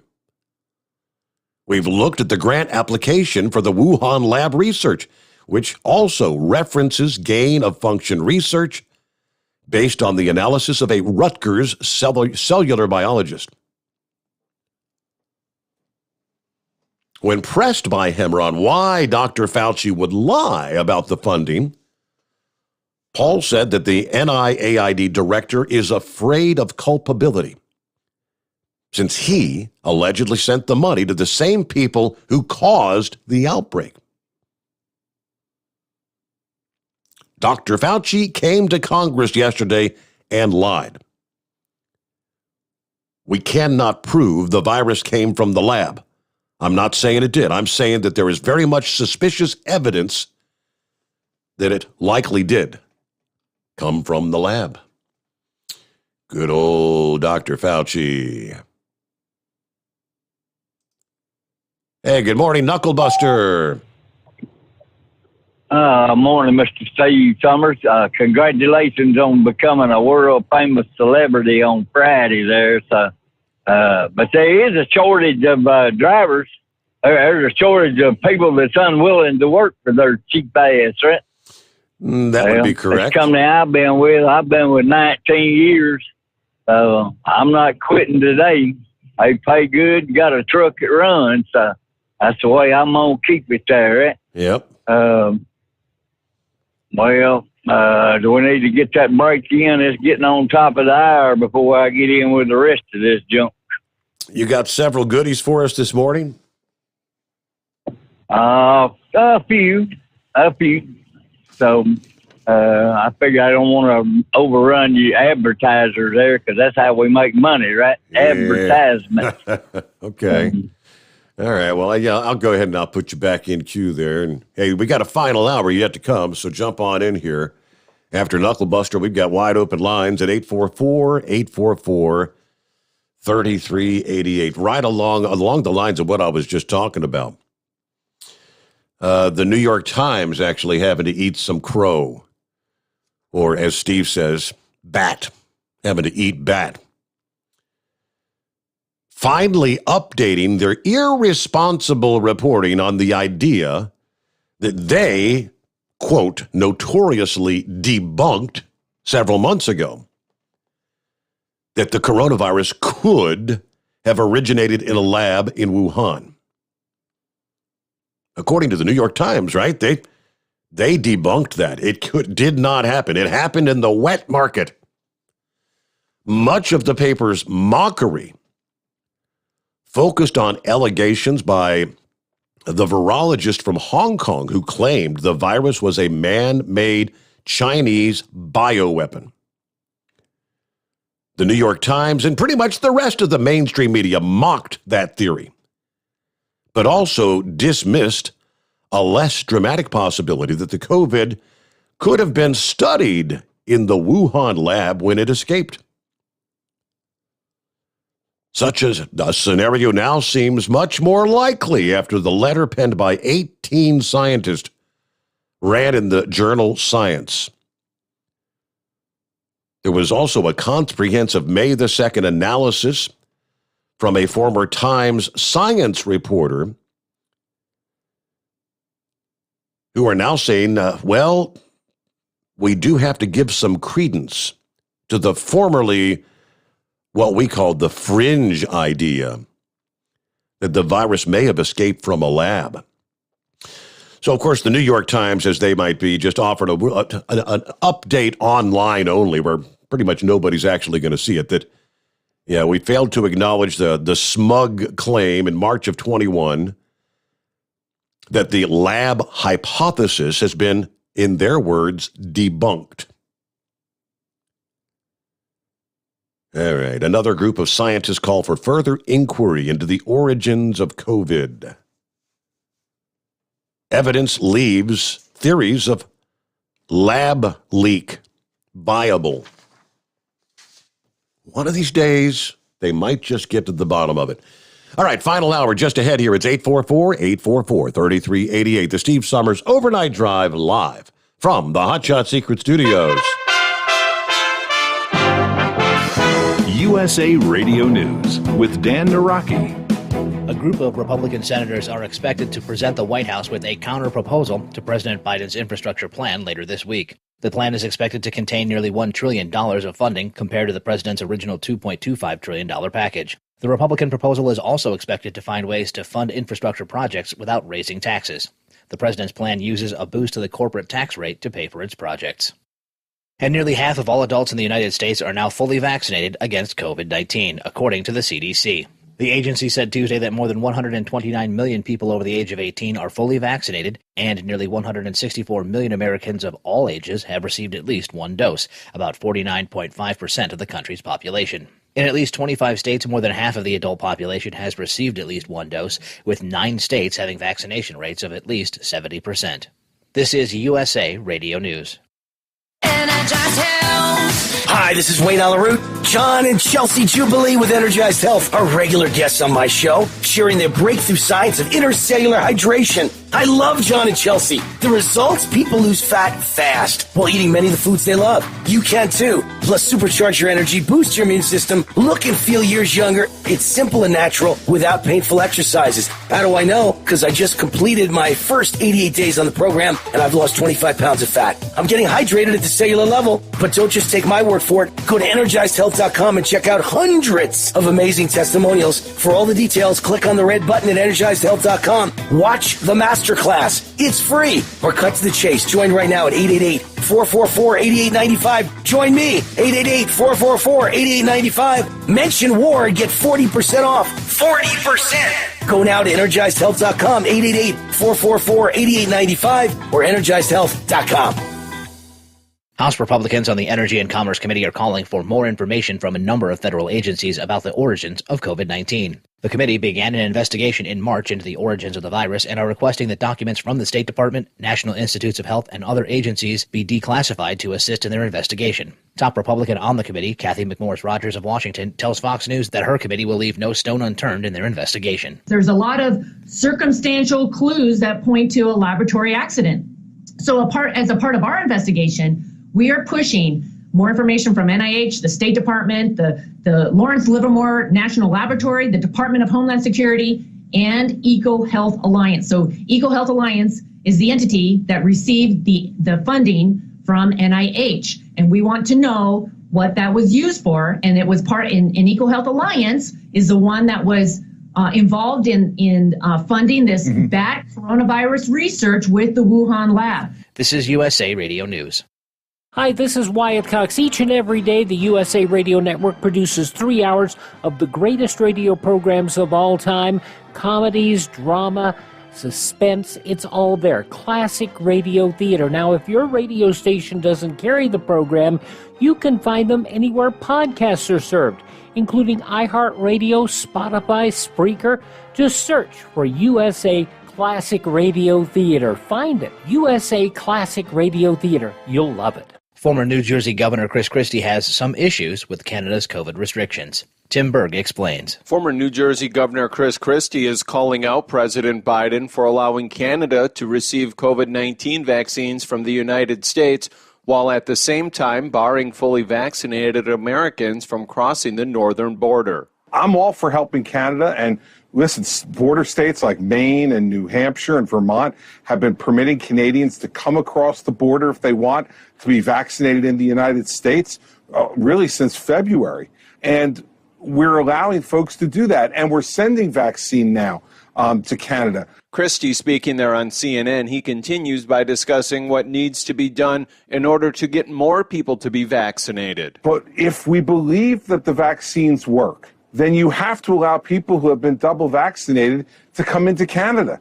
They don't present a risk. And so how can Canada ask us for our help, but at the same time not allow our citizens to go in? From the USA Radio News Phoenix Bureau, I'm Tim Berg. And one of Japan's largest newspapers has joined calls for the cancellation of this summer's Olympics. Asahi Shimbun has called for the cancellation in a Wednesday editorial, saying the decision to hold the games is reckless and demanded that Prime Minister Suga pull the plug. Tokyo remains under a state of emergency as COVID cases are on the rise and the healthcare system is stressed. The games are scheduled to start on July 23rd. For USA Radio News, I'm Dan Naraki. At Hot Shot Secret, we share the science behind common diesel problems and their solutions. For example, ultra-low sulfur fuels. The primary function of diesel fuel is combustibility. One of the little-known aspects of fuel is its role as a lubricant to metal-on-metal moving parts. The introduction of ultra-low sulfur fuels diminishes the fuel's ability to lubricate because sulfur, which has been mostly removed, has lubricating properties. Hot Shot Secret Everyday Diesel Treatment with LX4 delivers unmatched lubricity. Third-party testing confirms that it takes 3 times the amount of leading fuel treatment to match the lubrication benefit of 1 dose of Hot Shot Secret. Everyday Diesel Treatment is a fully formulated 6-in-1 premium fuel treatment for every fill-up, every time. Everyday diesel treatment is available at truck stops, Tractor Supply, O'Reilly's Auto Parts, and online at HotShotSecret.com. Hot Shot Secret, powered by science. The Overnight Drive with Steve Summers. Live from the Hot Shot Secret Studios. Call Steve now.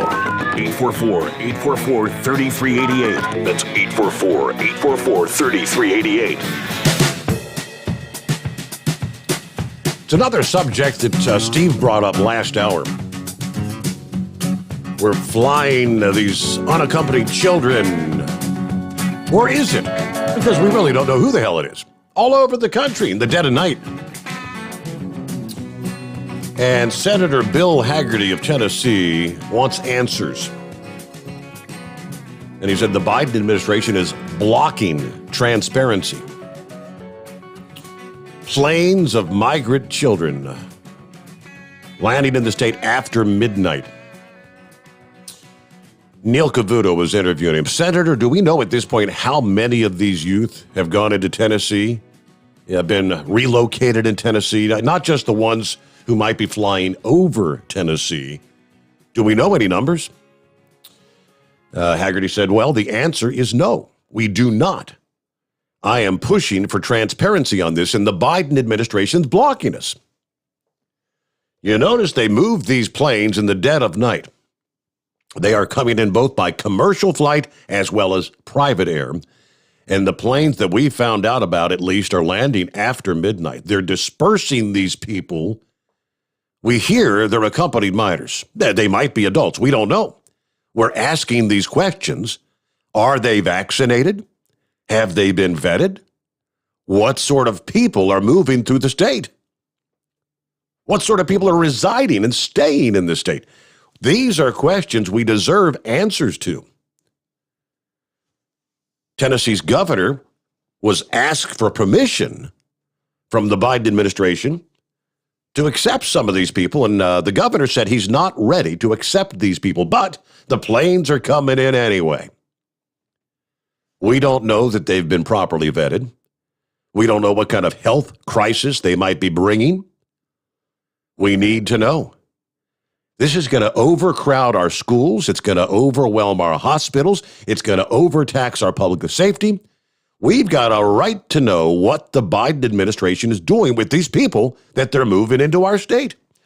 Last week, the New York Post reported videos showing airplanes bringing unaccompanied illegal alien minors to Tennessee in the middle of the night, despite the governor telling President Biden not to bring them to his state. Senator Marsha Blackburn of Tennessee accused the Biden administration of transporting migrants in the dead of night without the knowledge or permission of the communities involved. Hagerty released a statement last week saying, I've warned for months that President Biden's failure at the border is going to result in a systemic resettling of migrants in our communities, burdening our schools, our hospitals, our law enforcement agencies, and bringing an increase in drug trafficking and human smuggling. There's a new reality happening in our country. Every town is now a border town in America. I don't know. Hello, Biden supporters. Aren't you thrilled with what you've done? Yeah, we're making America great again, aren't we? All right, Knuckle Buster, thanks for hanging in there.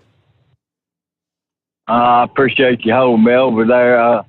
Yeah, they're only letting them in because they're not stopping them there. They don't care. They talk out of both sides of their mouth there. I wouldn't trust anything out of them Tennessee politicians. Matter of fact, I don't believe I'd trust anything out of anybody's mouth on them politicians there. If you think you can trust the federal government, ask them Indians. They'll tell you the truth. They've been screwing them Indians over for a long time there. I heard you mention the United States Marine Corps there, Uncle Sam's misguided children. They've been kicking ass since 1775. They got the coolest uniform of all the services there. Whatever happened to them solar flares that we were supposed to be having this week? You know what? I forgot about that. Yeah, it was, according to spaceweather.com, geomagnetic storms are possible today. A series of CMEs is expected to hit the Earth's magnetic field on the 26th. All right, so they were launched in our direction on the 22nd and the 23rd. Yeah, they're relatively minor. There are several of them, and their combined impact may spark geomagnetic storms as strong as Category G2. So there you go. It's coming in, I guess, any point in time now. All righty. Well, I'll be ready for them. I'll hit them back up yonder with a baseball bat. Right. I like that Texas governor, Greg Abbott there. He told all his mayors down here in Texas that if you defund the police, we're going to defund your city, right? Yep. So, yep, I like that man.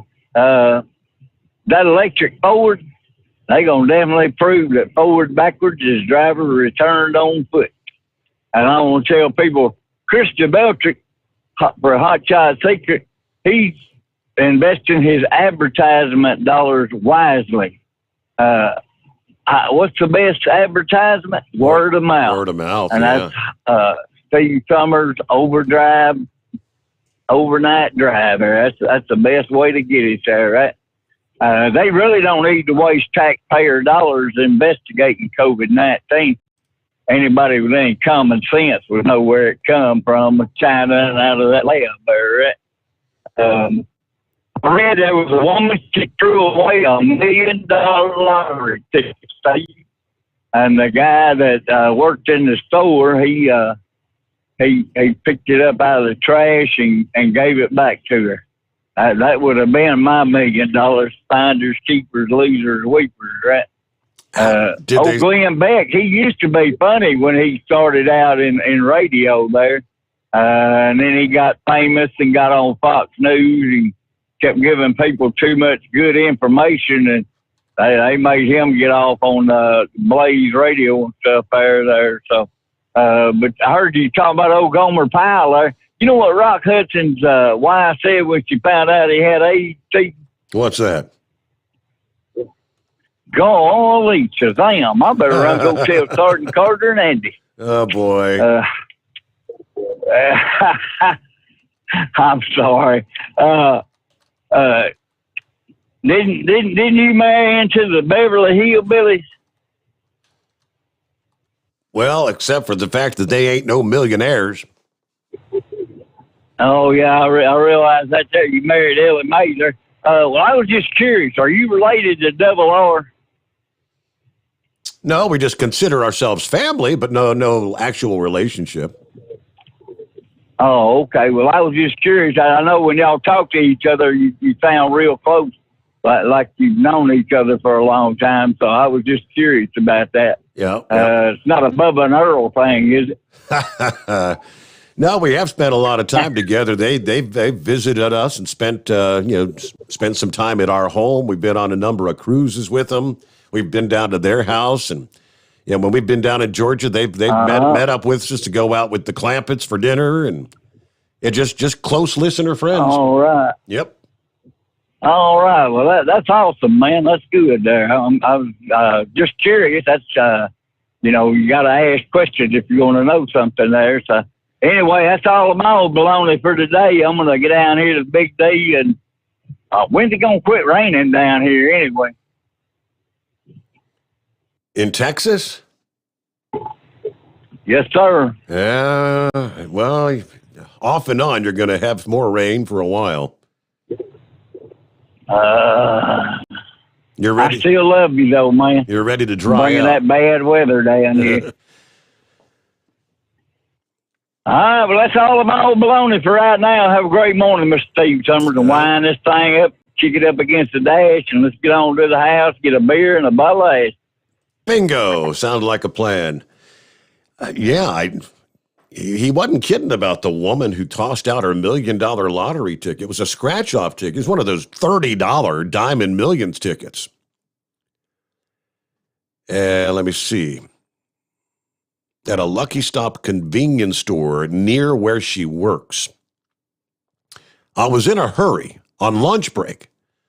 So I just scratched it real quick. I looked at it. It didn't look like a winner, so I handed it over to him to throw away.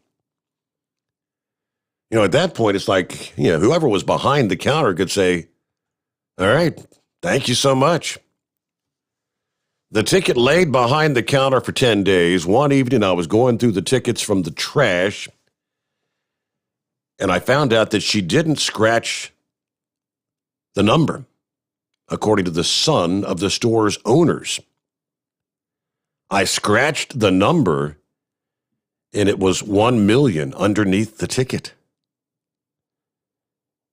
She's a regular customer, so the family knew immediately who had discarded it. Shaw said he initially wanted to buy a Tesla with the winnings, but the family decided to talk it over first. And they included Shaw's grandparents in India in the conversation. So it was an Indian-run store, right? My grandmother said, let's not keep the ticket. It's not right. Just give it back to them. It's in your luck. You'll get it anyhow. Shaw went to see the girl that bought the ticket at work. He came to my office and she said, my mom and dad would like to see you. I said, I'm working. And he said, no, you have to come over. So I went over there, and that's when they told me I was in total disbelief. I cried. I hugged them. She said she was overcoming a near fatal bout with COVID-19 in January. So she feels doubly fortunate. I mean, who does that, actually? Yeah, these are great people. I am beyond. So the store gets a $10,000 bonus from the Lottery Commission for selling the winning ticket. Fiega said she gave the family an additional reward. She's saving the rest for retirement. So out of her $1 million winning, for their actually giving her the ticket back, which, yeah, that is hard to imagine in this day and age. But there you go. Wow. How about that? Bourbon Street Gary. Morning, Steve. How are you? Doing all right. I wanted to talk a minute about the auto industry. You just shared some really good news. Yeah. All these, computer chip shortages, they all talk about Ford, General Motors, and you never hear anything about Honda, Nissan, Toyota. I do know the Honda plant is only running 2 shifts, but they're still up and running. That's what we're down here in Alabama hauling parts for, is Honda and Nissan. How come the foreign auto manufacturers are able to get the computer chips, but our U.S. manufacturers aren't? I mean, they tell us all manufacturers on a global scale are having the issue. I don't know. Is it maybe just not as bad for the Toyota or the Hondas? I'm not sure. It mustn't be that bad, because we've got 5 drivers that are, 3 of us are down here in Coleman, Alabama. 2 of them are working out of Clarksville because we're laid off from Ford up there in Mount Vernon, Illinois. So they're keeping us busy. And you talk about a driver shortage. They've got 5 of our drivers at different locations because they can't find drivers. And these are good paying runs. Mm-hmm. I mean, the run that myself and Becky are doing down here in Coleman, Alabama, pays $1,600 a week, and it's less than 50 hours of work. But they can't find people. So you're one of those that are kind of leaning towards the premise of a driver shortage may be more real now than it's been in the past. I believe it is. I mean, this isn't a mega carrier. We have just shy of 1,000 trucks, but based out of Ohio. But we've got terminals all over the country, or the Midwest, the Southeast. And it's all auto related, but they have a hard time finding drivers. And it's good paying jobs, though. That's the key. You'd think that good paying jobs shouldn't have trouble finding drivers. Exactly. I mean, you know where I came from, over the road teaming. We were making good money. I wouldn't have took the job if it wasn't a good paying job. Sure. And they got all the benefits, 401k with a match, and it's one of the better local jobs in our area for sure. I don't know. I don't quite understand it. Like I said, these 2 runs we've been doing, they can't find anybody to fill them. So the Ford additional closures I mentioned here a little bit ago, was one of those where you're out of? Is it additional time they're tagging onto you or no? Yeah, we were supposed to go back the 7th, and now I hear it's the 14th. Okay, an additional week. But you've already been out for over a month, right? Well, we've been down here the last 3 weeks working out of Coleman, Alabama. Company put us up in a motel for 3 weeks, and we're going home Saturday and probably take a week off, might come back down for another week. Yeah. Pays a lot better than unemployment. Yeah. How about that? Well, there's more and more. I think there's 23 states now that are eliminating that extra $300. Maybe we'll see more people willing to come back to work. Maybe. And one other thing I was going to ask you, I saw it on a news article earlier this afternoon. Illinois has actually opened some restaurants in Chicago, and they're dividing the restaurant to vaccinated people and non-vaccinated people. Did you see anything about that? And where was that again? Up in Chicago. Okay, I haven't seen anything on it, but I'm going to do a quick check.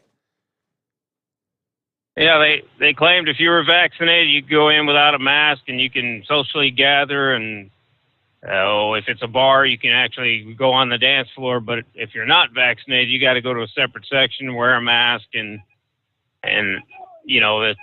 the way it had been, unless you were vaccinated. Wow. Okay, so we're going to have 2 different classes of people, right? That's what it sounds like. It's getting crazier by the day. You vaccinated people, you're free to live your life as you please. If you're not vaccinated, you will be ostracized. That's what it sounds like they're doing in Chicago. But that's what's his name up there, Pritzker. He's not the brightest, I don't think. Wow. All right, Steve, I'll let you go. It's good talking to you. Thanks for checking in, Bourbon Street, Gary. At least you're actually working right now, but not the best of news from the auto manufacturers. I did a quick search on, like Honda, and here several weeks ago, I guess it was April the 28th, they announced that they were going to be suspending 3 plants in Japan for as much as 6 days in the month of May, because of the whole chip shortage thing.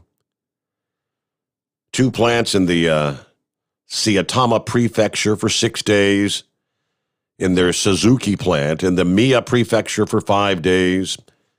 The chip shortage caused by various factors. Didn't discuss the volume of models that might be affected. But they're going to examine the situation as far as production following June.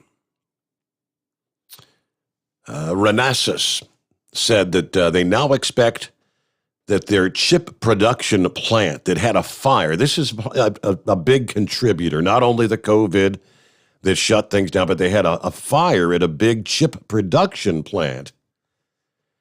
They said they should have capacity, recovered about 40% of pre-fire level by now.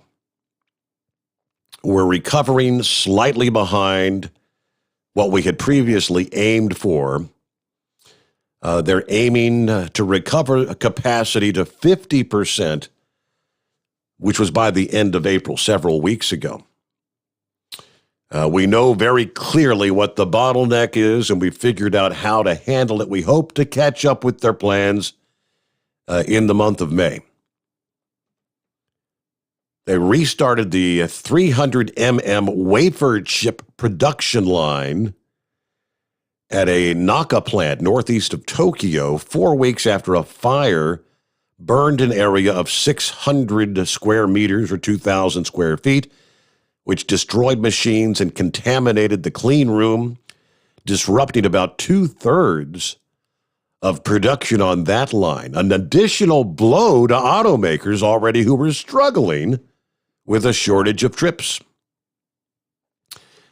The plan is to have output at that plant restored completely by the end of this month, which you would think that might lead to things gradually getting better. But this company, Renesas, commands nearly 1/3 of the global market share for the microcontroller chips used in cars. That's a lot of microchips. We're at 26 past the hour. All right, it's 844-844-3388. Big Moose forwarded a story to me. I guess he came across this from a couple weeks ago. I guess just found out. He said, I knew this guy personally. And it was out of Perry Township, Ohio. A trucker traveling eastbound on State Route 117 pulled over his Freightliner to inspect possible vehicle damage when he was struck twice by separate cars and died as a result of his injuries. State Patrol said 52-year-old Stephen Evans from Lima, Ohio, stopped in the eastbound lane and exited the Freightliner. While checking the possible vehicle damage, she was on the left side of the vehicle in the westbound lane. A Honda Accord traveling westbound struck Evans, followed by a Chevrolet Sonic traveling westbound also struck Evans. So he's struck by two different cars, pronounced dead at the scene. All right. Wow, that's a sad story. All right, we're a couple minutes before we hit our news break, as we like to refer to it, at the bottom of the hour. So I'll hold off on getting back to the calls. Let me see here. Lone Ranger got you coming up. We'll get to Ponytail, a first-time caller. How about that? Ramblers on the line. And if you'd like to jump on board, it's 844-844-3388. There you go. Wednesday coming on. That would be a hump day. And I'll do a quick double check. I know the lunar eclipse time it's getting close. What time does that actually get underway? It's sometime in the 4 o'clock hour. And we'll return after this, the Steve Sommers Overnight Drive, live from the Hot Shot Secret Studios. USA Radio News with Dan Naraki. A group of Republican senators are expected to present the White House with a counter-proposal to President Biden's infrastructure plan later this week. The plan is expected to contain nearly $1 trillion of funding compared to the president's original $2.25 trillion package. The Republican proposal is also expected to find ways to fund infrastructure projects without raising taxes. The president's plan uses a boost to the corporate tax rate to pay for its projects. And nearly half of all adults in the United States are now fully vaccinated against COVID-19, according to the CDC. The agency said Tuesday that more than 129 million people over the age of 18 are fully vaccinated, and nearly 164 million Americans of all ages have received at least one dose, about 49.5% of the country's population. In at least 25 states, more than half of the adult population has received at least one dose, with 9 states having vaccination rates of at least 70%. This is USA Radio News. Do you need to sell your home?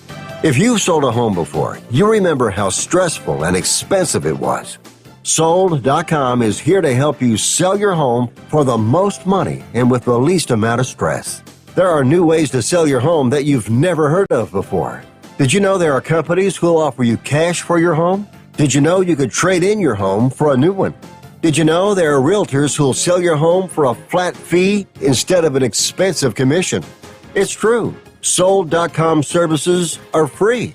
So if you're looking to sell, make this free phone call right now and learn how your next home sale can be faster and easier than you ever thought possible. Pick up your cell phone and call right now. 800-990-3125. 800-990-3125. 800-990-3125. Again, that's 800-990-3125. You're listening to the Overnight Drive.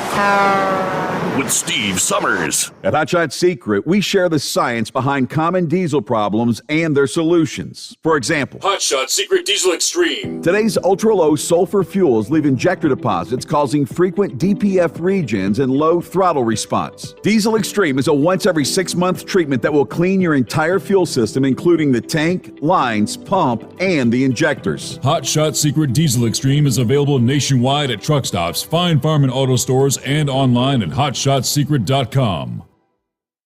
Some say their truck reflects who they are, dependable and reliable. That's why you trust Blue Def. Now the best just got better. Introducing Blue Def Platinum, a revolutionary innovation with advanced system shield technology to significantly reduce harmful deposits. To maintain fuel economy, save money on costly repairs, and sustain the life of your SCR system, there's only one DEF to choose. Blue Def Platinum. The best just got better. PureFlow AirDog, your leader in fuel air separation system technology. Our systems filter out water, particulates down to 2 micron, and remove all of the air out of your diesel fuel. This allows for nothing but pure, clean diesel fuel to reach the expensive injection system equipped in your vehicle. Not only do our fuel systems protect, they also come in a variety of flow rates to meet your performance needs. Our systems are compact and use OEM-style fittings for an easy installation. Learn more about our product at www.pureflowairdog.com and be sure to follow us on Facebook and Instagram. Protect your investment with PureFlow AirDog. Diesel Army is on duty 24 hours a day, 7 days a week. Burning the midnight oil with the best diesel coverage. All the tech, all the torque. Diesel Army, where there's smoke, there's fire. For the latest news and event coverage, as well as feature and tech articles, sign up for the newsletter and don't miss a thing. Visit dieselarmy.com from the Power Auto Media family of digital magazines. Again, it's dieselarmy.com. Dean Michael, the tax doctor here. I have one question for you. Do you want to stop worrying about the IRS? If the answer is yes, then look no further. I've been around for years, I've helped countless people across the country, and my success rate speaks for itself. So now you know where to find good, honest help with your tax problems. What are you waiting for? If you owe more than $10,000 to the IRS or haven't filed in years, call me now at 888-557-4020 or go to mytaxhelpmd.com for a free consultation and get your life back. For anything diesel, take it to Shy Diesel. They provide a wide variety of services and diagnostics to determine what the problem is with the latest technology. From simple oil changes and preventative maintenance to fuel system diagnostics and repairs, engine rebuilds and cylinder head repairs, and rebuilds with our in-house machine shop. They also have on-site DPF cleaning for exhaust issues and DOT inspections. If your diesel is asking for some attention, Shy Diesel has the specialist you need for anything diesel. Located in Terre Haute and Lafayette, Indiana, and Effingham, Illinois, Shy Diesel has you covered. Drivers, you demand that your equipment's reliable and dependable, and that also applies to your headset for communication. Well, our friends at Stellar Electronic have you covered. The Pluto Duo headset bundle is the best communication headset you can find in the industry. No matter the challenging environment you're driving in, the Pluto headset will make you sound crystal clear all the time thanks to their 99% noise cancellation. And the Duo's not only a stereo converter for the headset, but also a power bank so you can charge as you go. Learn more at StellarElectronic.com or visit them on Facebook. At Hot Shot Secret, we share the science behind common diesel problems and their solutions. For example, Diesel particulate filter regeneration. the DPF catches particulates left over from combustion. The DPF regeneration cycle cleans the filter with temperatures exceeding 1,000 degrees Fahrenheit. A computer sensor triggers the DPF regen, which is often accompanied by a loss of power and fuel economy. The frequency of DPF regens are in correlation to the cleanliness of the fuel burn. Under heavy operation with the dirty burn, DPF regens can occur multiple times per day. Hot Shot Secret Diesel Extreme Fuel Additive promotes a more complete combustion, creating fewer emissions and therefore fewer DPF regens. Vehicles using Diesel Extreme experience 83% less DPF regens. Hot Shot Secret Diesel Extreme is available nationwide at truck stops, fine farm and auto stores, and online at hotshotsecret.com. Hot Shot Secret, powered by science. Because Channel 19's a little congested. Call Steve now at 844-844-3388. The Overnight Drive. All right, according to the little chart here from AccuWeather, lunar eclipse gets underway 4:47 a.m., about 12 minutes from now in the Eastern time zone. Now, respectively, as the Earth's shadow progresses to darken the moon, everybody pretty much sees it at the same time. So it starts at 3:47 Central, 2:47 Mountain, 1:47 a.m. there in L.A., and if there's anybody listening in Hawaii, it's only the 10 o'clock hour there. It's 10:47 p.m. Hawaii time. Hey, they're way behind us, aren't they? So totality doesn't get underway for nearly 2 hours later. So anywhere from New York City all the way to St. Louis, Missouri, you won't see any of the totality. Salt Lake City, totality starts at 5:11 Mountain Time, and you got about 14 minutes worth of totality. Totality ends at 5:25 Mountain Time, and that's when you'll gradually begin to see more and more of the moon returning. And yet no one in the lower 48 will actually see the entirety of the eclipse. Yeah, Hawaii, you're pretty much the only one. You'll get to see it from beginning to end. If you want to stand out there pretty much all night long. So the very beginning starts at 10:47 Hawaii time. Here in a few minutes. The eclipse ends completely at 3:49 a.m. Hawaii time. It takes 5 hours to go through the complete process of the eclipse. And again, totality only lasts for about 14 minutes. So there you go. Makes for a long night of sitting out there looking toward the heavens, right? What's going on, Lone Ranger? How you been? Good morning, Steve. I'm on my way to Baltimore to pick up a car. Couple of comments and a couple of things you were talking about there. You got to give that deli owner credit for being honest. I'll tell you. I don't think I know anybody that would have went and got that lady. That's beyond belief. Yeah, we're not talking $10 or $100. You're talking $1 million. That'd be hard to turn over. Yeah, and the thing I was curious about, they said it was a pile of tickets on the counter, and before he threw them away, he noticed that one of them wasn't completely scratched off. I wonder how he knew that woman bought that particular ticket if there was a stack of them on the counter. That's pretty hard to figure out, too. But the big story is this migrant thing. I think Joe Biden should be arrested for accessory to child abuse and rape. They said the other day that 42% of the female migrants are getting raped and sexually abused. Yep. And some of the parents are giving their 11 and 12-year-old daughters, putting them on birth control. Now, how sick is that?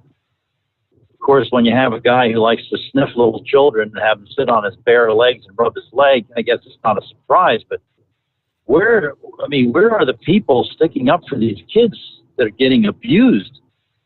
Just a parent dropping a kid off at the border and saying goodbye. You see these kids on TV, they're crying. They don't know where their parents went. This is pathetic.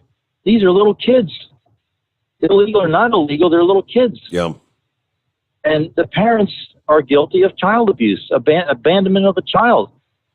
In this country, child services, if you treat a child like that, they come and take your kid away. This is incredible what's going on. I've heard somewhere along the way, there's along that journey across somewhere when they get up toward northern Mexico, headed toward the U.S. Have you heard the stories about there's like something they call a rape tree or something where the females, they rape them and they hang their panties up in the tree? Yep, and that started when some of them didn't have the money and they would rape them. in lieu of the money that they owed, and it's hanging the undergarments in the tree as a warning to the other people that think they can get away without paying money to get close to the border. Wow. But this is a terrible, terrible story. Forget about the fact that they're illegal, which, is another story in itself. But this guy, this Biden, I don't know where's the Republicans? They should be at the podium every day asking for this guy to be thrown out of office. This is crazy. Have you noticed how many companies are claiming shortages on various products? You got the lumber. Now, the latest one, a friend of mine owns a restaurant. She said that a box of chicken went from $70 to $100. They're claiming there's a shortage of chicken. Correct. Now, what would cause a shortage of chicken? That a whole bunch of people would just start eating chicken all of a sudden? What would cause that? Are there less chickens in the country? I mean, how do you get to a chicken shortage? There are less chickens. Now, supposedly, Tyson Foods. Are there? Tyson Foods made some sort of a change in that they picked a different type of rooster or something last year. And in their words, the roosters are underperforming, so they're going to go back to the old roosters they used to use. That's number one. You've had some of the big change. I guess McDonald's introduced a new chicken sandwich to compete with the Popeyes and KFC chicken sandwich. More restaurants are offering chicken. And there's been a high demand, apparently, with the pandemic. People ordering out and whatnot, and a lot of them are choosing chicken. Well, I'd like to ask the Tyson people what made them decide to change roosters. Yep. Who the hell sits at a desk and says, you know what? I think we need different roosters. Who says that? Who does that? That's crazy. Tyson's Food's been around for a long time. If you got good roosters, why would you change?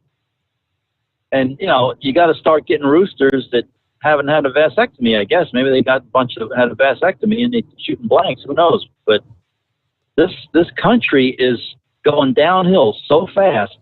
Now, I talked to some friends that are pretty smart in business and play with stocks and whatnot, and they said that anybody who has stocks, you'll be okay till about the end of the year when these taxes start kicking in. And now Biden wants to raise the capital gains tax from 20% to 39%, just about double. Now, you know what that's going to do for investors.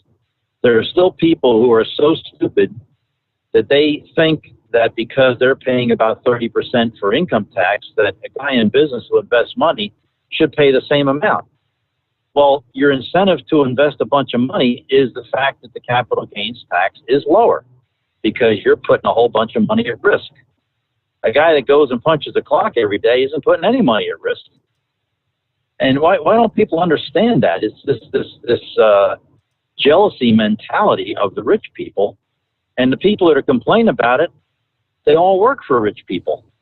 So without those rich people investing the money into a company, they would even have their damn job. But how stupid are people? I don't get it. So now I know my contractor buddies are telling me now they're paying $75 for a sheet of plywood. It used to be 20 something, half-inch plywood. Yep. And he said now they've come up with a new shortage. Now there's a shortage of glue to glue the plywood together. So they're bringing the price up even higher now. But how can you have a shortage of something that you produce? If you can't produce enough, put a second shift on. If you have a second shift and can't produce enough, put a third shift on. I just bought a new car trailer, and I had to wait 6 weeks for it. It comes from Ohio, out by you. And I said to the girl, I said, 6 weeks, are you crazy? Why is that? She goes, oh, we can't get steel. I said, well, why can't you get steel? That's something that's produced. Oh, we just can't get it. And then she said, and we can't get welders. We can't find any welders that want to work here. So I said, well, did you ever consider maybe raising pay a little bit to attract some people? Because if you pay a good wage, you shouldn't have to beg for anybody to come to work with all the people who've been out of work. Of course, now Biden kind of screwed that up with the $300 extra a week. There's people making more money sitting home than they are going to work. Right. But I don't know how long we're going to be able to hold on with this moron in the White House. The price of gas, when a gas goes up a penny a gallon, that takes $1 billion out of the economy. That's the exact statistic. So So if gas goes up $1 a gallon, which it did, and it takes $100 billion out of the economy because the money goes into the oil companies' pockets instead of people spending on other things. And now, if you noticed, when this Continental pipeline got hacked, gas went up about 25 cents a gallon, up over $3. It was around $2.80 around May. But now it's online again. Everything's fixed. But gas is still over $3 a gallon. But it went up in very short order when they had the hacking. But now we're sitting and waiting for it to go back down to, 20 cents less where it was before. But it looks like it might not. And now the one supplier of plywood in my area, they had a sale on plywood for a short period of time, $55 a sheet down from $75. And people were running out and buying it in piles because it looked like a good deal. It's the same plywood that was just $20-some a sheet not too long ago. Yeah.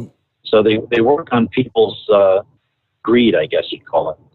Running out and buying $55 a sheet plywood that was always $20-some a sheet because it looks like a good deal compared to the $75 that they had it jacked up to. So I don't know where we're going, Steve, but this is not looking good. Not looking good at all. And then we have Kamala Harris. She's the immigration czar and hasn't been to the border yet. Hasn't even been there. Correct. And she's in charge. And she's supposed to be compassionate. Words are compassionate for these female children getting raped and sexually abused by these cartels. And the Border Patrol guys, they're so understaffed now because they're all babysitters. They have to babysit these kids. And while they're babysitting, the cartels are running across with drugs, and they said they're making more money now on human smuggling than they are on the drugs because of the lack of Border Patrol to enforce it. We are on a downhill slide, and we're traveling at over 100 miles an hour on our downhill slide. And you got this imbecile in the White House. It's a total embarrassment. We got to be the laughing stock of the world. He can't even come to a meeting and put together two sentences without goofing up, totally fumbling and bumbling, and I don't know what in the world. How does a guy like this, well, I know how he cheated, but how does anybody vote for a bumbling idiot like this? It's unbelievable how stupid people can be. And I guess that's my rant for the night, so talk to you later. Hey, thanks for checking in. Have a safe journey there. Do a couple of drive-bys while you're in Baltimore, okay? They need that for the Memorial Day weekend. Oh yeah, I get out of the truck and I say, "Hey, I'm going to pick up a Toyota. Cover me." Cover me. Let's see. Morning from Truckinville. Morning, Steve Sommers in the Hot Shot Secret Nation. Happy Hump Day. Today, the full moon. 7:14 a.m. this morning. The flower moon, completely full. Let's see. It was beautiful in the sky earlier. We've kind of clouded over now.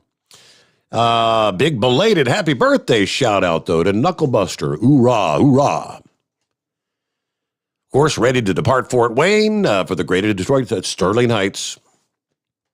213 days till Christmas. Thank you so much. Norman was checking in, talking about the driver shortage. Said, Steve, I could not find anyone to drive for me while I was off for 2 weeks. 69 years old now. I'd like to slow down. Anyway, overnight drive is the best. No traffic, just deers and raccoons. Checking out. All right, who's next up? Ponytail, I believe it is. Morning, Ponytail. Thanks for hanging in there. Hello, Ponytail. Maybe they had to hang up. Said they were a first-time caller, but... Okay, Rambler, are you hanging in there? Oh, yes, Steve. How you doing this evening? My boy, as Bill Mackey used to say. Yep. Yes, sir. Yes, sir. I know. Glad you're got the show going. And I tell you, man, I want to talk about the industry a little bit. Something Knucklebuster and Phillip and I have in common.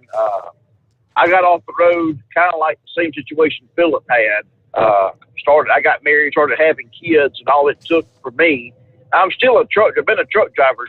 Lord Terry's, June 24th will make 24 years I've been doing this. If the Lord Terry's a few more days, June 27th, 17 years have been spent right here at O'Reilly Auto Parts, driving the overnight hours for 17 years. I tell you, there's no other way I'd rather drive to be an the night driver, because I want to tell you, a lot of the problems I see out here on the road is, they started building cars lighter, not putting spare tires in the back and everything like that.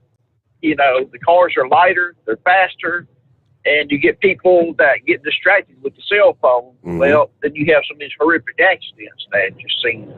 And I'm working on 2 million accident-free miles, and I've seen my fair share of them out here, Steve. I sure have. But I tell you,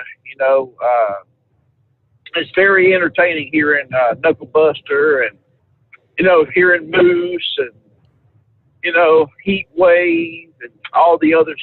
Really brings back memories,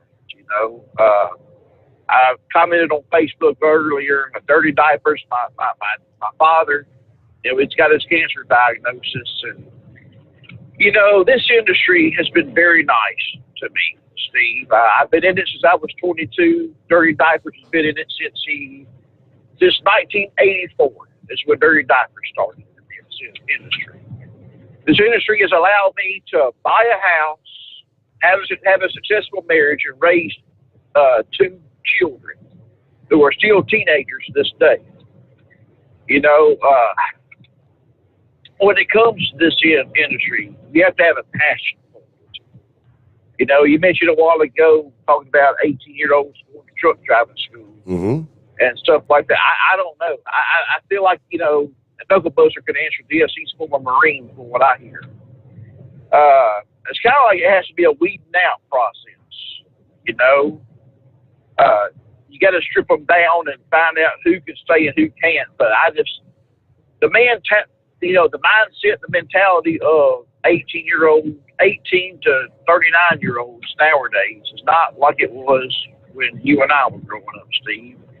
We talk about Donkey Kong and them games. I mean, we played video games, but we also knew how to go outside and play.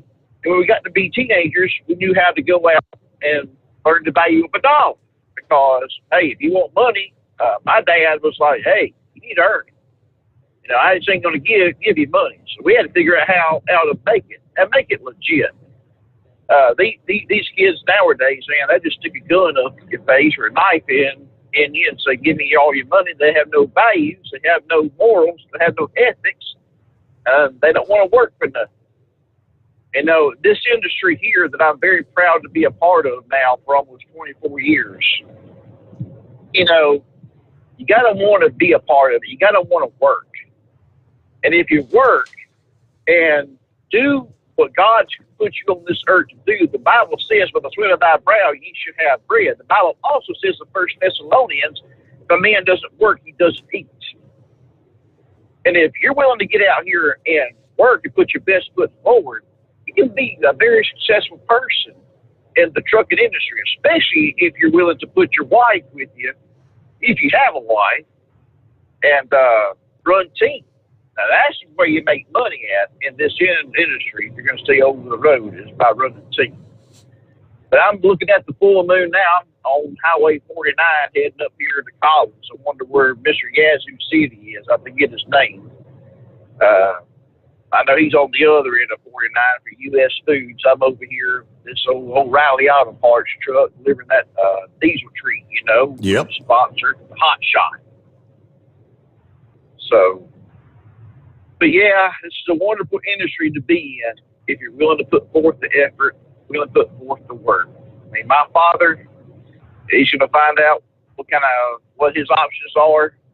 He's 82 years old, and the only reason he's still in this industry is because he loves this industry. He don't need the money. He's debt free. All his debt's paid. He's out here because he loves it. And because what is he going to do? Like he tells me, sit around, twiddle my thumbs, watch the squirrels and the birds. He says, son, I'll die. You got to be out here doing something. And I see a lot of that. It's not translating from the male and females from 18 to 39. That don't translate no more, Steve. It really don't. Yeah. Before I go, I know we're coming up to the end of the show. Dirty Diapers and I was reminiscing, because we remember the time when Larry the Cable Guy come on the old show. I know you remember that too.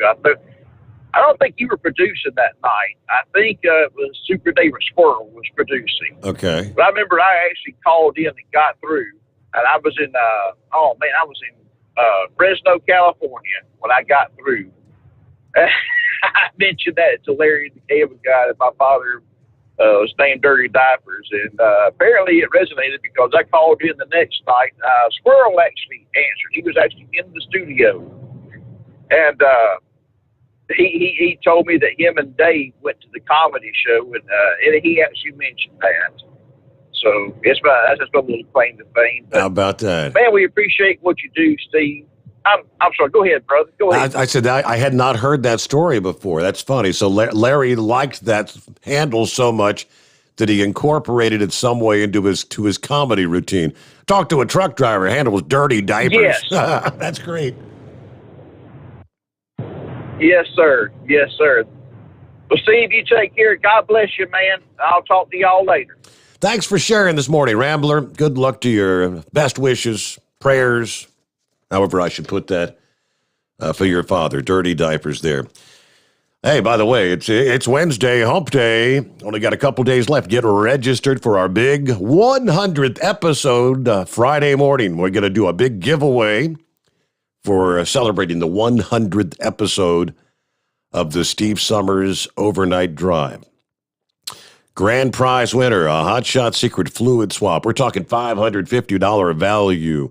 3 second chance winners, the Pluto Duo Bundle Headset from Stellar Electronic, $200 value on each of those. We'll have some third chance winners. We'll have some swag packs. Fire Punk Diesel, Diesel Army, Steve Sommers Overnight Drive, Exergy Performance, swag packs, and more. Much more, if I understood correctly. Only way you can get registered, though, is go to overnightdriveradio.com, click on Contest, enter your email address, and there you go. Enter today, enter on Thursday, all right? And follow up with additional entries by sharing via social media and all that fun stuff. Maybe you'll be one of our lucky winners to be announced Friday morning. Sounds like a good time. Thank you so much for being with us here on a Wednesday hump day. Have a great day. Be safe out there. See you back at the midnight hour Eastern time tonight. The Steve Sommers Overnight Drive live from the Hot Shot Secret Studios.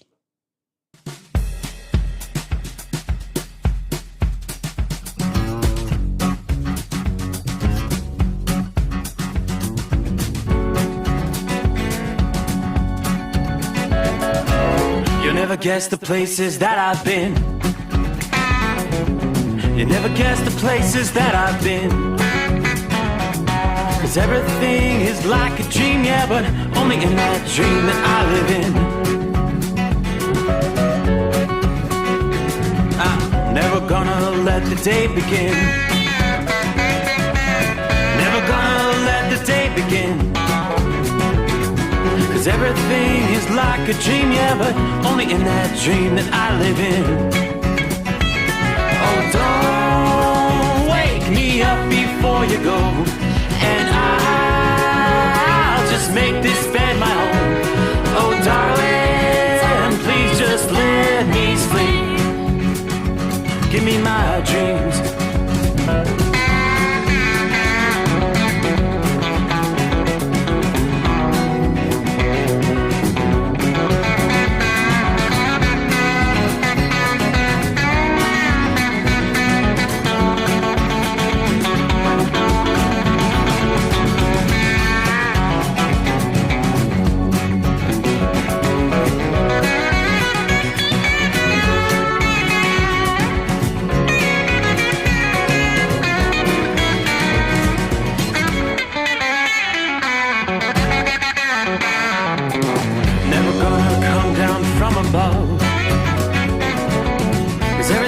looks better from above.